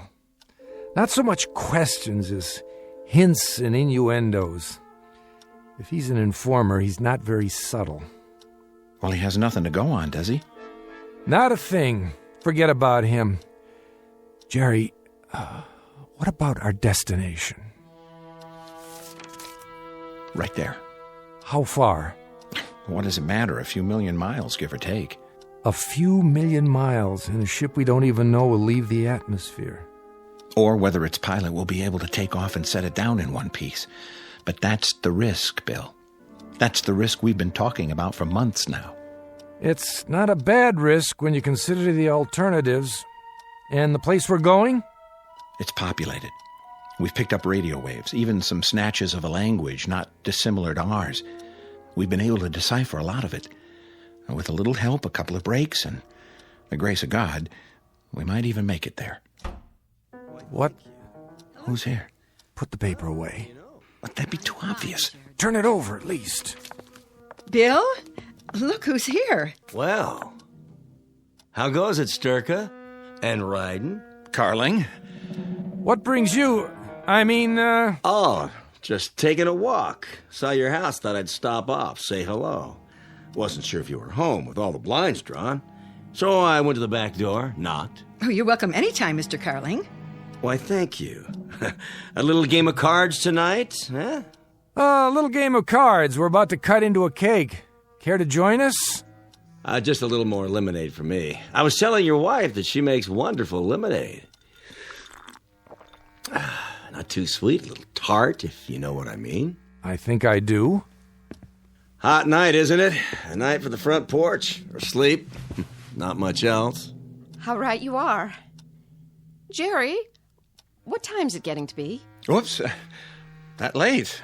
What's the matter? Later than you thought, huh, Ryden? We have to leave in a couple of minutes. Oh? I've been up north, you see. Testing an aircraft, wasn't it? That's right. I haven't had much sleep the last couple of weeks. I know the craft.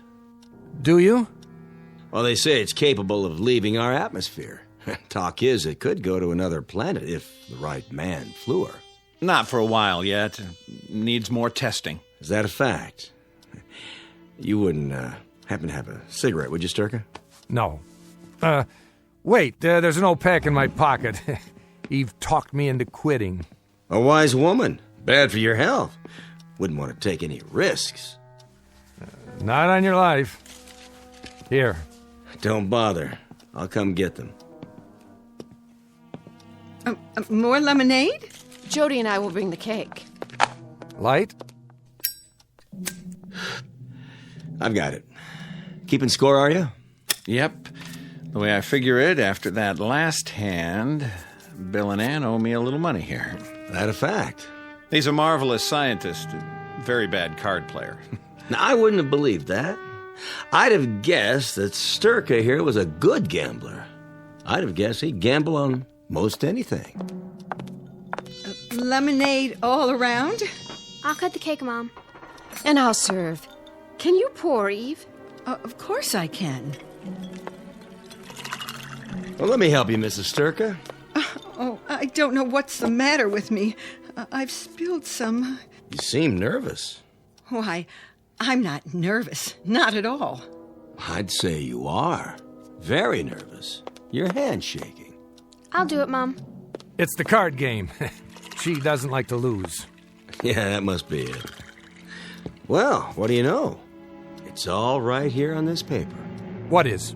That's just some rough figures. Well, according to this, you've lost a lot of money, Sturka. But I suppose, what's between friends remains between friends. I'd better hold on to that. Don't sweat it, Bill. We don't have to settle tonight. Next week. Next week we'll give you another chance. You'd better. Next week, eh? You plan ahead.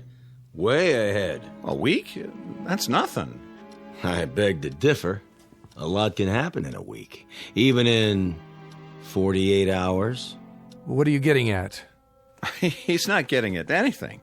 Yes, he is. If there's something on your mind, why don't you come out and say it? Go ahead, Carling. I'd like to hear it. There's nothing on my mind. Nothing at all.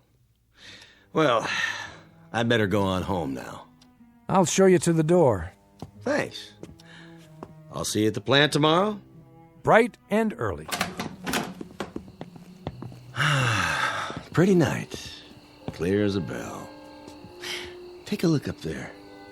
Nothing but stars. Ever wonder if those stars have planets? And if those planets have people on them, too? Maybe even people like us? That thought's crossed my mind. Ever think maybe you'd be better off there than you are here? That thought's crossed my mind, too. I have no doubt. See you in the morning, then? Yes, in the morning.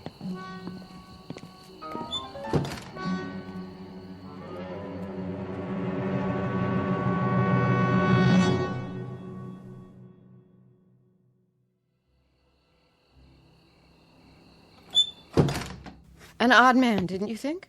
Oh, I don't know. The way he kept watching us? Like he expected someone to let something slip. That's just Carling. What time's it getting to be? 10 already. What was that all about? Come along, honey. Help me clean up. No, I want to know. I don't like that man. Why was he here? Why are you all... You're gonna have to tell her. But Jerry, do you think that's a good idea? Tell me what? Will somebody please? Jody, baby, listen, this is very, very important. What is? We're leaving here tonight. What do you mean leaving? There's a ship over at the government field. We're all going to get in the car and drive there. But why? Listen to your father. We've had to bribe a lot of people to get to this point. The ship's loaded with supplies. Enough to last for a long time. You've been planning this? I don't want to leave. All my friends... This is our last chance. We've got to leave here tonight. Jerry, I'm frightened. What's so special about tonight? Because the world as we know it, this world, won't exist much longer. What? It's about to blow itself up, with the help of a few misguided people. And it looks like it's going to happen by morning. And by morning, where will we be? A long, long way from here. A long, long way. We'll be out in space, Jody. On an adventure, the biggest adventure anyone has ever taken. Your mother has a suitcase packed for us. It's under the stairs. I want you to go and get it. All right, everybody, I'll back the car out. Ann and Jerry, is your bag ready? It's in our bedroom. I'll carry it. Then let's get going. Bill? I've got to answer it. No. Can't he just let it ring? If he does, they'll know something's up. Who will? Yes. Sturka? Who's this? Evans. Oh, hello. I'm afraid I'm going to have to ask you to do something. And what's that? I need you back at the department. When? Tonight.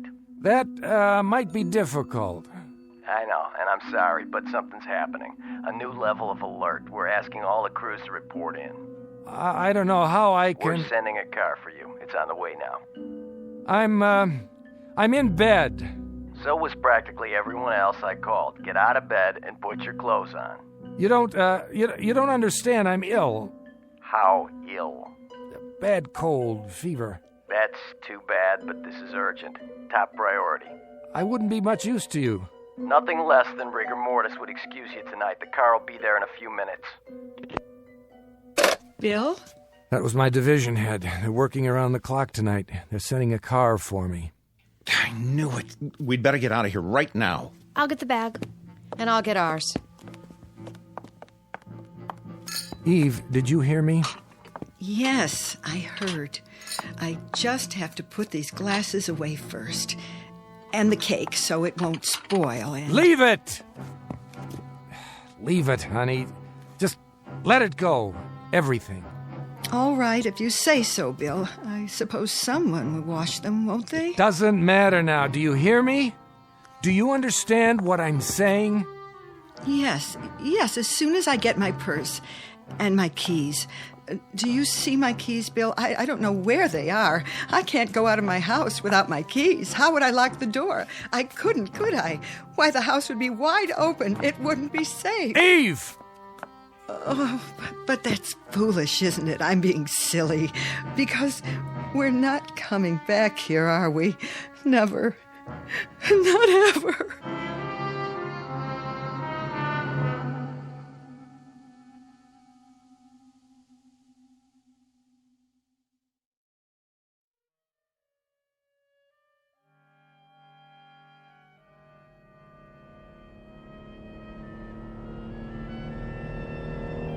Won't this car go any faster? We're almost there. It's just up ahead. Everybody okay in back? We're fine. There's the gate. Pull over on this side of the fence. Right. No reason to drive through the checkpoint.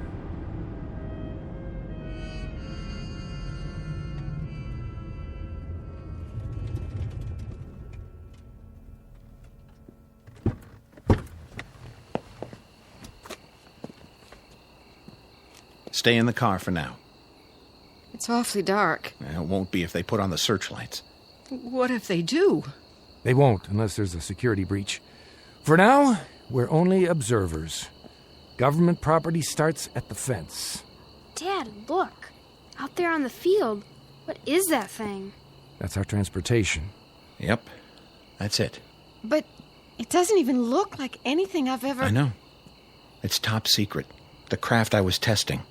It's an experimental design, a prototype. Will it fly? It did up north. Bill, who's that? Oh, it must be our contact. That's him. It has to be.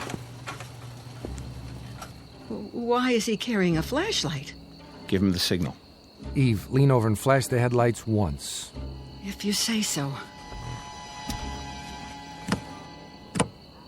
Wait a minute. That's not... Good evening, Sturka. Fancy meeting you here.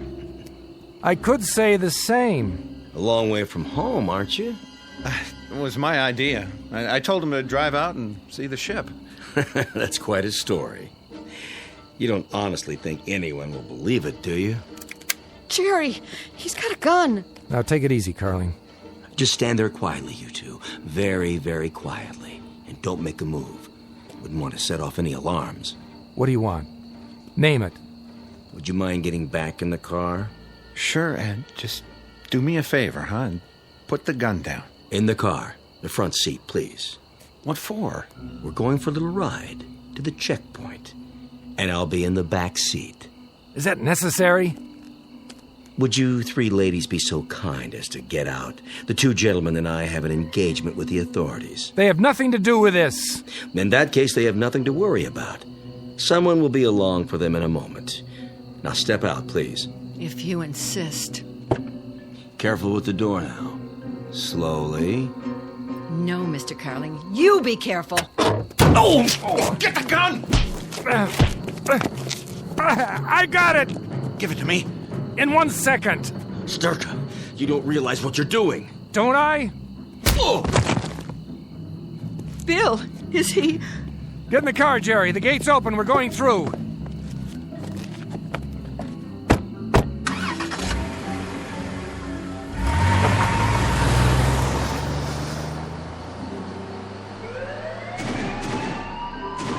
Unauthorized vehicle on field.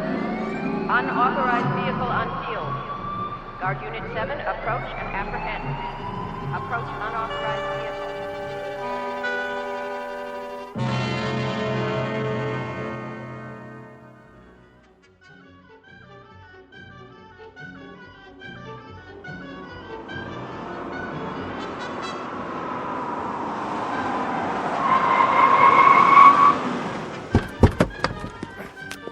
Get to the ship! Run!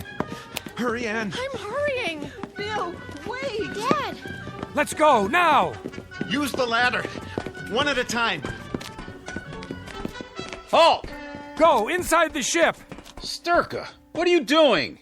Saving my family. But you can't. Can I? Stand back. Quickly, I have to seal the hatch.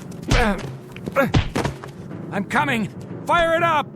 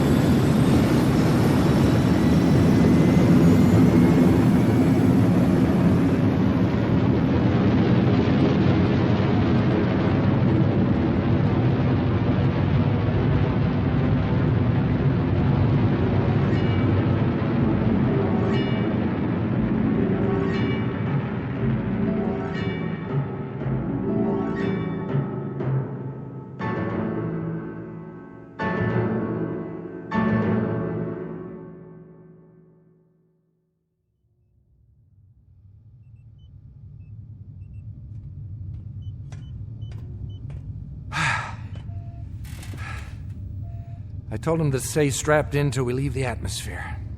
Everybody okay? 12 o'clock and all is well. Pressure's good. Air, fuel supply. The stars look far away. They are. But the one we want, that's not as far.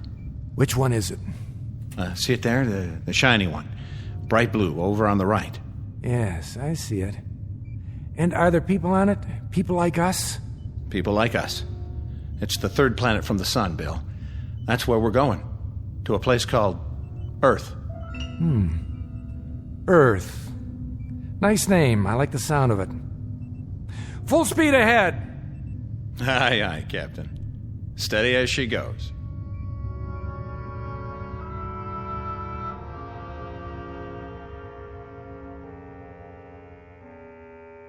One tiny ship heading into space, and behind it, a doomed planet on the verge of suicide. Ahead lies a place called Earth, the third planet from a small, relatively unimportant sun. But for William Sturka and the men and women with him, it's finally the eve of the beginning, in a region known as the Twilight Zone.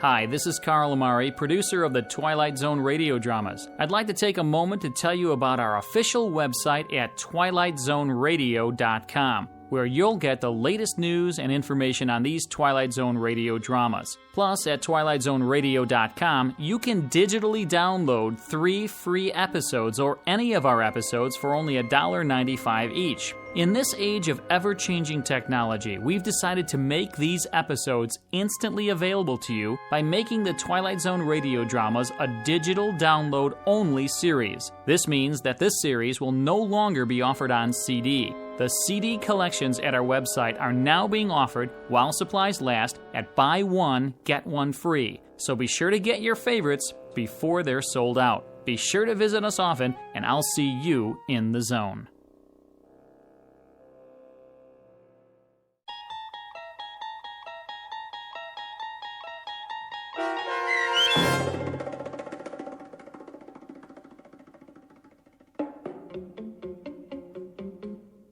Third from the Sun, starring Fred Willard with Stacy Keach as your narrator, was adapted for radio by Dennis Etchison and written for The Twilight Zone by Rod Serling, from a story by Richard Matheson.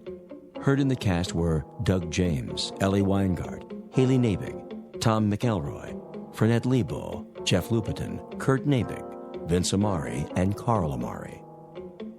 This copyrighted radio series is produced and directed by Carl Amari for Falcon Picture Group. Sound design and custom Foley effects for The Twilight Zone by Cerny American creatives Bob Benson, Craig Lee, Michael Slaybach, and Matt Sorrow. To learn more about the Twilight Zone radio dramas and to contact us, visit our official website at twilightzoneradio.com. Doug James speaking.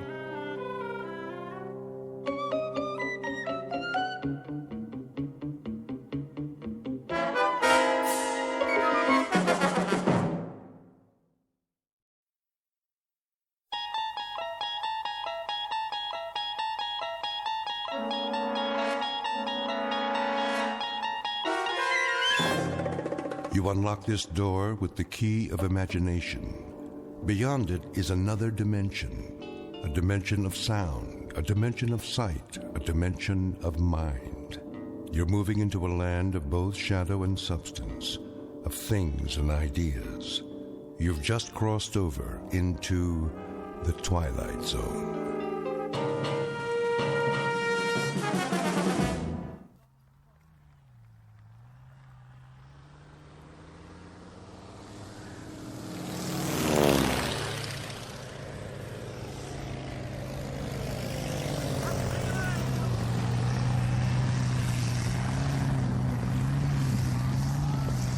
Here we are then, all in. Well done, chaps. In time for tea. Rather have a pint. Which one is this? Lieutenant Jones, sir. None the worse for wear. All back then, are they? Not quite, sir. Let me see. Campbell, McCudden, Rhys-Davids. Who's still in the air? That would be Captain Mackay and... Not Mac. What about him, sir? Oh, I'm sure he'll make it. The man's an absolute ace. It's just that ever since we lost Ball, well... Yes, that business with the cloud. Cloud, indeed. It was the Jerrys that got him.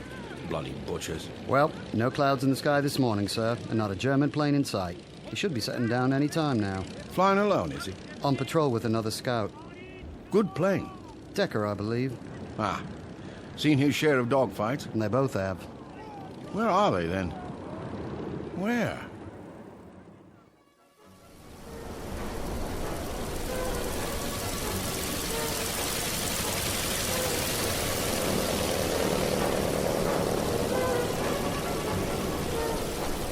Where's he going now?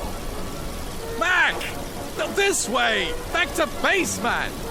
No, take it down! Cherries! Where did they come from? Look up, Mac! They're above us! No, reduce altitude! Oh, he doesn't see them, poor fool. I've got to get out of here before they spot us. Watch it, Mac! Watch it!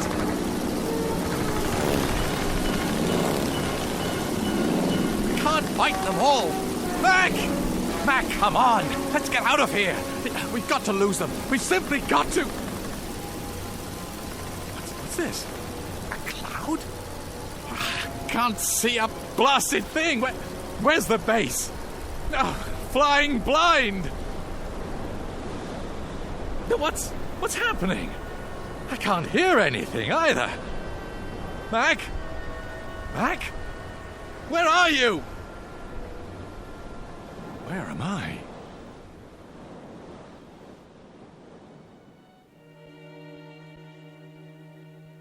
Witness an aerial view of Lieutenant William Smith Decker, Royal Flying Corps, returning from patrol somewhere over France. The year is 1917. And at this given moment, Lieutenant Decker has just discovered that he is lost. But less than 1 minute from now, the lieutenant will discover that there are degrees to being lost. Degrees not only to be measured in miles, but perhaps in eternities. That is, if one has flown into the Twilight Zone.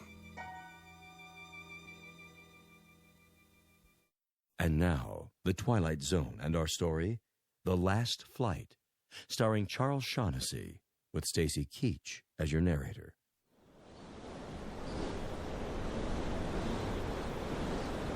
Can't see, can't hear. Oh, good Lord, what was that?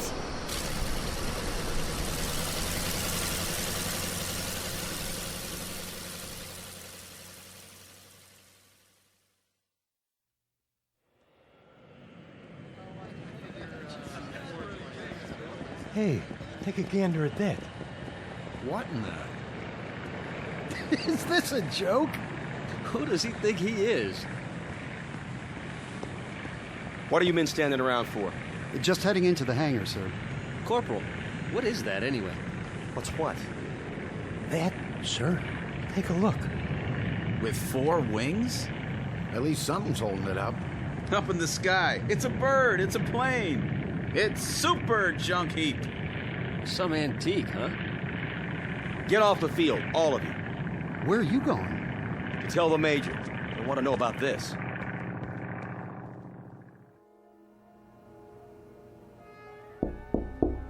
Major Wilson? Yeah? Major, have you? Have I what, Corporal? If you don't mind, sir, I think you should take a look outside. Something wrong? I'm not sure, but I thought you should know. That sounds like it.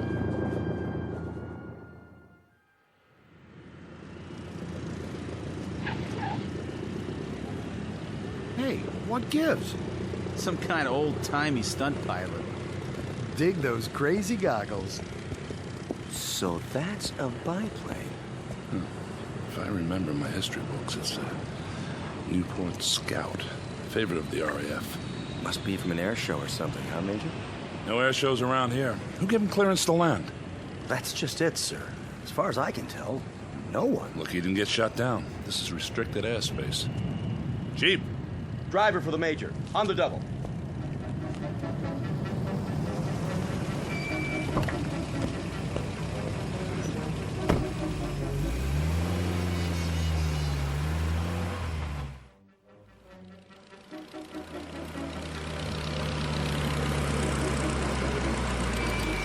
Shut it off!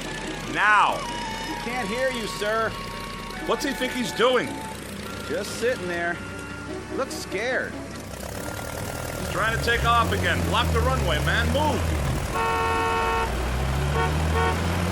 Can't roll over us. That's it. Cut him off. My best, sir. All right. I surrender. Shut off your engine and climb down. Now. Look at those boots. Leather jacket, silk scarf. Didn't I see this in some old movie? If you didn't, I did. Hands up! Stand clear of that thing. What do you mean running an antique into the path of approaching aircraft?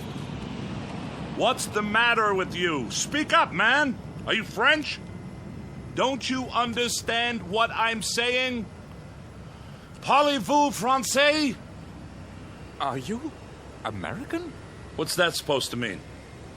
What do you think you are? Why, I honestly don't know. Can't you see this is an American base? But all these... All these what? Experimental aircraft. We had no idea you chaps were so advanced. Are you British? Yes. How long have you been in it? In what?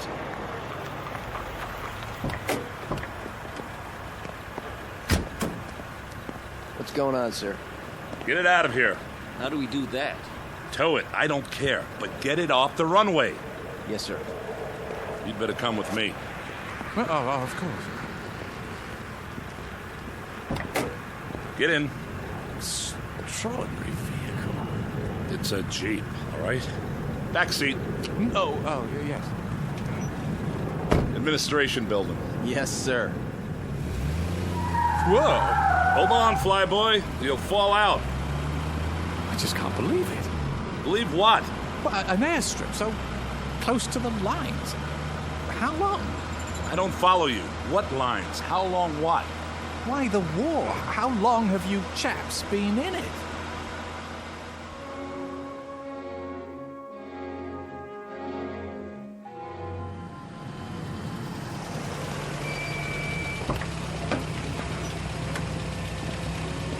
This way. Quite impressive. I have to hand it to you, Yanks. Major? Lieutenant. I say, what's she doing in uniform? She's a WAF. How's that? Women's Air Force. I see.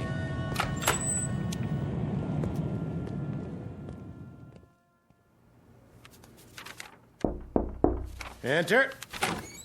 Major Wilson is here, General. Ask him if he can't wait till later. I have to sign off on this report. It's something kind of special, sir. Oh, all right. Show him in. Come in, Major. What is it, Wilson? I thought everything was under control. Someone to see you, sir. Who's this? Well, sir, this man, he's British apparently, landed on our airstrip a few minutes ago, delaying Captain Bradford's takeoff, I might add. The aircraft, such as it is... Who are you? William Smith Decker, sir. First Lieutenant, Royal Flying Corps. You mean Royal Air Force? No, sir. Royal Flying Corps. All right. Well, what are you doing here? Doing, sir? Why are you dressed like that? Is there an air circus nearby? Air circus? Stunt pilots, that sort of thing. Or are you making a film? Film? A remake of Wings, perhaps. I don't recall an authorization from headquarters. I'm afraid I don't understand your meaning. Oh, you don't? Well, out with it, man. Why are you wearing that costume? This is my uniform, sir. You're... I say, where exactly am I? Where exactly do you think you are? Well, I must admit, it's all a bit confusing. I thought I was landing at the 56th Squadron Air Base RFC. Must have gone considerably off course. He's disoriented. He certainly is. Either that or he's pulling an elaborate joke, something I have an extremely low tolerance for. If you'd like me to take him to the infirmary... I'll handle this. If you'll allow me to explain... 56th Squadron RFC, you say? That was once an official installation, as I recall. Was, sir? What's today's date? June the 5th. What year? I'm afraid I'm missing the point. Just answer the question. Why? 1917. 1917. Isn't that correct? Well, isn't it? Or are you fellows using a different calendar? It's June 5th, all right. 1959, Lieutenant. Oh, good Lord. Oh, careful. You don't look so good. You sure you're not having me on? Sit down. Some water. May I, General? Yes, of course. Did you say 1959? Drink this. You don't have anything stronger? Lieutenant... Decker, sir. You don't seriously expect us to believe... But it's true. When I took off this morning, it was 1917. Then... the cloud. Cloud? It was suddenly there, in a clear sky. And while I was passing through it, I couldn't hear my engine. It was like being swallowed up. Oh, come now, man. Yes, the same sort of thing happened to Geinmeyer. Who? Geinmeyer. Wasn't he a French fighter pilot? Yeah, he simply disappeared one day while flying. At the memorial service, a cardinal said he belonged to the skies, and the skies have taken him. And in my own outfit, Captain Ball disappeared the same way. He was last seen flying into a dense white cloud. I should have known. Say, just who the devil do you think you're fooling, Decker? Or whatever your name Sir, is? I swear to you, when I left base this morning, it was June 5th, 1917. Mac and I were going on our usual patrol and... Who? Mac, Captain Mackay. Mackay? Yes. Alexander Mackay? How did you know? What have you to do with him? How did you know? I suppose you're going to tell us that you didn't know that Alexander Mackay, Air Vice Marshal Alexander Mackay, is at this very moment en route to this base for a tour of inspection, that your arrival here is purely a coincidence. That's impossible. And why is it impossible, Lieutenant Decker? Because he's dead.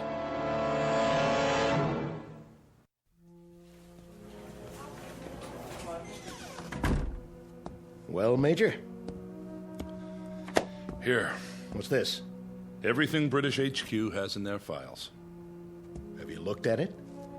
I'll let you do the honors. And what do you expect we'll find? The truth, sir.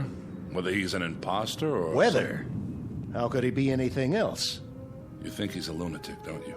Oh, no. Nothing like that. He's been frozen on ice for more than 40 years, hasn't aged a bit. Standard operating procedure. I don't know what to make of it, but if he's an actor, he's the best I've ever seen. Seen a lot of actors, have you? Well, what do you make of it, General? The mechanics have gone over the plane. It's a genuine Newport Scout, all right. In perfect working order. And he knows how to fly it. That's obvious. Open the file. An old newspaper clipping from the London Times. William Smith Decker, commissioned by RFC, son of Mr. and Mrs. Harold Smith Decker of 17B Hightower Street, today received his... Seems authentic. Complete with photograph. Quite the dashing young officer. Swagger stick and all. And the face? See for yourself. Hard to tell. The paper's yellowed. It does look like him. and a copy of his military records. Everything seems to be genuine. Are these his personal effects on the desk? Yes. Corporal Wintner brought them in. Holster and pistol, pocket watch, cigarette case. You looked in the billfold? ID cards, the works. All perfectly done. He's ingenious, I'll give him that. The question is, for what purpose? The paperwork can be checked. If we wanted to waste the time, yes. Well, if it's a hoax, it certainly is an elaborate one. If it's a hoax, Major. It's just that it's hard to believe. Why would anyone go to such incredible lengths merely to play a joke? Who said it was a joke? What do you mean, sir? There's no telling what his motive was. Maybe we'll find out once Mackay arrives. We might check with the Ministry of War in London. There must be records of everyone who's ever served, no matter how long ago. You know what I think, Major? Sir? I think you believe him. No, sir, I wouldn't say that, but I can't help feeling there's more to this man than just... Exactly. The revolver, for example, fully loaded. Oh, you don't mean he meant to use it on... We'll know soon enough. I was watching him, and I'd swear he was genuinely shocked when he found out about Mackay coming here. If he meant any harm to the man, he would... We'll get to the bottom of it. For now, I've ordered him kept under lockdown. It doesn't make any sense, General. Get these things off my desk, will you? Of course. Now, if you'll excuse me, I have a lot of work to do. You don't suppose that... If you'll excuse me, Major. Yes, sir.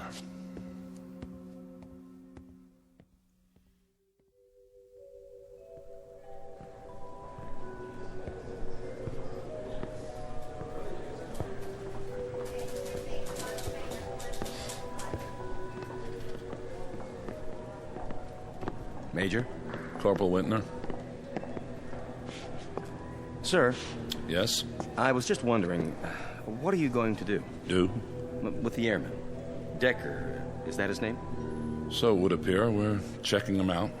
Oh. Is he a prisoner? Not officially. He's being detained until we question him further. What do you make of him, sir? I don't know yet. The general thinks he's out of his head. Some plane, though, huh? A regular museum piece. I saw what they took out of it. What? Well, the World War I flight map. I mean, it looks real. I wonder where he got it. That's the question. But we'll get to the bottom of it. Yes, sir. Oh, and Corporal? Sir? Don't talk to the men about this. Not till we have the whole story. I understand, sir.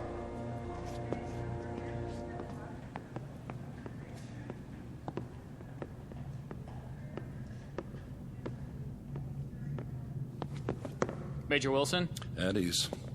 How is he? He asked for tea, sir, with milk. Can you beat that? I had some brought over from the commissary. That's fine. I'll be inside with him. Yes, sir. Lieutenant? Why am I a prisoner here? That's not quite that bad. I'm being kept here, am I not? For the time being. But I'm not free to leave. I'm only following orders, Decker, until Vice Marshal Mackay arrives. What earthly good will it do for me to see him? Well, you mentioned him by name. You claim to know him. I most certainly do. Then this will give us a chance to straighten it out. There's nothing to be straightened out. Why are you so afraid of that? I'm not. I'm not afraid of anything. Well, then, there's no need to worry. So, I'll see him. Good. I wanted to ask you something about that cloud you spoke of. I've told you everything. Why don't you relax? Sit down. I don't care to sit down just now. Nervous, are you? I wouldn't say that. You do realize, Decker, that you're asking us to believe something rather incredible.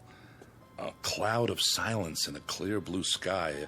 A World War I pilot landing at an American SAC base in present-day France. Such a thing doesn't happen every day, you know. Yet it did happen, and it happened today. We're in agreement on that. Look, I told you I'd see Mackay. Look, why don't you leave me alone till then, You really feel you know him, don't you? Know him? Ha! Old lead bottom. Lead bottom? Whenever we flew over German lines, the soldiers fired at us, quite naturally.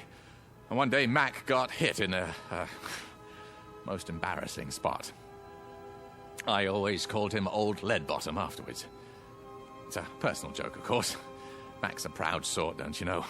He wouldn't like it if I bruited it about.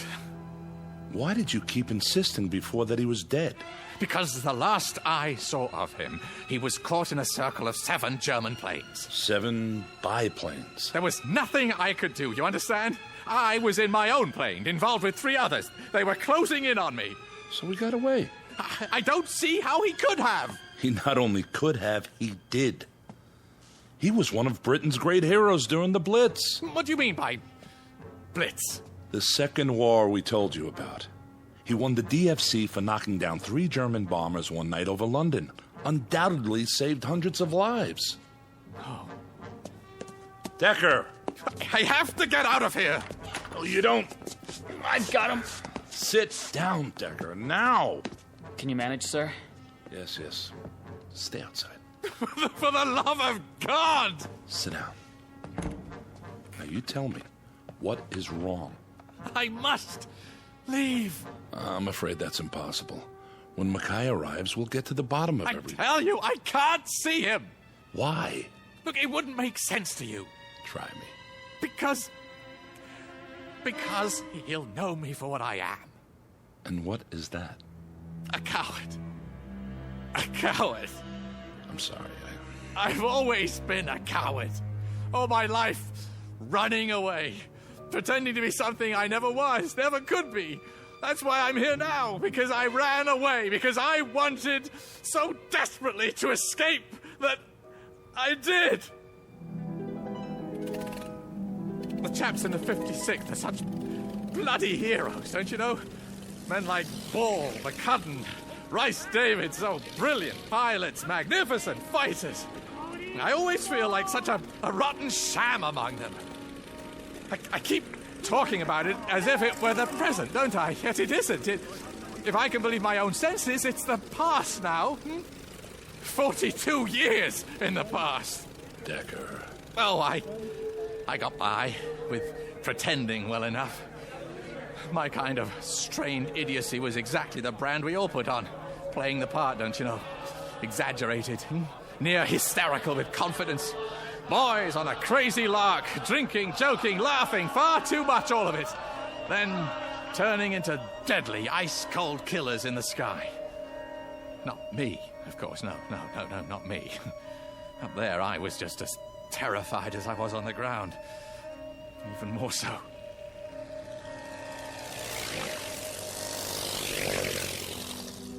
Mac and I were supposed to go on patrols together, flying backup for each other. Most of the time, I talked him into splitting up, but he didn't mind. I believe he actually hoped he'd run into trouble. Me, I'd just linger in the clouds, if there were any, flying back and forth around in circles, dreading the possibility that I'd see an enemy ship, waiting for enough time to pass so I could go back and pretend I'd flown the course.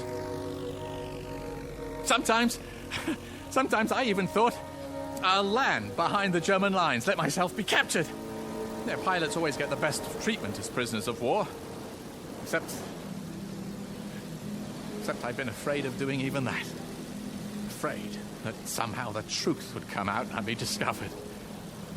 Discredited. I couldn't bear that. I'm such a dreadful coward that I'm even afraid to admit my own cowardice. I had to carry on the self-delusion, don't you know? I've actually fired revolver bullets through the cockpit walls just so, later on, the chaps would see them and be impressed.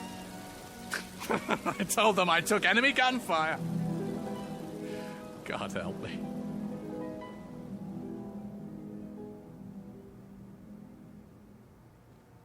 Fear isn't a crime, Lieutenant. Every pilot's been afraid at one time or another. Mackay would understand that. No. What makes you even think he knows about it? Because it was I who let the Germans trap him. You said you were fighting 3 German planes yourself. How could you possibly... I wasn't fighting anyone. I was running. Don't you understand? I was trying to get away.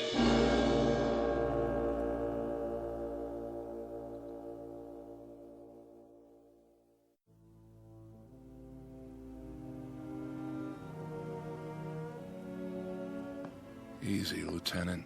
It's true. When the Jones came at us, I flew away. I just deserted him, left him up there to die. But he didn't die. Listen to me. I don't understand what you're saying. I mean, it's not possible. Perhaps he got help. What? How's that? What is it? What you just said. I only meant that... That he got help. Well, could it be? Well, it's certainly in the realm of possibility. Then don't you see? See what? Maybe I'm the one who helped him. Maybe... Decker, when I said he got help, I was referring to other pilots in the area, other fighter planes. But there wasn't anyone within 50 kilometers who could have helped him. Decker, what do you... Well, maybe it wasn't just an accident that made me land here. Maybe I was brought here for a purpose. To find out that Max survived. To find out that time has given me a second chance.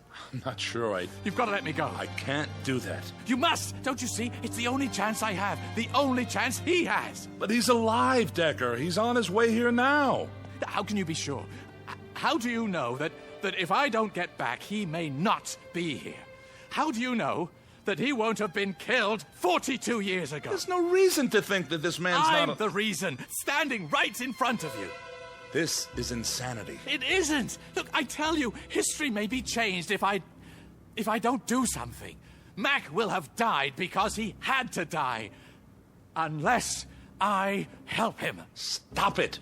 I beg of you, in the name of pity, let me go back. I deal in human lives here, Decker. How to save them, how to protect them, and all that goes with it. My job is to issue orders, and those orders are reviewed. If they don't pass muster, someone else overrides them. You don't have to explain military procedure to me. Good, because there's more at stake here than personal opinion, no matter how strong. What goes down under my command is subject to scrutiny, very close, rational scrutiny. I follow your logic. The problem is it doesn't jibe with reality, military or otherwise. I'm talking about something much more important. Are you? Take a look out the window, Lieutenant. Those are jets out there, fueled and ready to go at a moment's notice.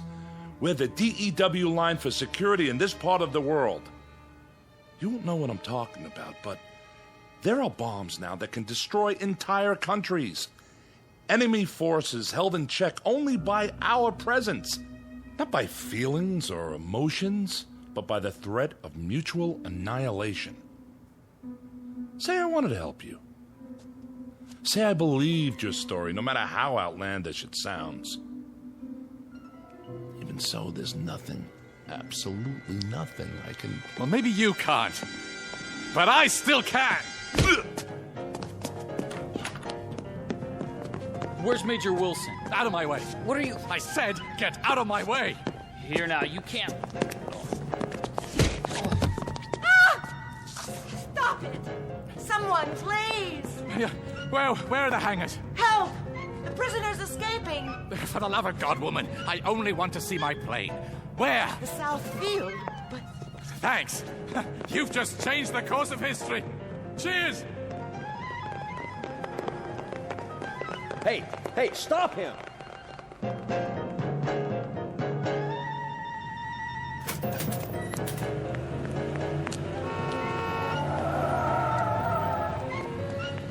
Did you see that guy?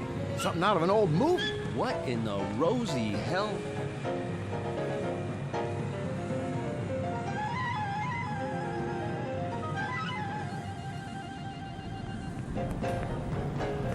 Hey, fella, where do you think you're going?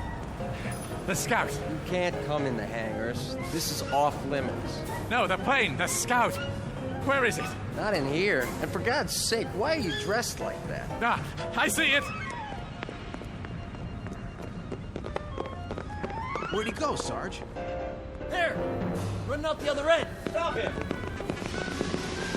Will you get a load of that? Chasing some guy in a white scarf and breeches. What is this, the Dawn Patrol?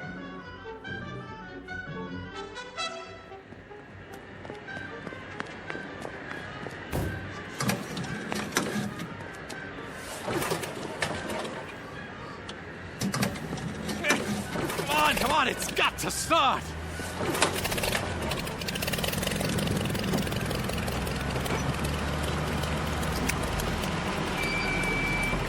Turn it off, Decker! No! Right now! Get your hand off the switch! Out of the plane. Can't you understand? It isn't just for me. You said it yourself. What about the hundreds of lives he saved? Are they all to be lost as well? If you're right. Are you willing to take the risk? Turn off the engine or I'll fire this pistol into your head. Fire, then. I'd rather die. Shoot him, Major. He's getting away. Shoot!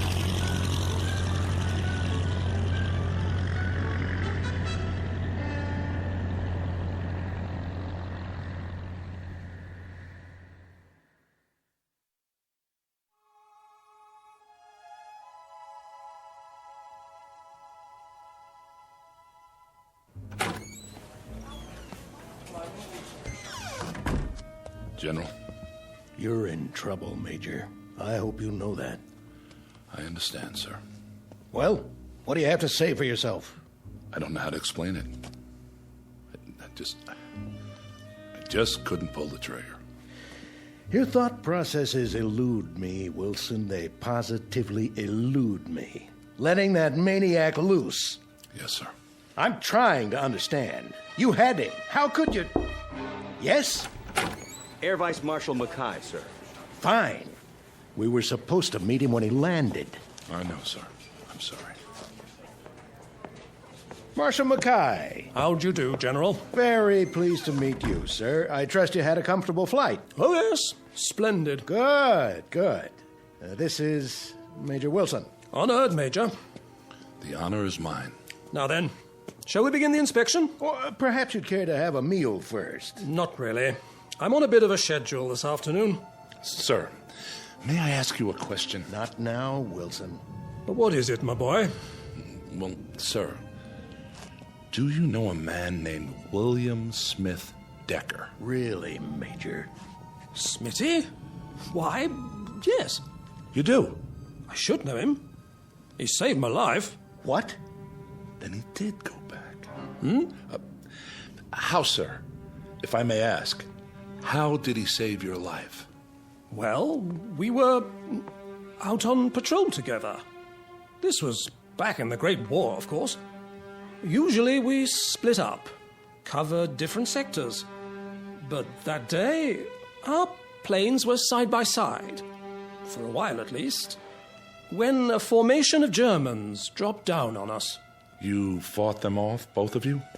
Not at first. What do you mean? Well, for a time, I thought old Smitty was lighting out on me. Can you imagine? He flew away? So it seemed. He climbed up high, disappeared. Into a cloud? How did you know? A white cloud from nowhere. Couldn't say.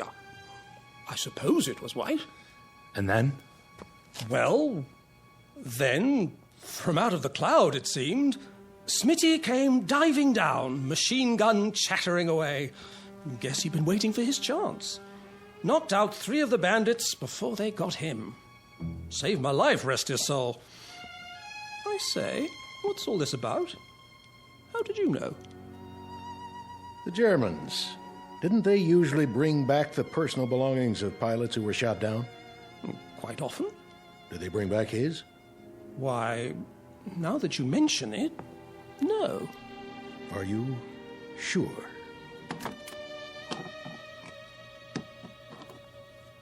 Where in heaven's name did you get these? They're his. I know them anywhere. But how? So, you've never known exactly what happened to him. To your friend Smitty. What the devil is going on here? We might be able to fill you in on the details. After all these years? How could you? Maybe you'd better sit down, old lead bottom. What did you call me?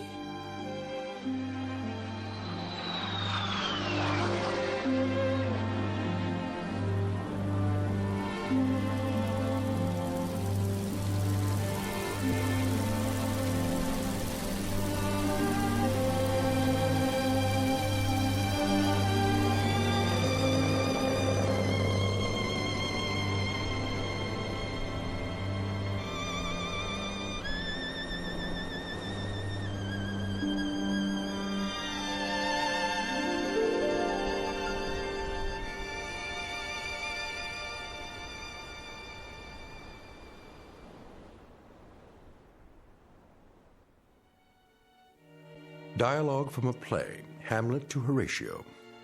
There are more things in heaven and earth, Horatio, than are dreamt of in your philosophy. A play written long before men took to the sky in flying machines, before they added yet another dimension to knowledge and to mystery. Perhaps there are more things in heaven and earth and in the sky that can be dreamt of. And somewhere between heaven, the sky, and the earth lies an even vaster dimension, known throughout history by various names. For now, we'll call it the Twilight Zone. We'll return to the Twilight Zone in just a moment. You are about to enter another dimension, a dimension not only of sight and sound, but of mind, a journey into a wondrous land of imagination. Next stop, the Twilight Zone.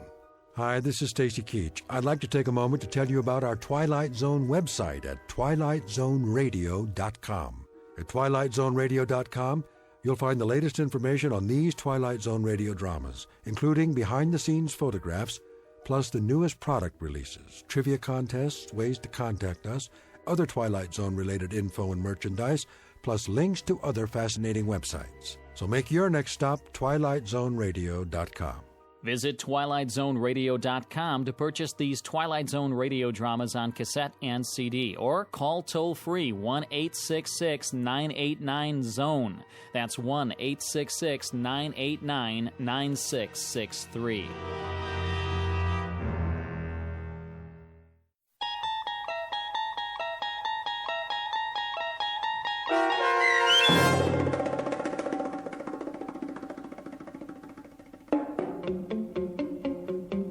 The Last Flight, starring Charles Shaughnessy with Stacy Keach as your narrator, was adapted for radio by Dennis Etchison and written for The Twilight Zone by Richard Matheson.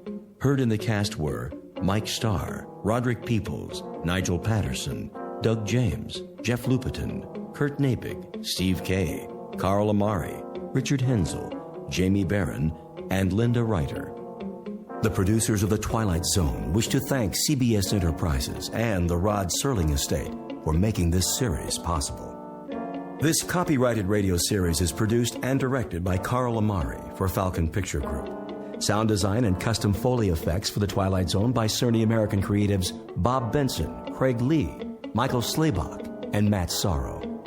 To learn more about the Twilight Zone radio dramas and to contact us, visit our official website at twilightzoneradio.com. Doug James speaking.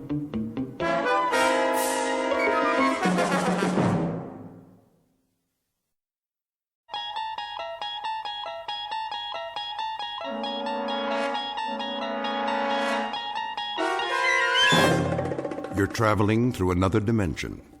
A dimension not only of sight and sound, but of mind. A journey into a wondrous land whose boundaries are those of imagination. Your next stop, the Twilight Zone.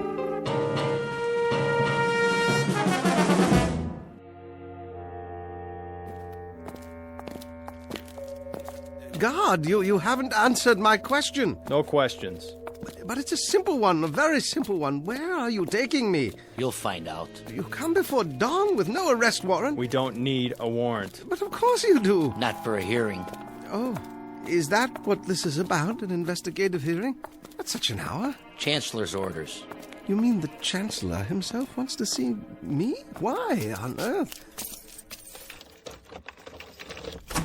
Inside. Is this the Chancellor's office? Inside.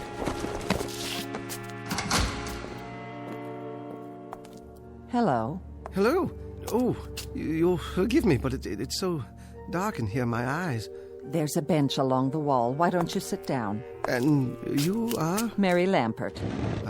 Wordsworth. Lampert.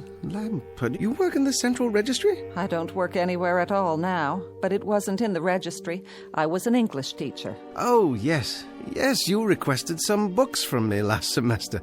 But what are you doing here? The same as you, I'm afraid, Mr. Wordsworth. You were summoned for a hearing? We all were. No, I beg your pardon. I didn't see you. I'm used to that. Hello there. Hello, Mr. Wordsworth. You're teachers, too?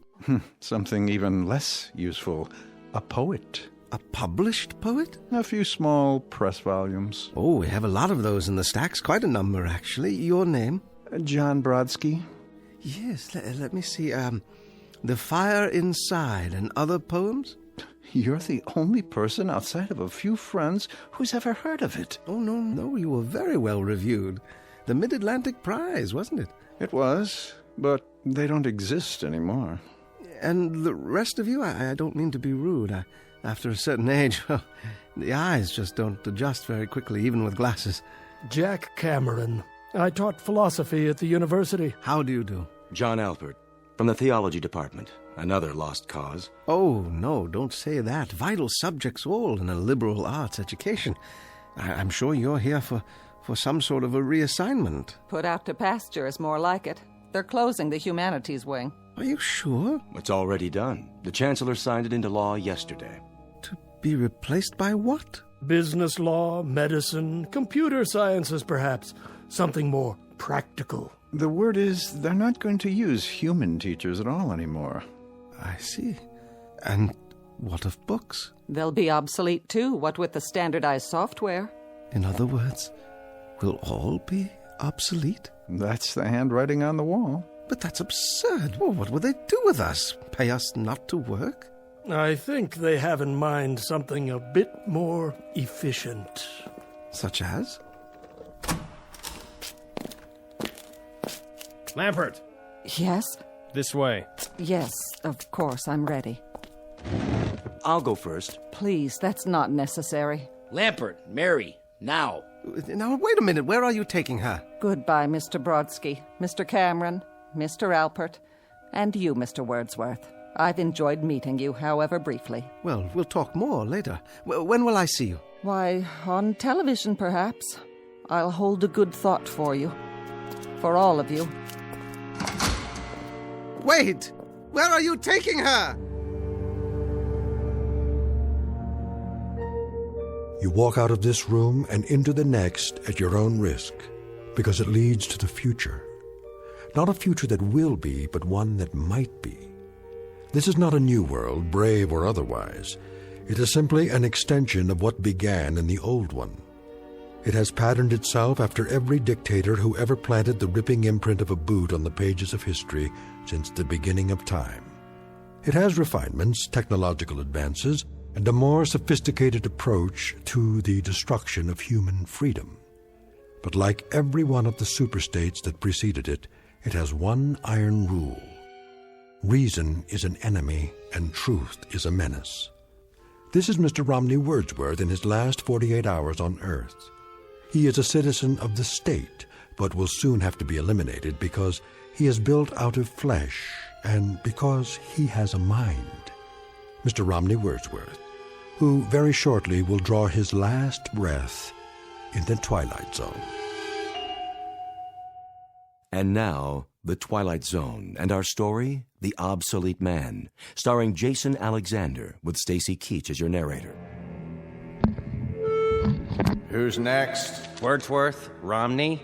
Wordsworth. Ah, yes. You should have the file on your desk, Chancellor. Mm-hmm. Field investigation finding, obsolescence. Yes. Agreed. Correct. Send him in. Yes, sir. Guards! This way. Thank you. You may approach the desk. If you like. You know why you're here, Mr. Wordsworth? Not entirely, no. Ask him to speak up. I'd ask you to speak up, if you will. In general terms, yes, sir. But I do have a few questions. Your questions will be answered in due course. Now then, you've been under investigation, Mr. Wordsworth. I have? For the mandatory period of 1 year and 11 months. I was never notified of any investigation. Notification is not required under the new edicts. Really? I have the results before me. The determination is that you're obsolete. That's an interesting word you use. Therefore, the purpose of this hearing is to make a finding in the matter and sentence you accordingly. You understand that? Yes, sir. I suppose I do. Your occupation, Mr. Wordsworth? Librarian. They even have those anymore? A what? A librarian, sir. Has this man had counsel? Yes, sir, he has. Are you sure he knows his rights? He's been given orientation, sir. I'm told that you've had counsel and been given orientation, Mr. Wordsworth. Well, in a manner of speaking. Just prior to entering this room, I did have a brief conversation with someone or other. He was wearing a uniform, very much like your own. That would be one of the subalterns. So you've been instructed. However, I'm still not sure in my own mind that you understand the purpose of this hearing. I'm doing my best, sir. The field investigators in your sector have classified you as obsolete. This finding carries with it serious implications, legally speaking. Do you understand that, Mr. Wordsworth? Serious implications, yes. Now I ask you again. Your occupation? I am a librarian. I could lie to you and say curator of records or historian or data manager, but that's my occupation, my profession. It's an honorable tradition. If you people choose to call it obsolete... Ask him to clarify. Yes, clarify. Request clarification of the term. The term, Mr. Wordsworth, you people. You make reference to the state? I make reference to the state. And you persist in declaring your occupation as being that of a librarian? That is correct, sir. A librarian having to do with books? Yes, sir. Books of all types and description. Since there are no more books, Mr. Wordsworth, there is scant need for libraries. Oh, but there are books. Some going back decades, even centuries. The older ones are in constant need of repair. Even the newer ones require preservation. Well, do you know that books printed on paper containing wood pulp are in danger of deterioration? A kind of oxidation or slow burning, you might say, if they're so much as stored on wooden shelves. Not to mention the effects of light and moisture. Please, Mr. Wordsworth. No, the only safe method is to keep them in metal cabinets, in absolute darkness, if possible, in a temperature-controlled environment. Of course, rag or hemp paper doesn't deteriorate at the same rate. That's why some ancient volumes are unyellowed and still quite usable. What sort of books are you talking about? Oh, anything printed before the 19th century. The older, the better. The Gutenberg Bible is a famous example. To close the subject, with no further need of libraries, it follows that there is little call for the services of a librarian. Now, I must ask for clarification. Did you say no further need? Case in point, a priest or minister, he would claim that his function is preaching the word of God. But of course, since the state has proven that there is no God, that would make the function of such a person somewhat academic as well. Academic? Meaning theoretical, without practical function. But there is a God. You're in error, Mr. Wordsworth. There is no God. You know that? The state has established it. Established it? How? By scientific proof, or the lack thereof. You cannot erase God with an edict. This is not a debate. It's not a matter of laws and proclamations. You are obsolete, Mr. Wordsworth. A lie. No man is obsolete. You have no function. You are an anachronism, a ghost from another time. I'm nothing more than a reminder to you that the state can't destroy words and the concepts they represent by burning pages. You're a bug, Mr. Wordsworth, a crawling insect, a bookworm, an ugly, misshapen little creature that has no purpose here. No meaning. I am a human being, as are you.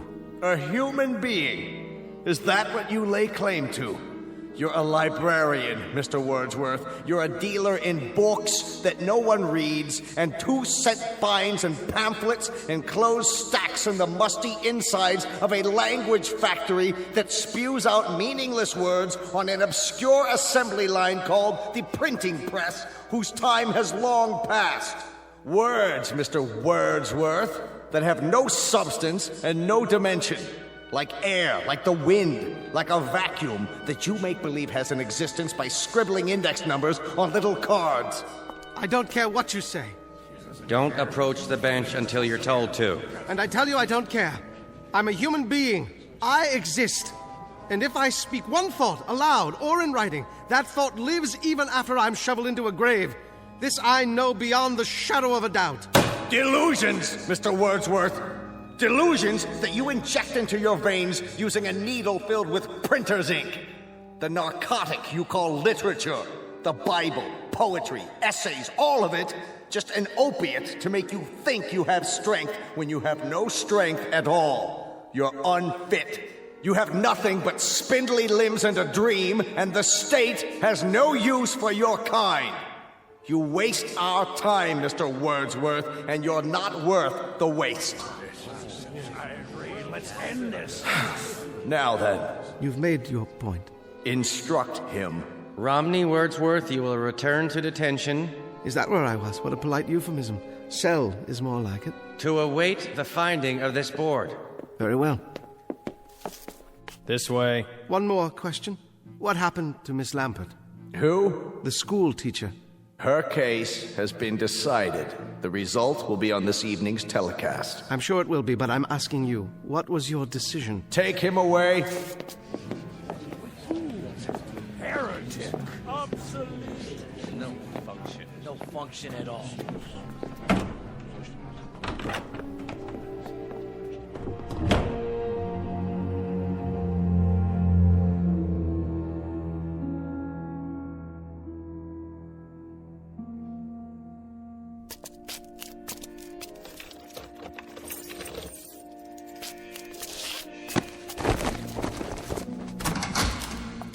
Mr. Wordsworth, how did your hearing go? Well, I'm not honestly sure, but I have a pretty good idea. At least it hasn't been decided yet. Oh, no, not yet, but I don't think it will take them very long. Ambiguity, the devil's playground, and my stock in trade. Miss Lampert hasn't come back yet.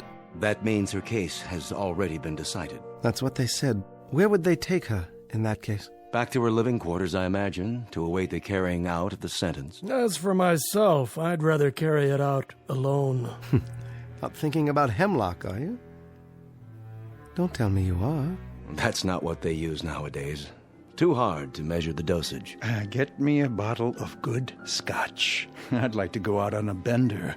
Just give me a pen and paper. But they'd only burn it. Not if it's televised. I can recite to the camera.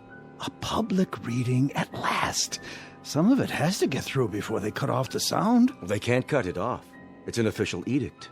The equivalent of the condemned man's last words. No matter what those words are? Oh, they'll denounce the statement as soon as it hits the airwaves. But until then, for one shining, glorious moment, I'll have an audience. And someone somewhere may hear my words and understand. Gentlemen, you're dooming yourselves. As if you believe in the superiority of the system, in its right to exist at all. But it does, with or without moral justification. Do not go gentle into that good night. Dylan Thomas? But rage. Rage against the dying of the light. We can rage all we like. No one's going to hear it. No? Think about it. What are you driving at? I wonder if they've reached a decision yet.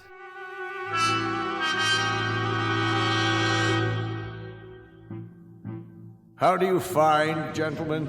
Obsolete! Obsolete! Obsolete! Obsolete!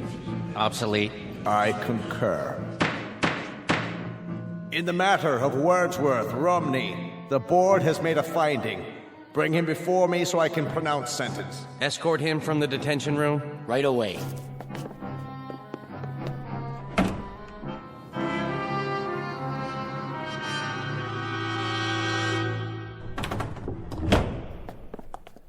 Approach the desk, Citizen Wordsworth. Yes, sir? In the matter of your finding, the board declares you obsolete. Mm-hmm. Your rights are as follows. A comment, Chancellor. The lights, it's my eyes. Can some of the lights be directed at the desk so that I can see who I'm addressing? Your rights are as follows, Mr. Wordsworth. You are to be liquidated within a period of 48 hours. They still use that word? Liquidated? But you have an option as to method and precise time. Could you be more specific? There are several prescribed methods, Mr. Wordsworth, including pills, gas, electrocution, lethal injection, It can be done immediately, or an hour from now, or any other time that you request. Are there any other options? The most popular, Mr. Wordsworth, assassination at a time unknown. This way, the subject is not aware of either the method or the time. Psychologically, it is somewhat easier. In terms of one's mental state, it's the most humane. Then I'd have to say, I'm a very rich man. Louder, please, and step into the light. I was merely saying I'm a rich man. I have such a luxury of choices. A few lines come to mind, perhaps you'll indulge me. Cowards die many times before their deaths. The valiant never taste of death but once. Of all the wonders that I have yet heard, it seems to me most strange that men should fear, seeing that death, a necessary end, will come when it will come. That's from Shakespeare, Julius Caesar. So, since you've given me the luxury of choice, I choose the following. To be given an assassin whom I will tell the method of execution. I don't understand. What does he mean? He will tell? Surely he can't be saying... Mr. Wordsworth, please clarify the nature of the request. You will assign me an assassin, Chancellor, just as you stipulated. But only he and I will know the way in which I am to die. I take it that's acceptable? That will be acceptable, Mr. Wordsworth, so long as your sentence is accomplished within the 48-hour period required by law. And one final request, Chancellor. What's that? I should like to die with an audience. I would like my death to be televised. That, too, can be arranged, Mr. Wordsworth. Thank you. It's not infrequently that we televise executions. It has an educative effect on the population. I have no doubt. Now, as to the time of the liquidation, Mr. Wordsworth? Midnight, tomorrow. And the place? In my room. Gentlemen? Agreed, Mr. Wordsworth. We will choose your liquidator and send him over to you, and he will be duty-bound, just as you prescribed, not to divulge the method you've decided upon. Done. Thank you, Chancellor. Whoever said the state doesn't have a heart?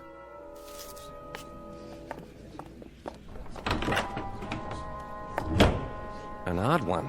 Yes, indeed. And with some very bizarre requests. Bizarre, but to our advantage.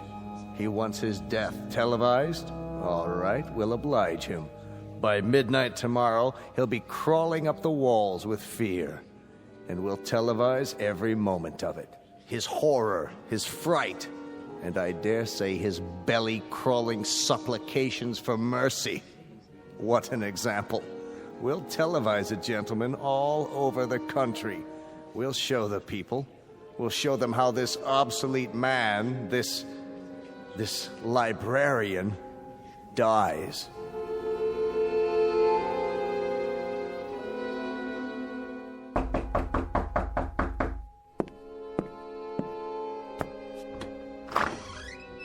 Yes?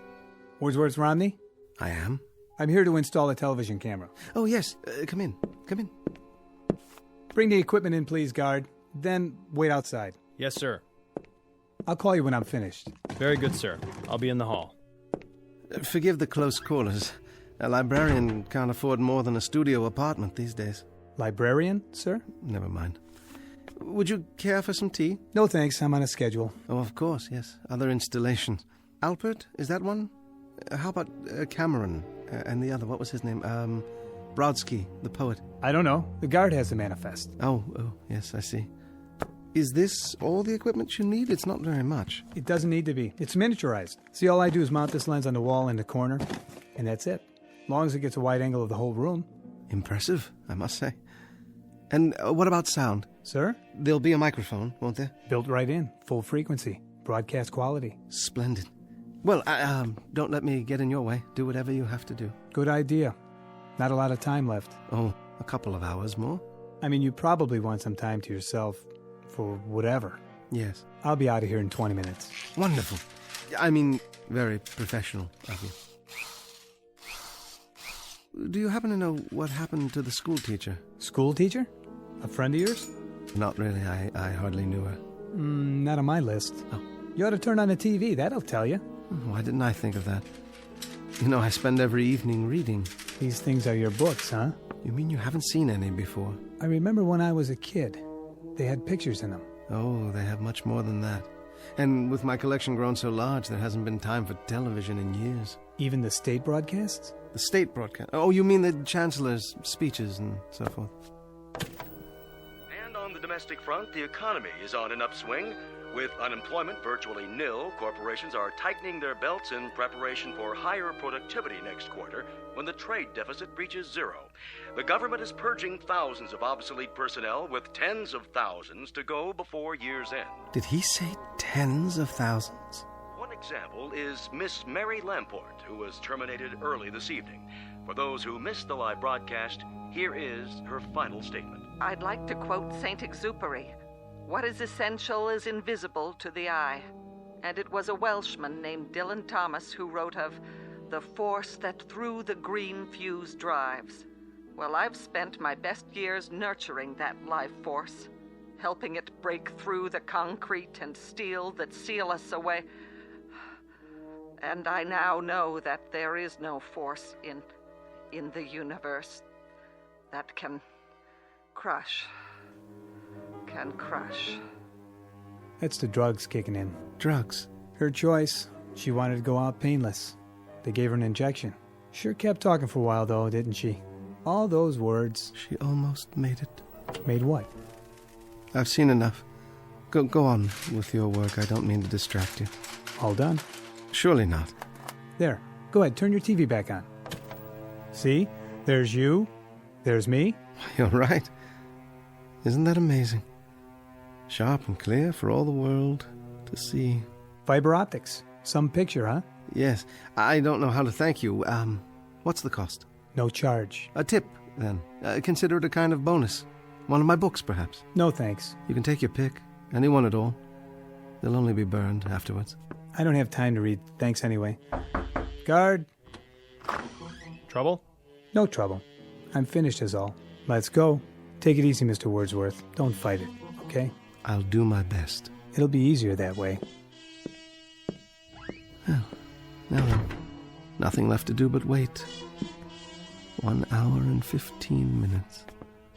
I'll set the clock, then lie down, and wait. It won't be long now.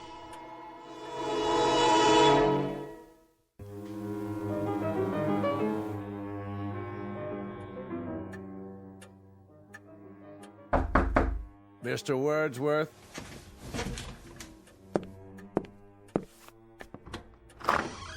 Come in, Chancellor. So, this is how a librarian lives. Have a seat, please. I'm sorry there's only the one chair, but with so many books. Thank you for coming. Very irregular, Mr. Wordsworth. Is it? Highly irregular. That you came at all? Do you know why I came? Do you? I invited you. By all means, you invited me. But why would I honor such an invitation? A cryptic note from a condemned man asking me to visit him during the last hour of his life. Not normal, I take it?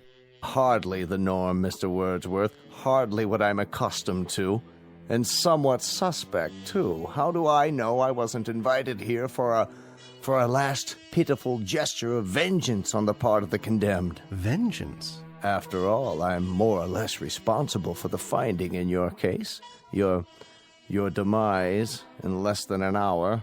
45 minutes, actually. It can be attributed, at least in part, to my decision. Nonetheless, that was the finding. Do you mind if I smoke? No, not at all. You're my guest. I'll tell you why I came, Mr. Wordsworth. Please. Perhaps to prove something to you. And that is? To prove to you that the state has no fears. None at all. Well, you'll forgive me, Chancellor, but that has the elements of a joke. How so? Well, you come here to my room to prove that the state isn't afraid of me. What an incredible burden that must be, to prove that an obsolete librarian could have any effect at all on the state. I'll tell you why you came, though. I'll tell you the reason that you won't even admit to yourself. And what might that be? I don't fit your formula. Somewhere along the line, there's been a deviation from the norm. Your state has everything categorized, filed, and tagged. You are strength.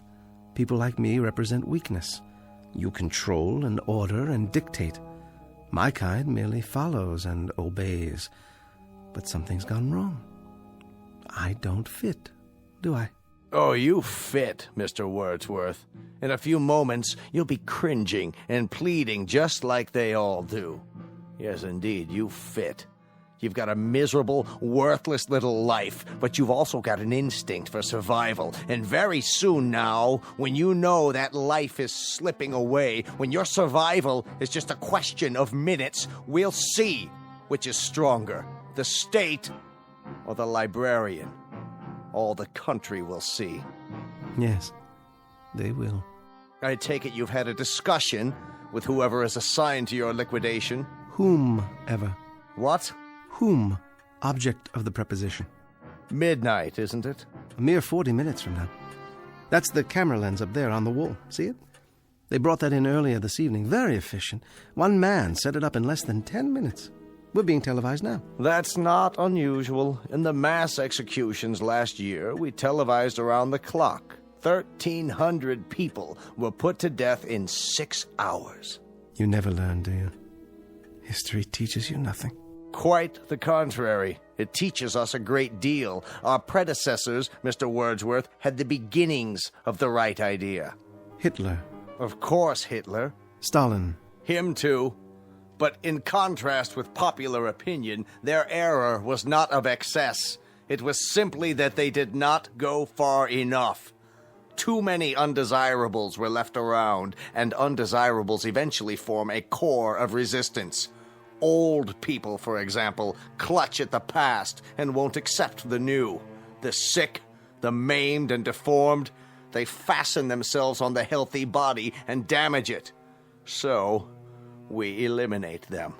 Just like that. Or people like yourself. They can perform no function for the state, so we do away with them. Only makes sense. What a charming room, Mr. Wordsworth. Small, but functional. Lived here long. For over 20 years. I built the bookcases myself. So I understand. That, incidentally, has kept you alive, that particular talent. Carpentry is a skill, and the state provides considerable leeway for workers who possess certain skills. This chair, for example. You made it. I would have made more furniture, but there wasn't enough space with the books. Unfortunately, you went as far as you could go, which was insufficient. So in a little while, it will be the end of a rather fruitless life as Mr. Romney Wordsworth goes to his own private nirvana. That's what they call it in your books, isn't it? In some books. You're not facing the camera, Mr. Wordsworth. You're cheating the audience. They'll want to see how you die. Sorry? Please, Mr. Wordsworth, show the lens your best side. And don't stifle your emotions. If you feel like crying, go ahead and cry. Or if you want to plead, why don't you do so? Let it all out. Perhaps a high state official might take pity on you. You'd appreciate that, wouldn't you? A little chest-thumping, hand-wringing, some moaning, sobbing histrionics. Suit yourself. Unfortunately, I don't have the time to be enthralled when they do come. I have another appointment this evening. Chancellor. Make it brief, Mr. Wordsworth. You have plenty of time. Smoke as many more of your cigarettes as time allows. How's that? I haven't been entirely fair with you, Chancellor. I invited you here for a very special reason. Would you like to know the method I've chosen for my liquidation? I've had a bomb placed in this room. It has a time fuse set to go off at midnight, a few minutes from now. Thoughtful, Mr. Wordsworth. A relatively quick and painless death. Isn't it, though? And yet, knowing that you're going to be blown to smithereens is not the happiest of thoughts, is it? That depends on the individual. Yes, it does indeed. I'll bid you goodbye, then. What kind of idiocy is this? You've locked the door. Yes, I have. You're not going anywhere. You're staying here with me. Open this door at once! I'm not sure I remember where I hid the key. Question: how does a man react to such a situation? Answer: it depends on the individual. As for myself, I shall sit down and read my Bible. This is insane. Hidden for over 20 years, but the only possession I own that has any value at all to me now. And I intend to sit here and read it until the moment of my death. Let me out of here! Guards! Anyone! Don't waste your breath. There's no one out there. It's one of the rules. You isolate the person to be liquidated, so there's simply no one around.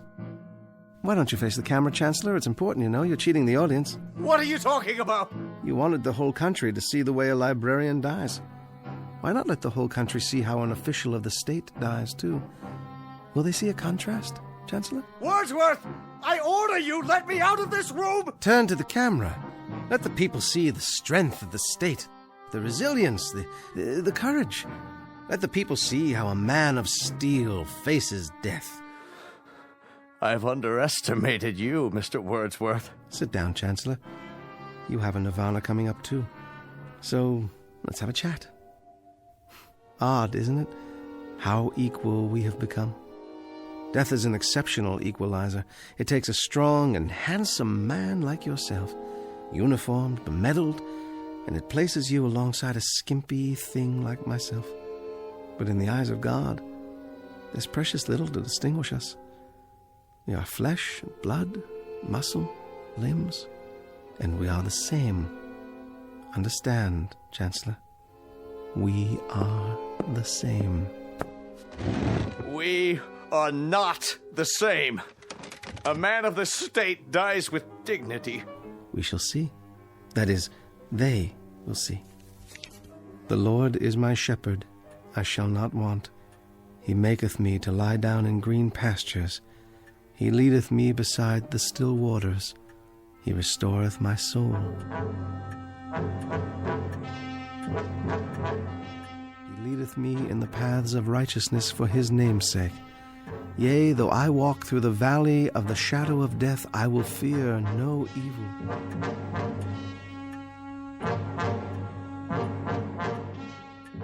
Thou art with me. Thy rod and thy staff, they comfort me. Thou preparest a table for me in the presence of mine enemies. Thou anointest my head with oil. My cup runneth over. Surely goodness and mercy shall follow me all the days of my life, and I will dwell in the house of the Lord forever. Please! Please! There's only 1 minute left! Let me out! In the name of God, let me out! Yes, Chancellor. In the name of God, I will let you out. Here's the key. Goodbye, Chancellor.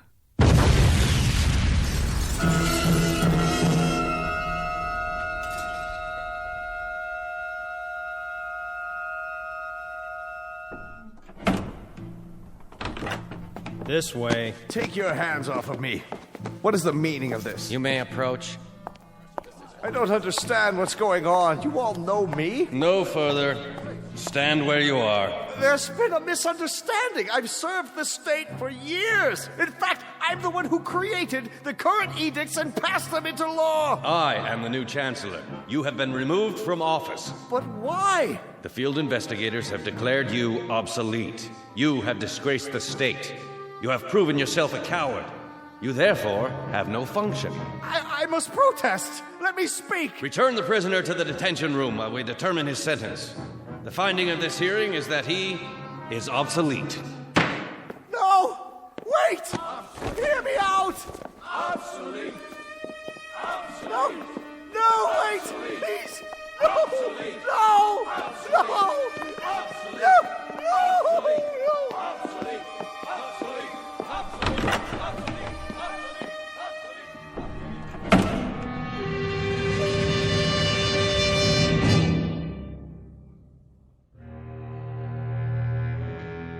The time is the future. Not a future that will be, but one that might be. Not just this story's lesson, but a lesson for all time, so long as men would speak their mind, and so long as tyranny would seek to muzzle them. File this case under M for Mankind in the Twilight Zone.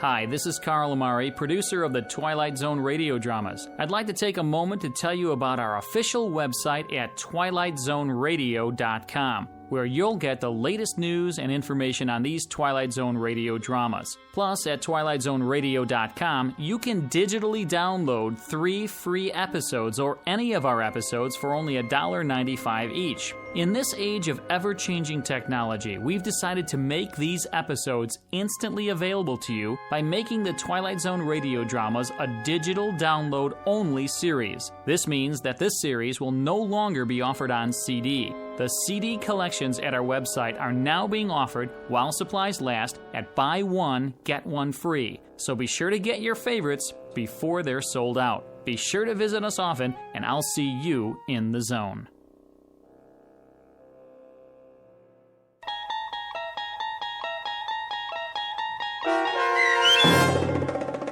The Obsolete Man, starring Jason Alexander, with Stacy Keach as your narrator, was adapted for radio by Dennis Etchison and based on a script by Rod Serling.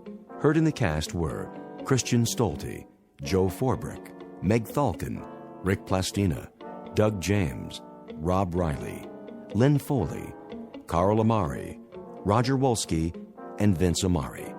To learn more about the Twilight Zone radio dramas and to obtain audio cassettes and CDs of these programs, visit our website at twilightzoneradio.com. This copyrighted radio series is produced and directed by Carl Amari and Roger Wolski for Falcon Picture Group. Doug James speaking.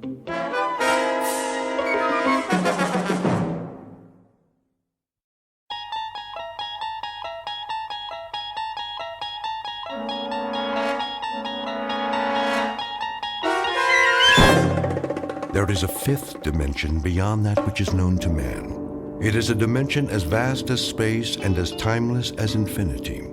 It is the middle ground between light and shadow, and it lies between the pit of man's fears and the summit of his knowledge. This is the dimension of imagination. It is an area which we call the Twilight Zone.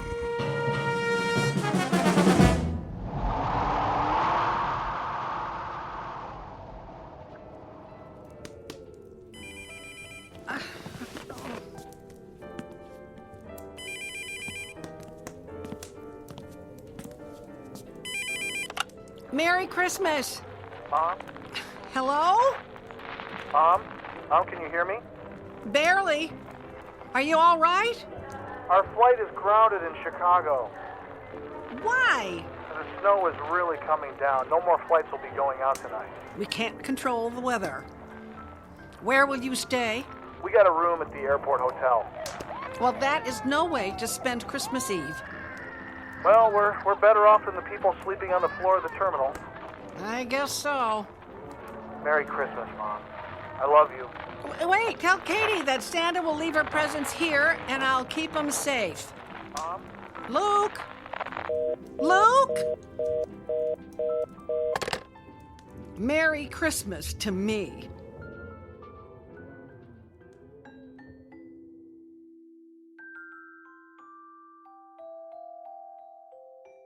Snowpath, South Dakota.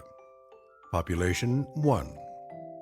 One very unhappy grandmother named Martha Waltham, who finds herself alone on Christmas Eve, even though her house looks like a Christmas card, beckoning everyone home for the holidays. Now no one is expected this year. Her only solace will be her Christmas tree, decorated with mementos of Christmases past. The weather has spoiled her plans, and cooked her proverbial Christmas goose. But Christmas is a time filled with miracles, and Martha Waltham is about to find out she won't be spending Christmas Eve alone after all, because she is about to meet some very special visitors from the Twilight Zone. And now, The Twilight Zone and our story, Snow Angel, starring Sean Astin with Stacy Keach as your narrator. And more snow. Get out the snowshoes and the shovels. It's beautiful to look at if you're inside and don't have to go anywhere. And you might not want to go anywhere if you don't have to. And in entertainment today, might as well so go to bed. So young and so...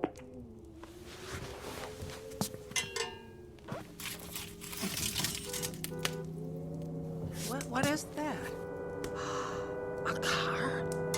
Who'd be coming out here in this kind of weather?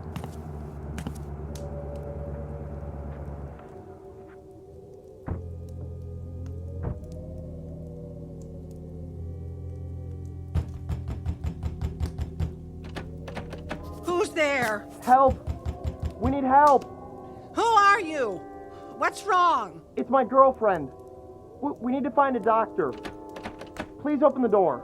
You stand back from the door. I want to get a look at you.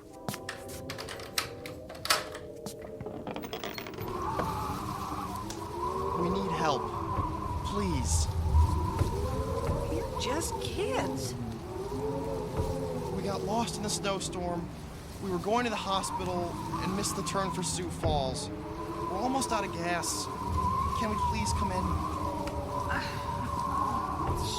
Sure, come in. Thank you. This is Lisa. I need to sit down. Please, I'm a little shaky. Well, go sit by the fire. Pretty cold out there tonight, isn't it? It was coming down so hard, I couldn't see the turnoff.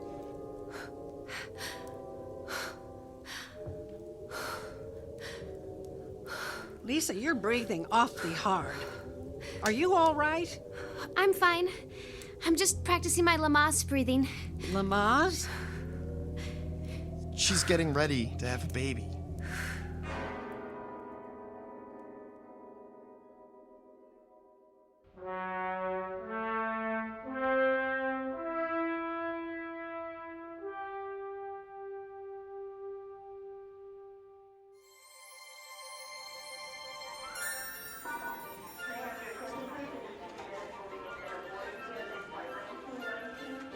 Merry Christmas!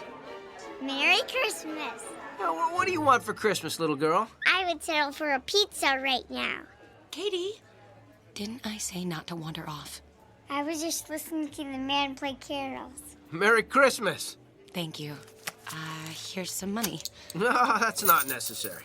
No, it's Christmas. I'm sure whatever group you're with could use it. Come on, Katie. Merry Christmas. Katie, I doubt that man celebrates Christmas. What do you mean? He's probably a Hare Krishna or something. Didn't I tell you to keep an eye on Katie? I am. I mean, I did. She was just, listening to the hippie guy in the white robe play carols on a guitar. What's a hippie? There are no hippies anymore. Are there Hare Krishnas? No. Yes. Is he one of Santa's helpers? No. Well, why? Mom gave him money. Why did you give him money? To make him go away. He's still there. Look, he's waving at me. Can I wave back? No. Yes. Which is it? Katie, you don't know him. Didn't I tell you never to speak to strangers? Does that mean I can't talk to anybody? That would be safest. That stinks. Katie, don't say that. We're together, and that's what Christmas is all about. Family. So, I can only talk to family on Christmas? Well, just this Christmas. But you said, be nice to everyone at Christmas. Well, yeah. That's the spirit of Christmas. It's a special time to celebrate peace and love. Joy to the world and everyone in it. Even the hippie? Well, yeah. Okay, I got a great idea. Why don't we invite him to our hotel room and have a pizza with him? I don't think so. Katie, you can't. He's a complete Stranger. I thought Christmas was for everyone. Well, it is. Mom, where's your Christmas spirit?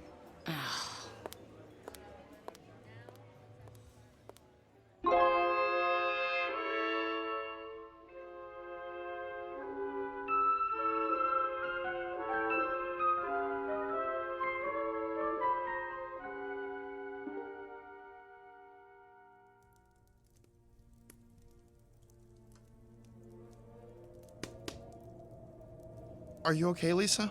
I think I need a doctor. Yes, you do. You really can't have the baby here. What do you mean? Well, I didn't mean it the way it sounded. She's gonna need some help. We have to get her to the hospital. I'm gonna call the sheriff's office. The sheriff's office? The sheriff can get her to the hospital. Ow! It hurts! It really hurts! And besides, the sheriff's got an EMT on call for emergencies just like this. Quite frankly, I think the baby could come any time now, and it makes no sense to take chances. Oh, perfect. The phone just went dead. God, I don't believe it. The storm must have torn down the lines. Ah! What's happening? What's happening? Ah! Don't be scared. The lights just went out. Oh, great. Now we've lost the electricity, too. Well, I'll get some candles. Look, lady, we need help.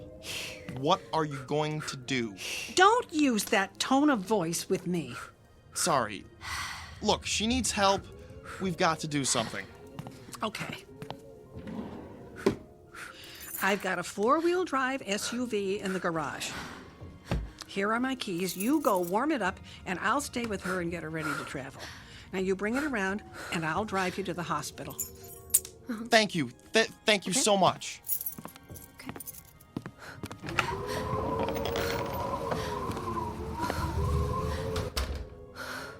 Can I get you anything? My mommy. I want my mommy. Oh, I'm sorry I can't help you there. The phone's out and the internet is down. Look, before the night is over, you're going to be somebody's mommy, and you're going to find out how your mommy feels tonight, not knowing where you are. I'm so scared. How old are you? 14. 14. And him? He's older. Ow! Oh, keep breathing. How much older? Pretty sure he's got a driver's license, if that's what you mean. And he obviously knows how to drive, so you're probably right. Wait a minute, what's he doing? What? Wait, he's driving off. Where's he going? I don't know.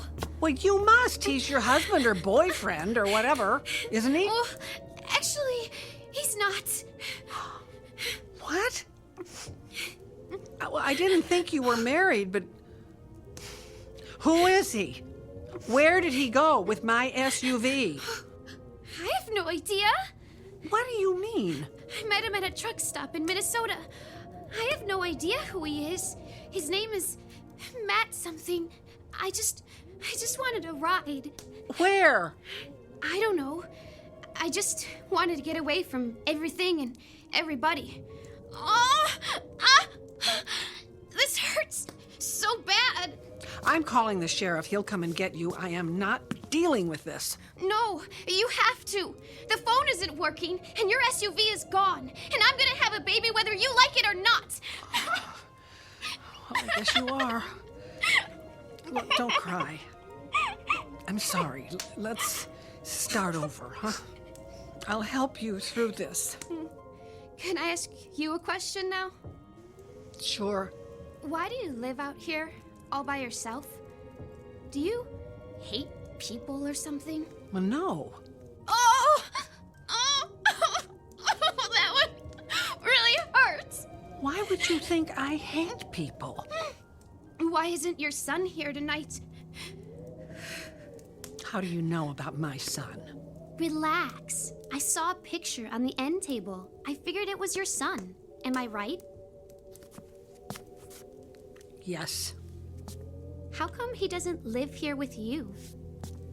He went away to college, met a girl, and got married. He started a new life somewhere else. Do you miss him? Yes. So, why didn't you go see him for Christmas instead of making his family come out here to the middle of nowhere? My family comes home for Christmas. But your son's family can't be home for Christmas because they had to come here for Christmas. I never thought of it that way. He and his wife and daughter were supposed to be here tonight, but they got snowed in. So they're spending Christmas in an airport hotel. That double stinks. Now everybody loses. Apparently.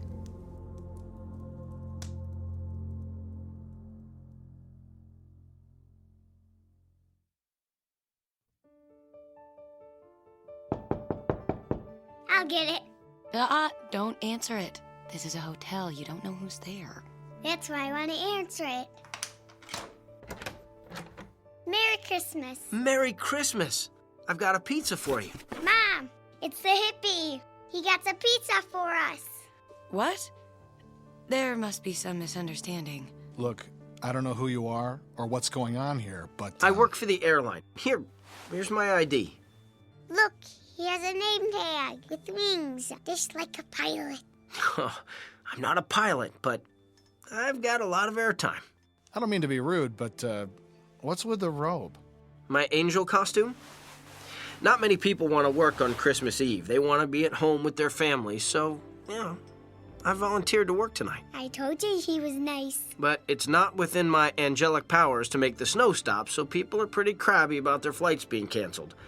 I'm just doing my best to keep everyone happy. That is so nice of you. Come on in. Is there an angel that can stop snow? The Archangel Michael, but he's pretty busy tonight. The Archangel That is Michael. so cute.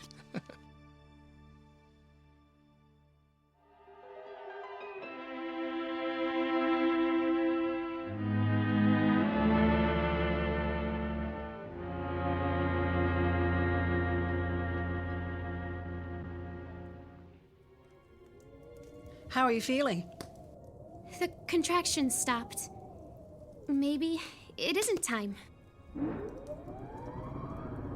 Hey, the lights came back on.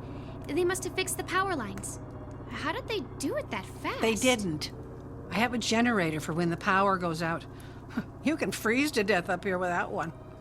We might not get to the hospital, but at least we won't freeze to death. Maybe we can get you to the hospital. How? Matt stole your car, and his was on empty. Do you think he left his keys in the car? Probably. I mean, he stole the car, so I don't think he cared much about it. Good. The generator runs on gasoline. I can siphon the gas out of that tank and put it in the car and drive you to the Sioux Falls Hospital. Now, will you be all right by yourself till I get back? Yeah, sure.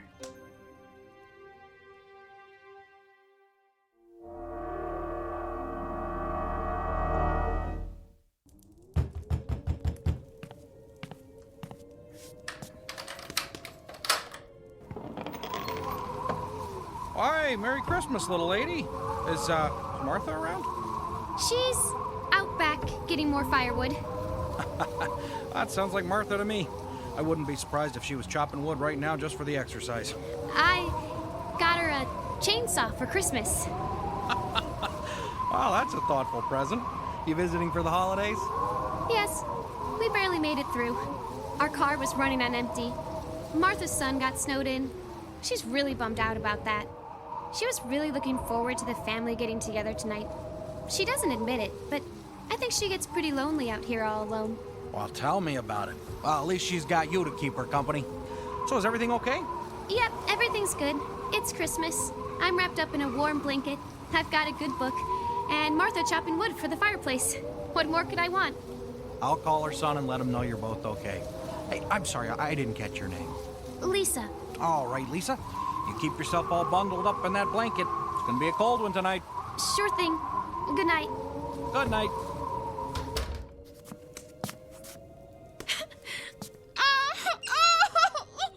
Oh no!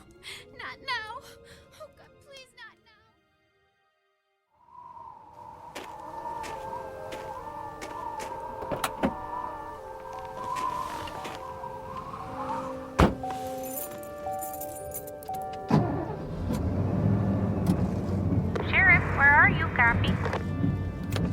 Hey, I'm just leaving the Walton place, over. Everything okay out there? Oh, yeah. Martha's phone lines were down and her son's flight got grounded in Chicago.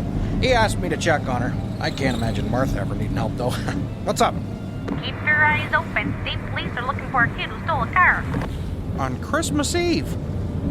What is this world coming to? Oh, no. I'm grateful. What do you mean? If it weren't for guys like that, we'd be unemployed.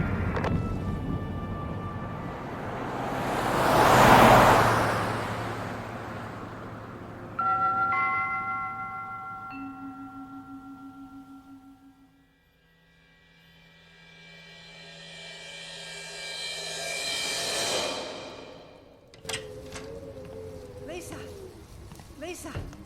Okay. I filled the car with gas, and we're in luck. Matt left the keys in it. Lisa? Lisa? Lisa, where are you? Oh, God, oh, no. Her coat and her things are gone. Lisa! Oh, God. There's snow by the front door. God, tell me she didn't go out into the storm. Lisa! Lisa! Lisa!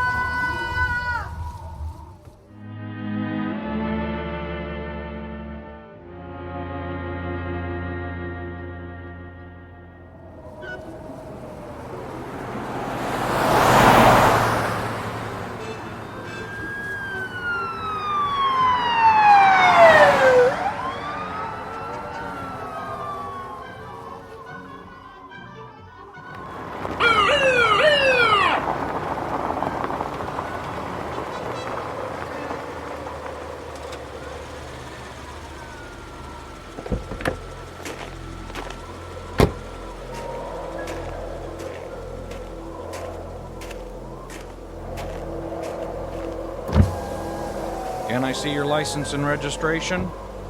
Of course, officer. This isn't my car, by the way. I know. Get out of the car, please. Sure, it's my Aunt Martha's. You got some ID? Of course. Here. My sister and I are visiting her for the holidays. What's your sister's name? Lisa. Can you describe her? Cute little blonde. She's with Aunt Martha right now. Oh, okay. Hey, here's your license. Yeah, I just met her. She told me how she got Martha a chainsaw for Christmas. Save old Martha's back from chopping wood, although I always thought that fit her personality more. I know what you mean. I know what you mean. So, what are you doing driving around on a night like this? Well, Martha was saying how good her four-wheel drive is in this kind of weather, so I just wanted to try it out. Well, I don't blame you. Hey, have fun. You drive safe now. Merry Christmas. Merry Christmas.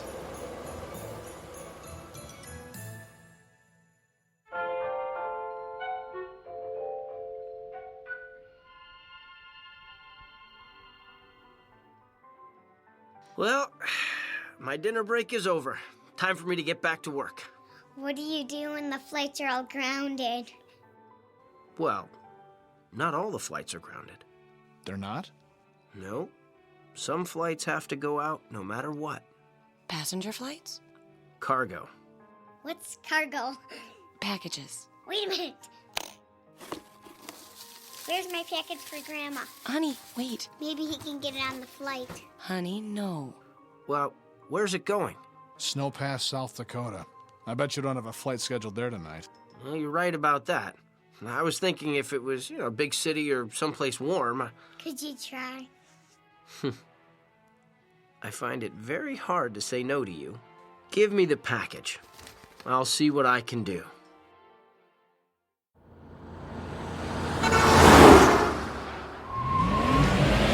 Those reindeer and the nose shiny red. Yeah! Ah! Oh my God! What was that? That come from? Oh no! Did a meteor fall from the sky? I hit somebody. Oh no!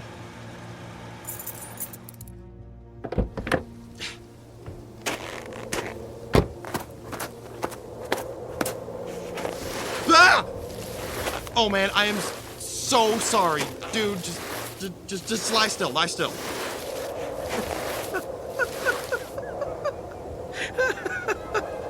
Why? I'm making a snow angel under your SUV. You're not hurt?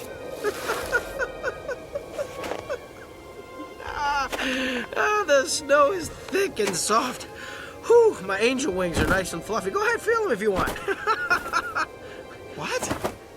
I'm sorry, I'm kind of drunk, but you're an angel. Yeah, it's a big night for Christmas pageants, you know. I'm pretty busy flying around from place to place. How come you didn't get hurt? Well, your SUV is pretty high off the ground, and I grabbed the bumper and just hung on until you stopped. I would have to say that this would be a miracle. It's Christmas. Hey, give me a hand and get me out from under here. Hey, careful. Don't get oil on the wings.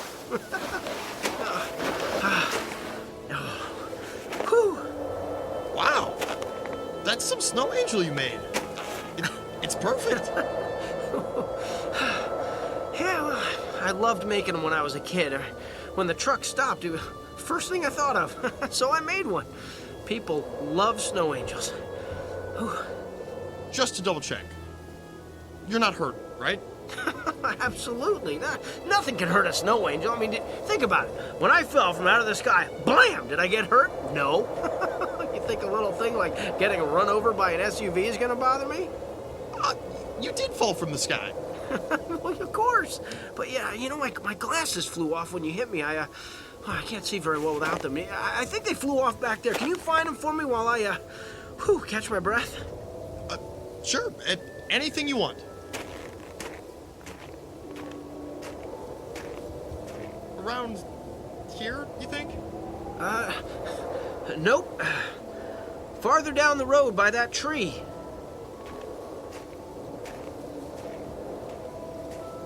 Like here? Further.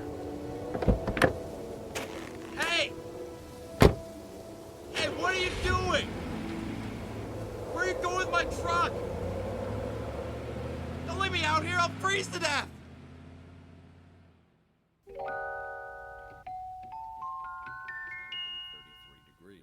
Clear tonight with the temperature dropping to a Mom, do you think he's gonna get that package to Grandma's house tonight? No, not a chance.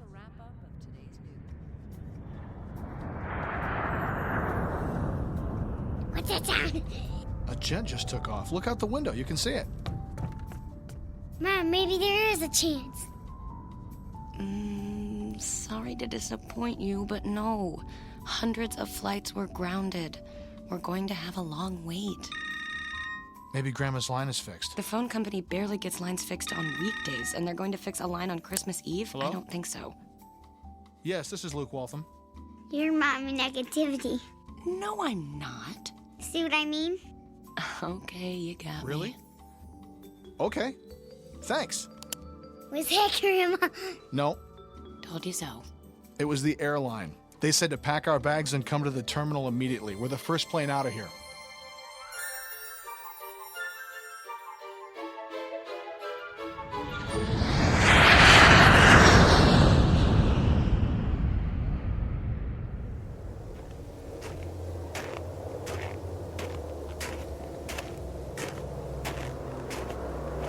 Stop! Help! Stop!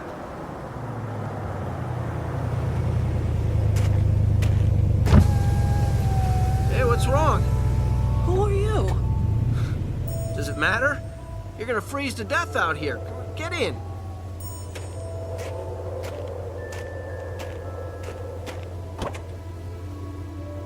Okay? Yes, I'm fine. You don't look fine.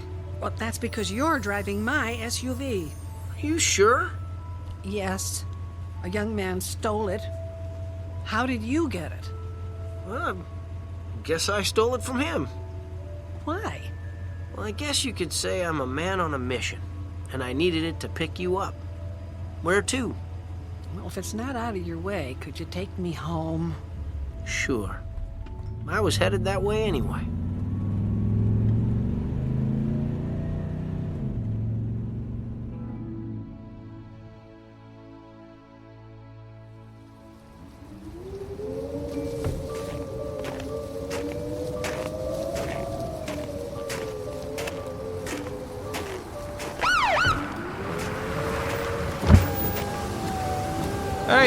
What happened to Martha's SUV? Huh? What? I thought I hit somebody back there a ways, and... You did what? Well, I thought I did, but I couldn't have because he came from out of nowhere. I mean, it was like he fell from the sky. He fell from the sky. Yeah, I think you better get in my squad car, and then we can go back and look for Martha's SUV. Well, we ain't gonna find it. I can tell you that. How come? Well, the angel that fell from the sky tricked me into finding his glasses. He made me walk away from the SUV to look for the glasses, and when I got far enough away, he drove off in the SUV. You know what I think? You got mugged, somebody hit you in the head real hard, and then stole Martha's SUV. You know, I did see a flash of light just before it happened, and then stars.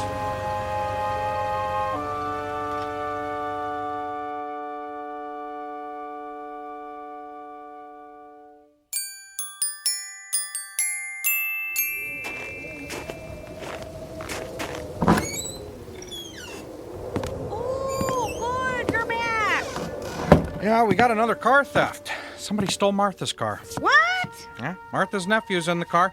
I found him on the side of the road. Somebody must have mugged him and stole Martha's SUV. Criminy! This car thief must really be busy tonight. The car reported stolen wasn't an SUV. It was an Eagle Talon with Minnesota plates. Oh, you got any ID on the guy? Minnesota State Police sent a picture of the guy who stole the Talon off a security camera at a truck stop. Oh, let's see that. Huh. This is a picture of the guy who's sitting out in my cruiser. Don't look now, Chief, but I think he just stole his third vehicle of the night.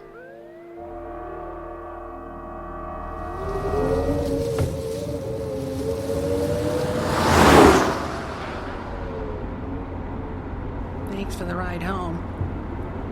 Do I get to keep my SUV? Or are you going to keep stealing it? Could I borrow it? For what? I'm looking for a girl named Lisa. Her parents are worried sick about her. You know her? I get around. She was here earlier. But I scared her, and she ran off into the snow.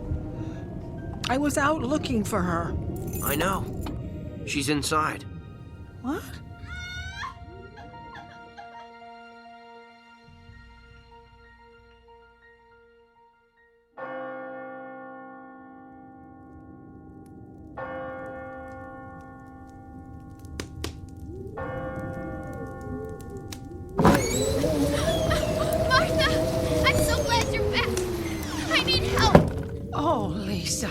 Let's get her in the car into the hospital. Just keep breathing. Who are you? Your parents were worried about you. They're not mad at me? No. Your parents will always love you no matter what. So, they sent an angel to get me? Well, they thought it would be pretty hard for you to turn an angel down. Anyway, I go where my beeper tells me and I do what I can. And you know something? You're in luck. I've got an ambulance coming to get you. You do? Let's go meet them.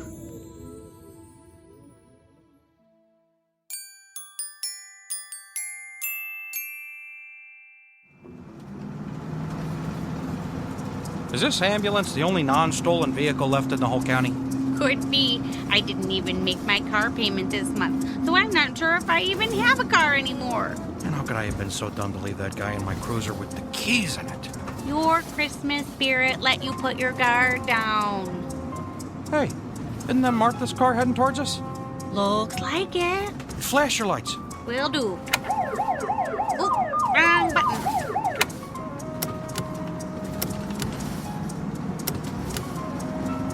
Oh, I think you got their attention. They're stopping.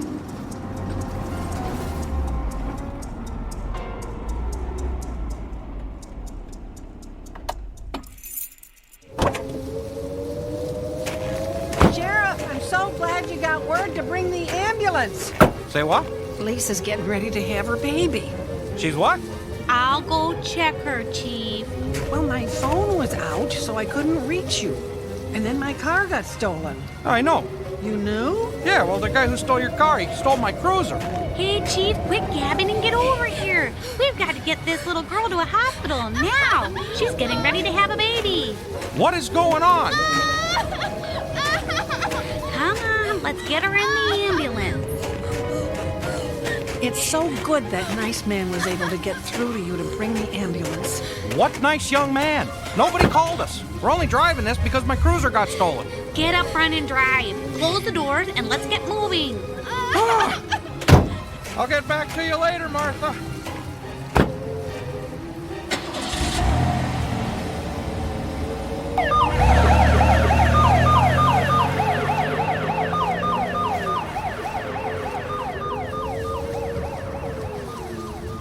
That problem is solved. Hey, want a lift back to the house? Yes. Quite an evening, huh? Oh, yeah. Unbelievable, actually. Do you mind if I ask you a question? Sure. Who are you? Well, I thought you'd never ask. You're gonna be really, really surprised. At this point, nothing would shock me. Okay, you ready? I'm a friend of your son. I don't believe you. See? I told you. Okay, then what's his name? Luke. Are you some scam artist? You could have looked that up. What's his wife's name? Jesse. What's their son's name? Well, that sounds like a trick question. They don't have a son. You have one granddaughter, and her name is Katie. All right, I believe you. You did a lot of nice things tonight, so you must be who you say you are. But all of this happened so fast. I'm not quite sure what happened. Understandably. This is really bothering me. Do you mind if I ask you a little harder, more personal question now? I always love a challenge. Shoot. What are you doing out here in the middle of nowhere on Christmas Eve in an angel outfit? Delivering packages. So, are you one of Santa's helpers? Now, technically speaking, Santa's helpers are elves. I hate to break it to you, Martha, but there is no such thing as an elf. I know that, and we agree on that point then. But now I need to know you're not some crazy guy running around in an angel outfit. Martha, relax. Breathe easy. I'm not some crazy guy. Rest assured that I'm taking you home, and everything is going to be okay. Okay. But why are you here, really? Do you want me to level with you? Yes, please. Okay, here goes. I made a promise to deliver a package tonight, and I never break a promise. Who are you delivering it to? Well, the package is in the trunk. Should I stop the car and show it to you so you can see? No. Just take me home. No problem. You know what would be really something? What? If when we got there, your family was waiting for you. Now that would really surprise me.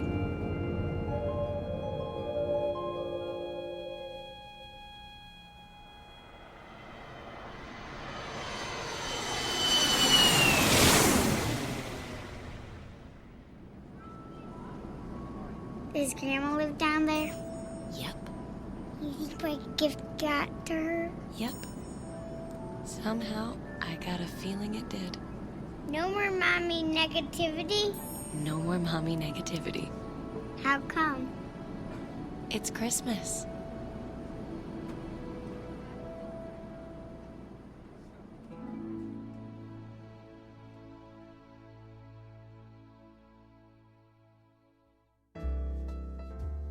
For a child, Christmas is never the same once they question the plausibility of Santa Claus. Giving one person the responsibility of delivering a gift to everyone in the world just doesn't seem possible. So Christmas is a time of wonder. It is a special time set aside for wishing, hoping, giving, and receiving, when everyone believes the impossible is possible. That's why it never makes sense to question a miracle or where an unexpected gift comes from. It might have come to you on the wings of a snow angel, special delivery from somewhere deep within the Twilight Zone.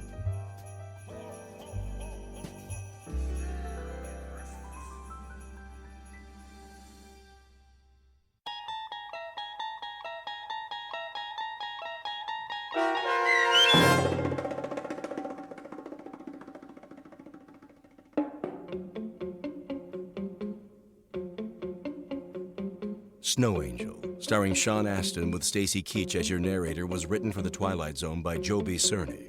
Heard in the cast were Ann Whitney, Natalie Berg, Courtney Boxwell, Ann Sonneville, Kif Vandenhoevel, Brandon Eels, Patrick Francis, and Natalie Urkel. The producers of The Twilight Zone wish to thank CBS Enterprises and the Rod Serling Estate for making this series possible. This copyrighted radio series is produced by Carl Amari and directed by Joby Cerny for Falcon Picture Group. Sound design, custom Foley effects, recording, and editing are produced in the Cerny American Sound to Picture Theater by sound designers Bob Benson and Tim Cerny. Music for The Twilight Zone is provided by CBS and American Music Company Incorporated, New York. To learn more about the Twilight Zone radio dramas and to download episodes, including 3 free episodes on our homepage, visit our official website at twilightzoneradio.com. Doug James speaking.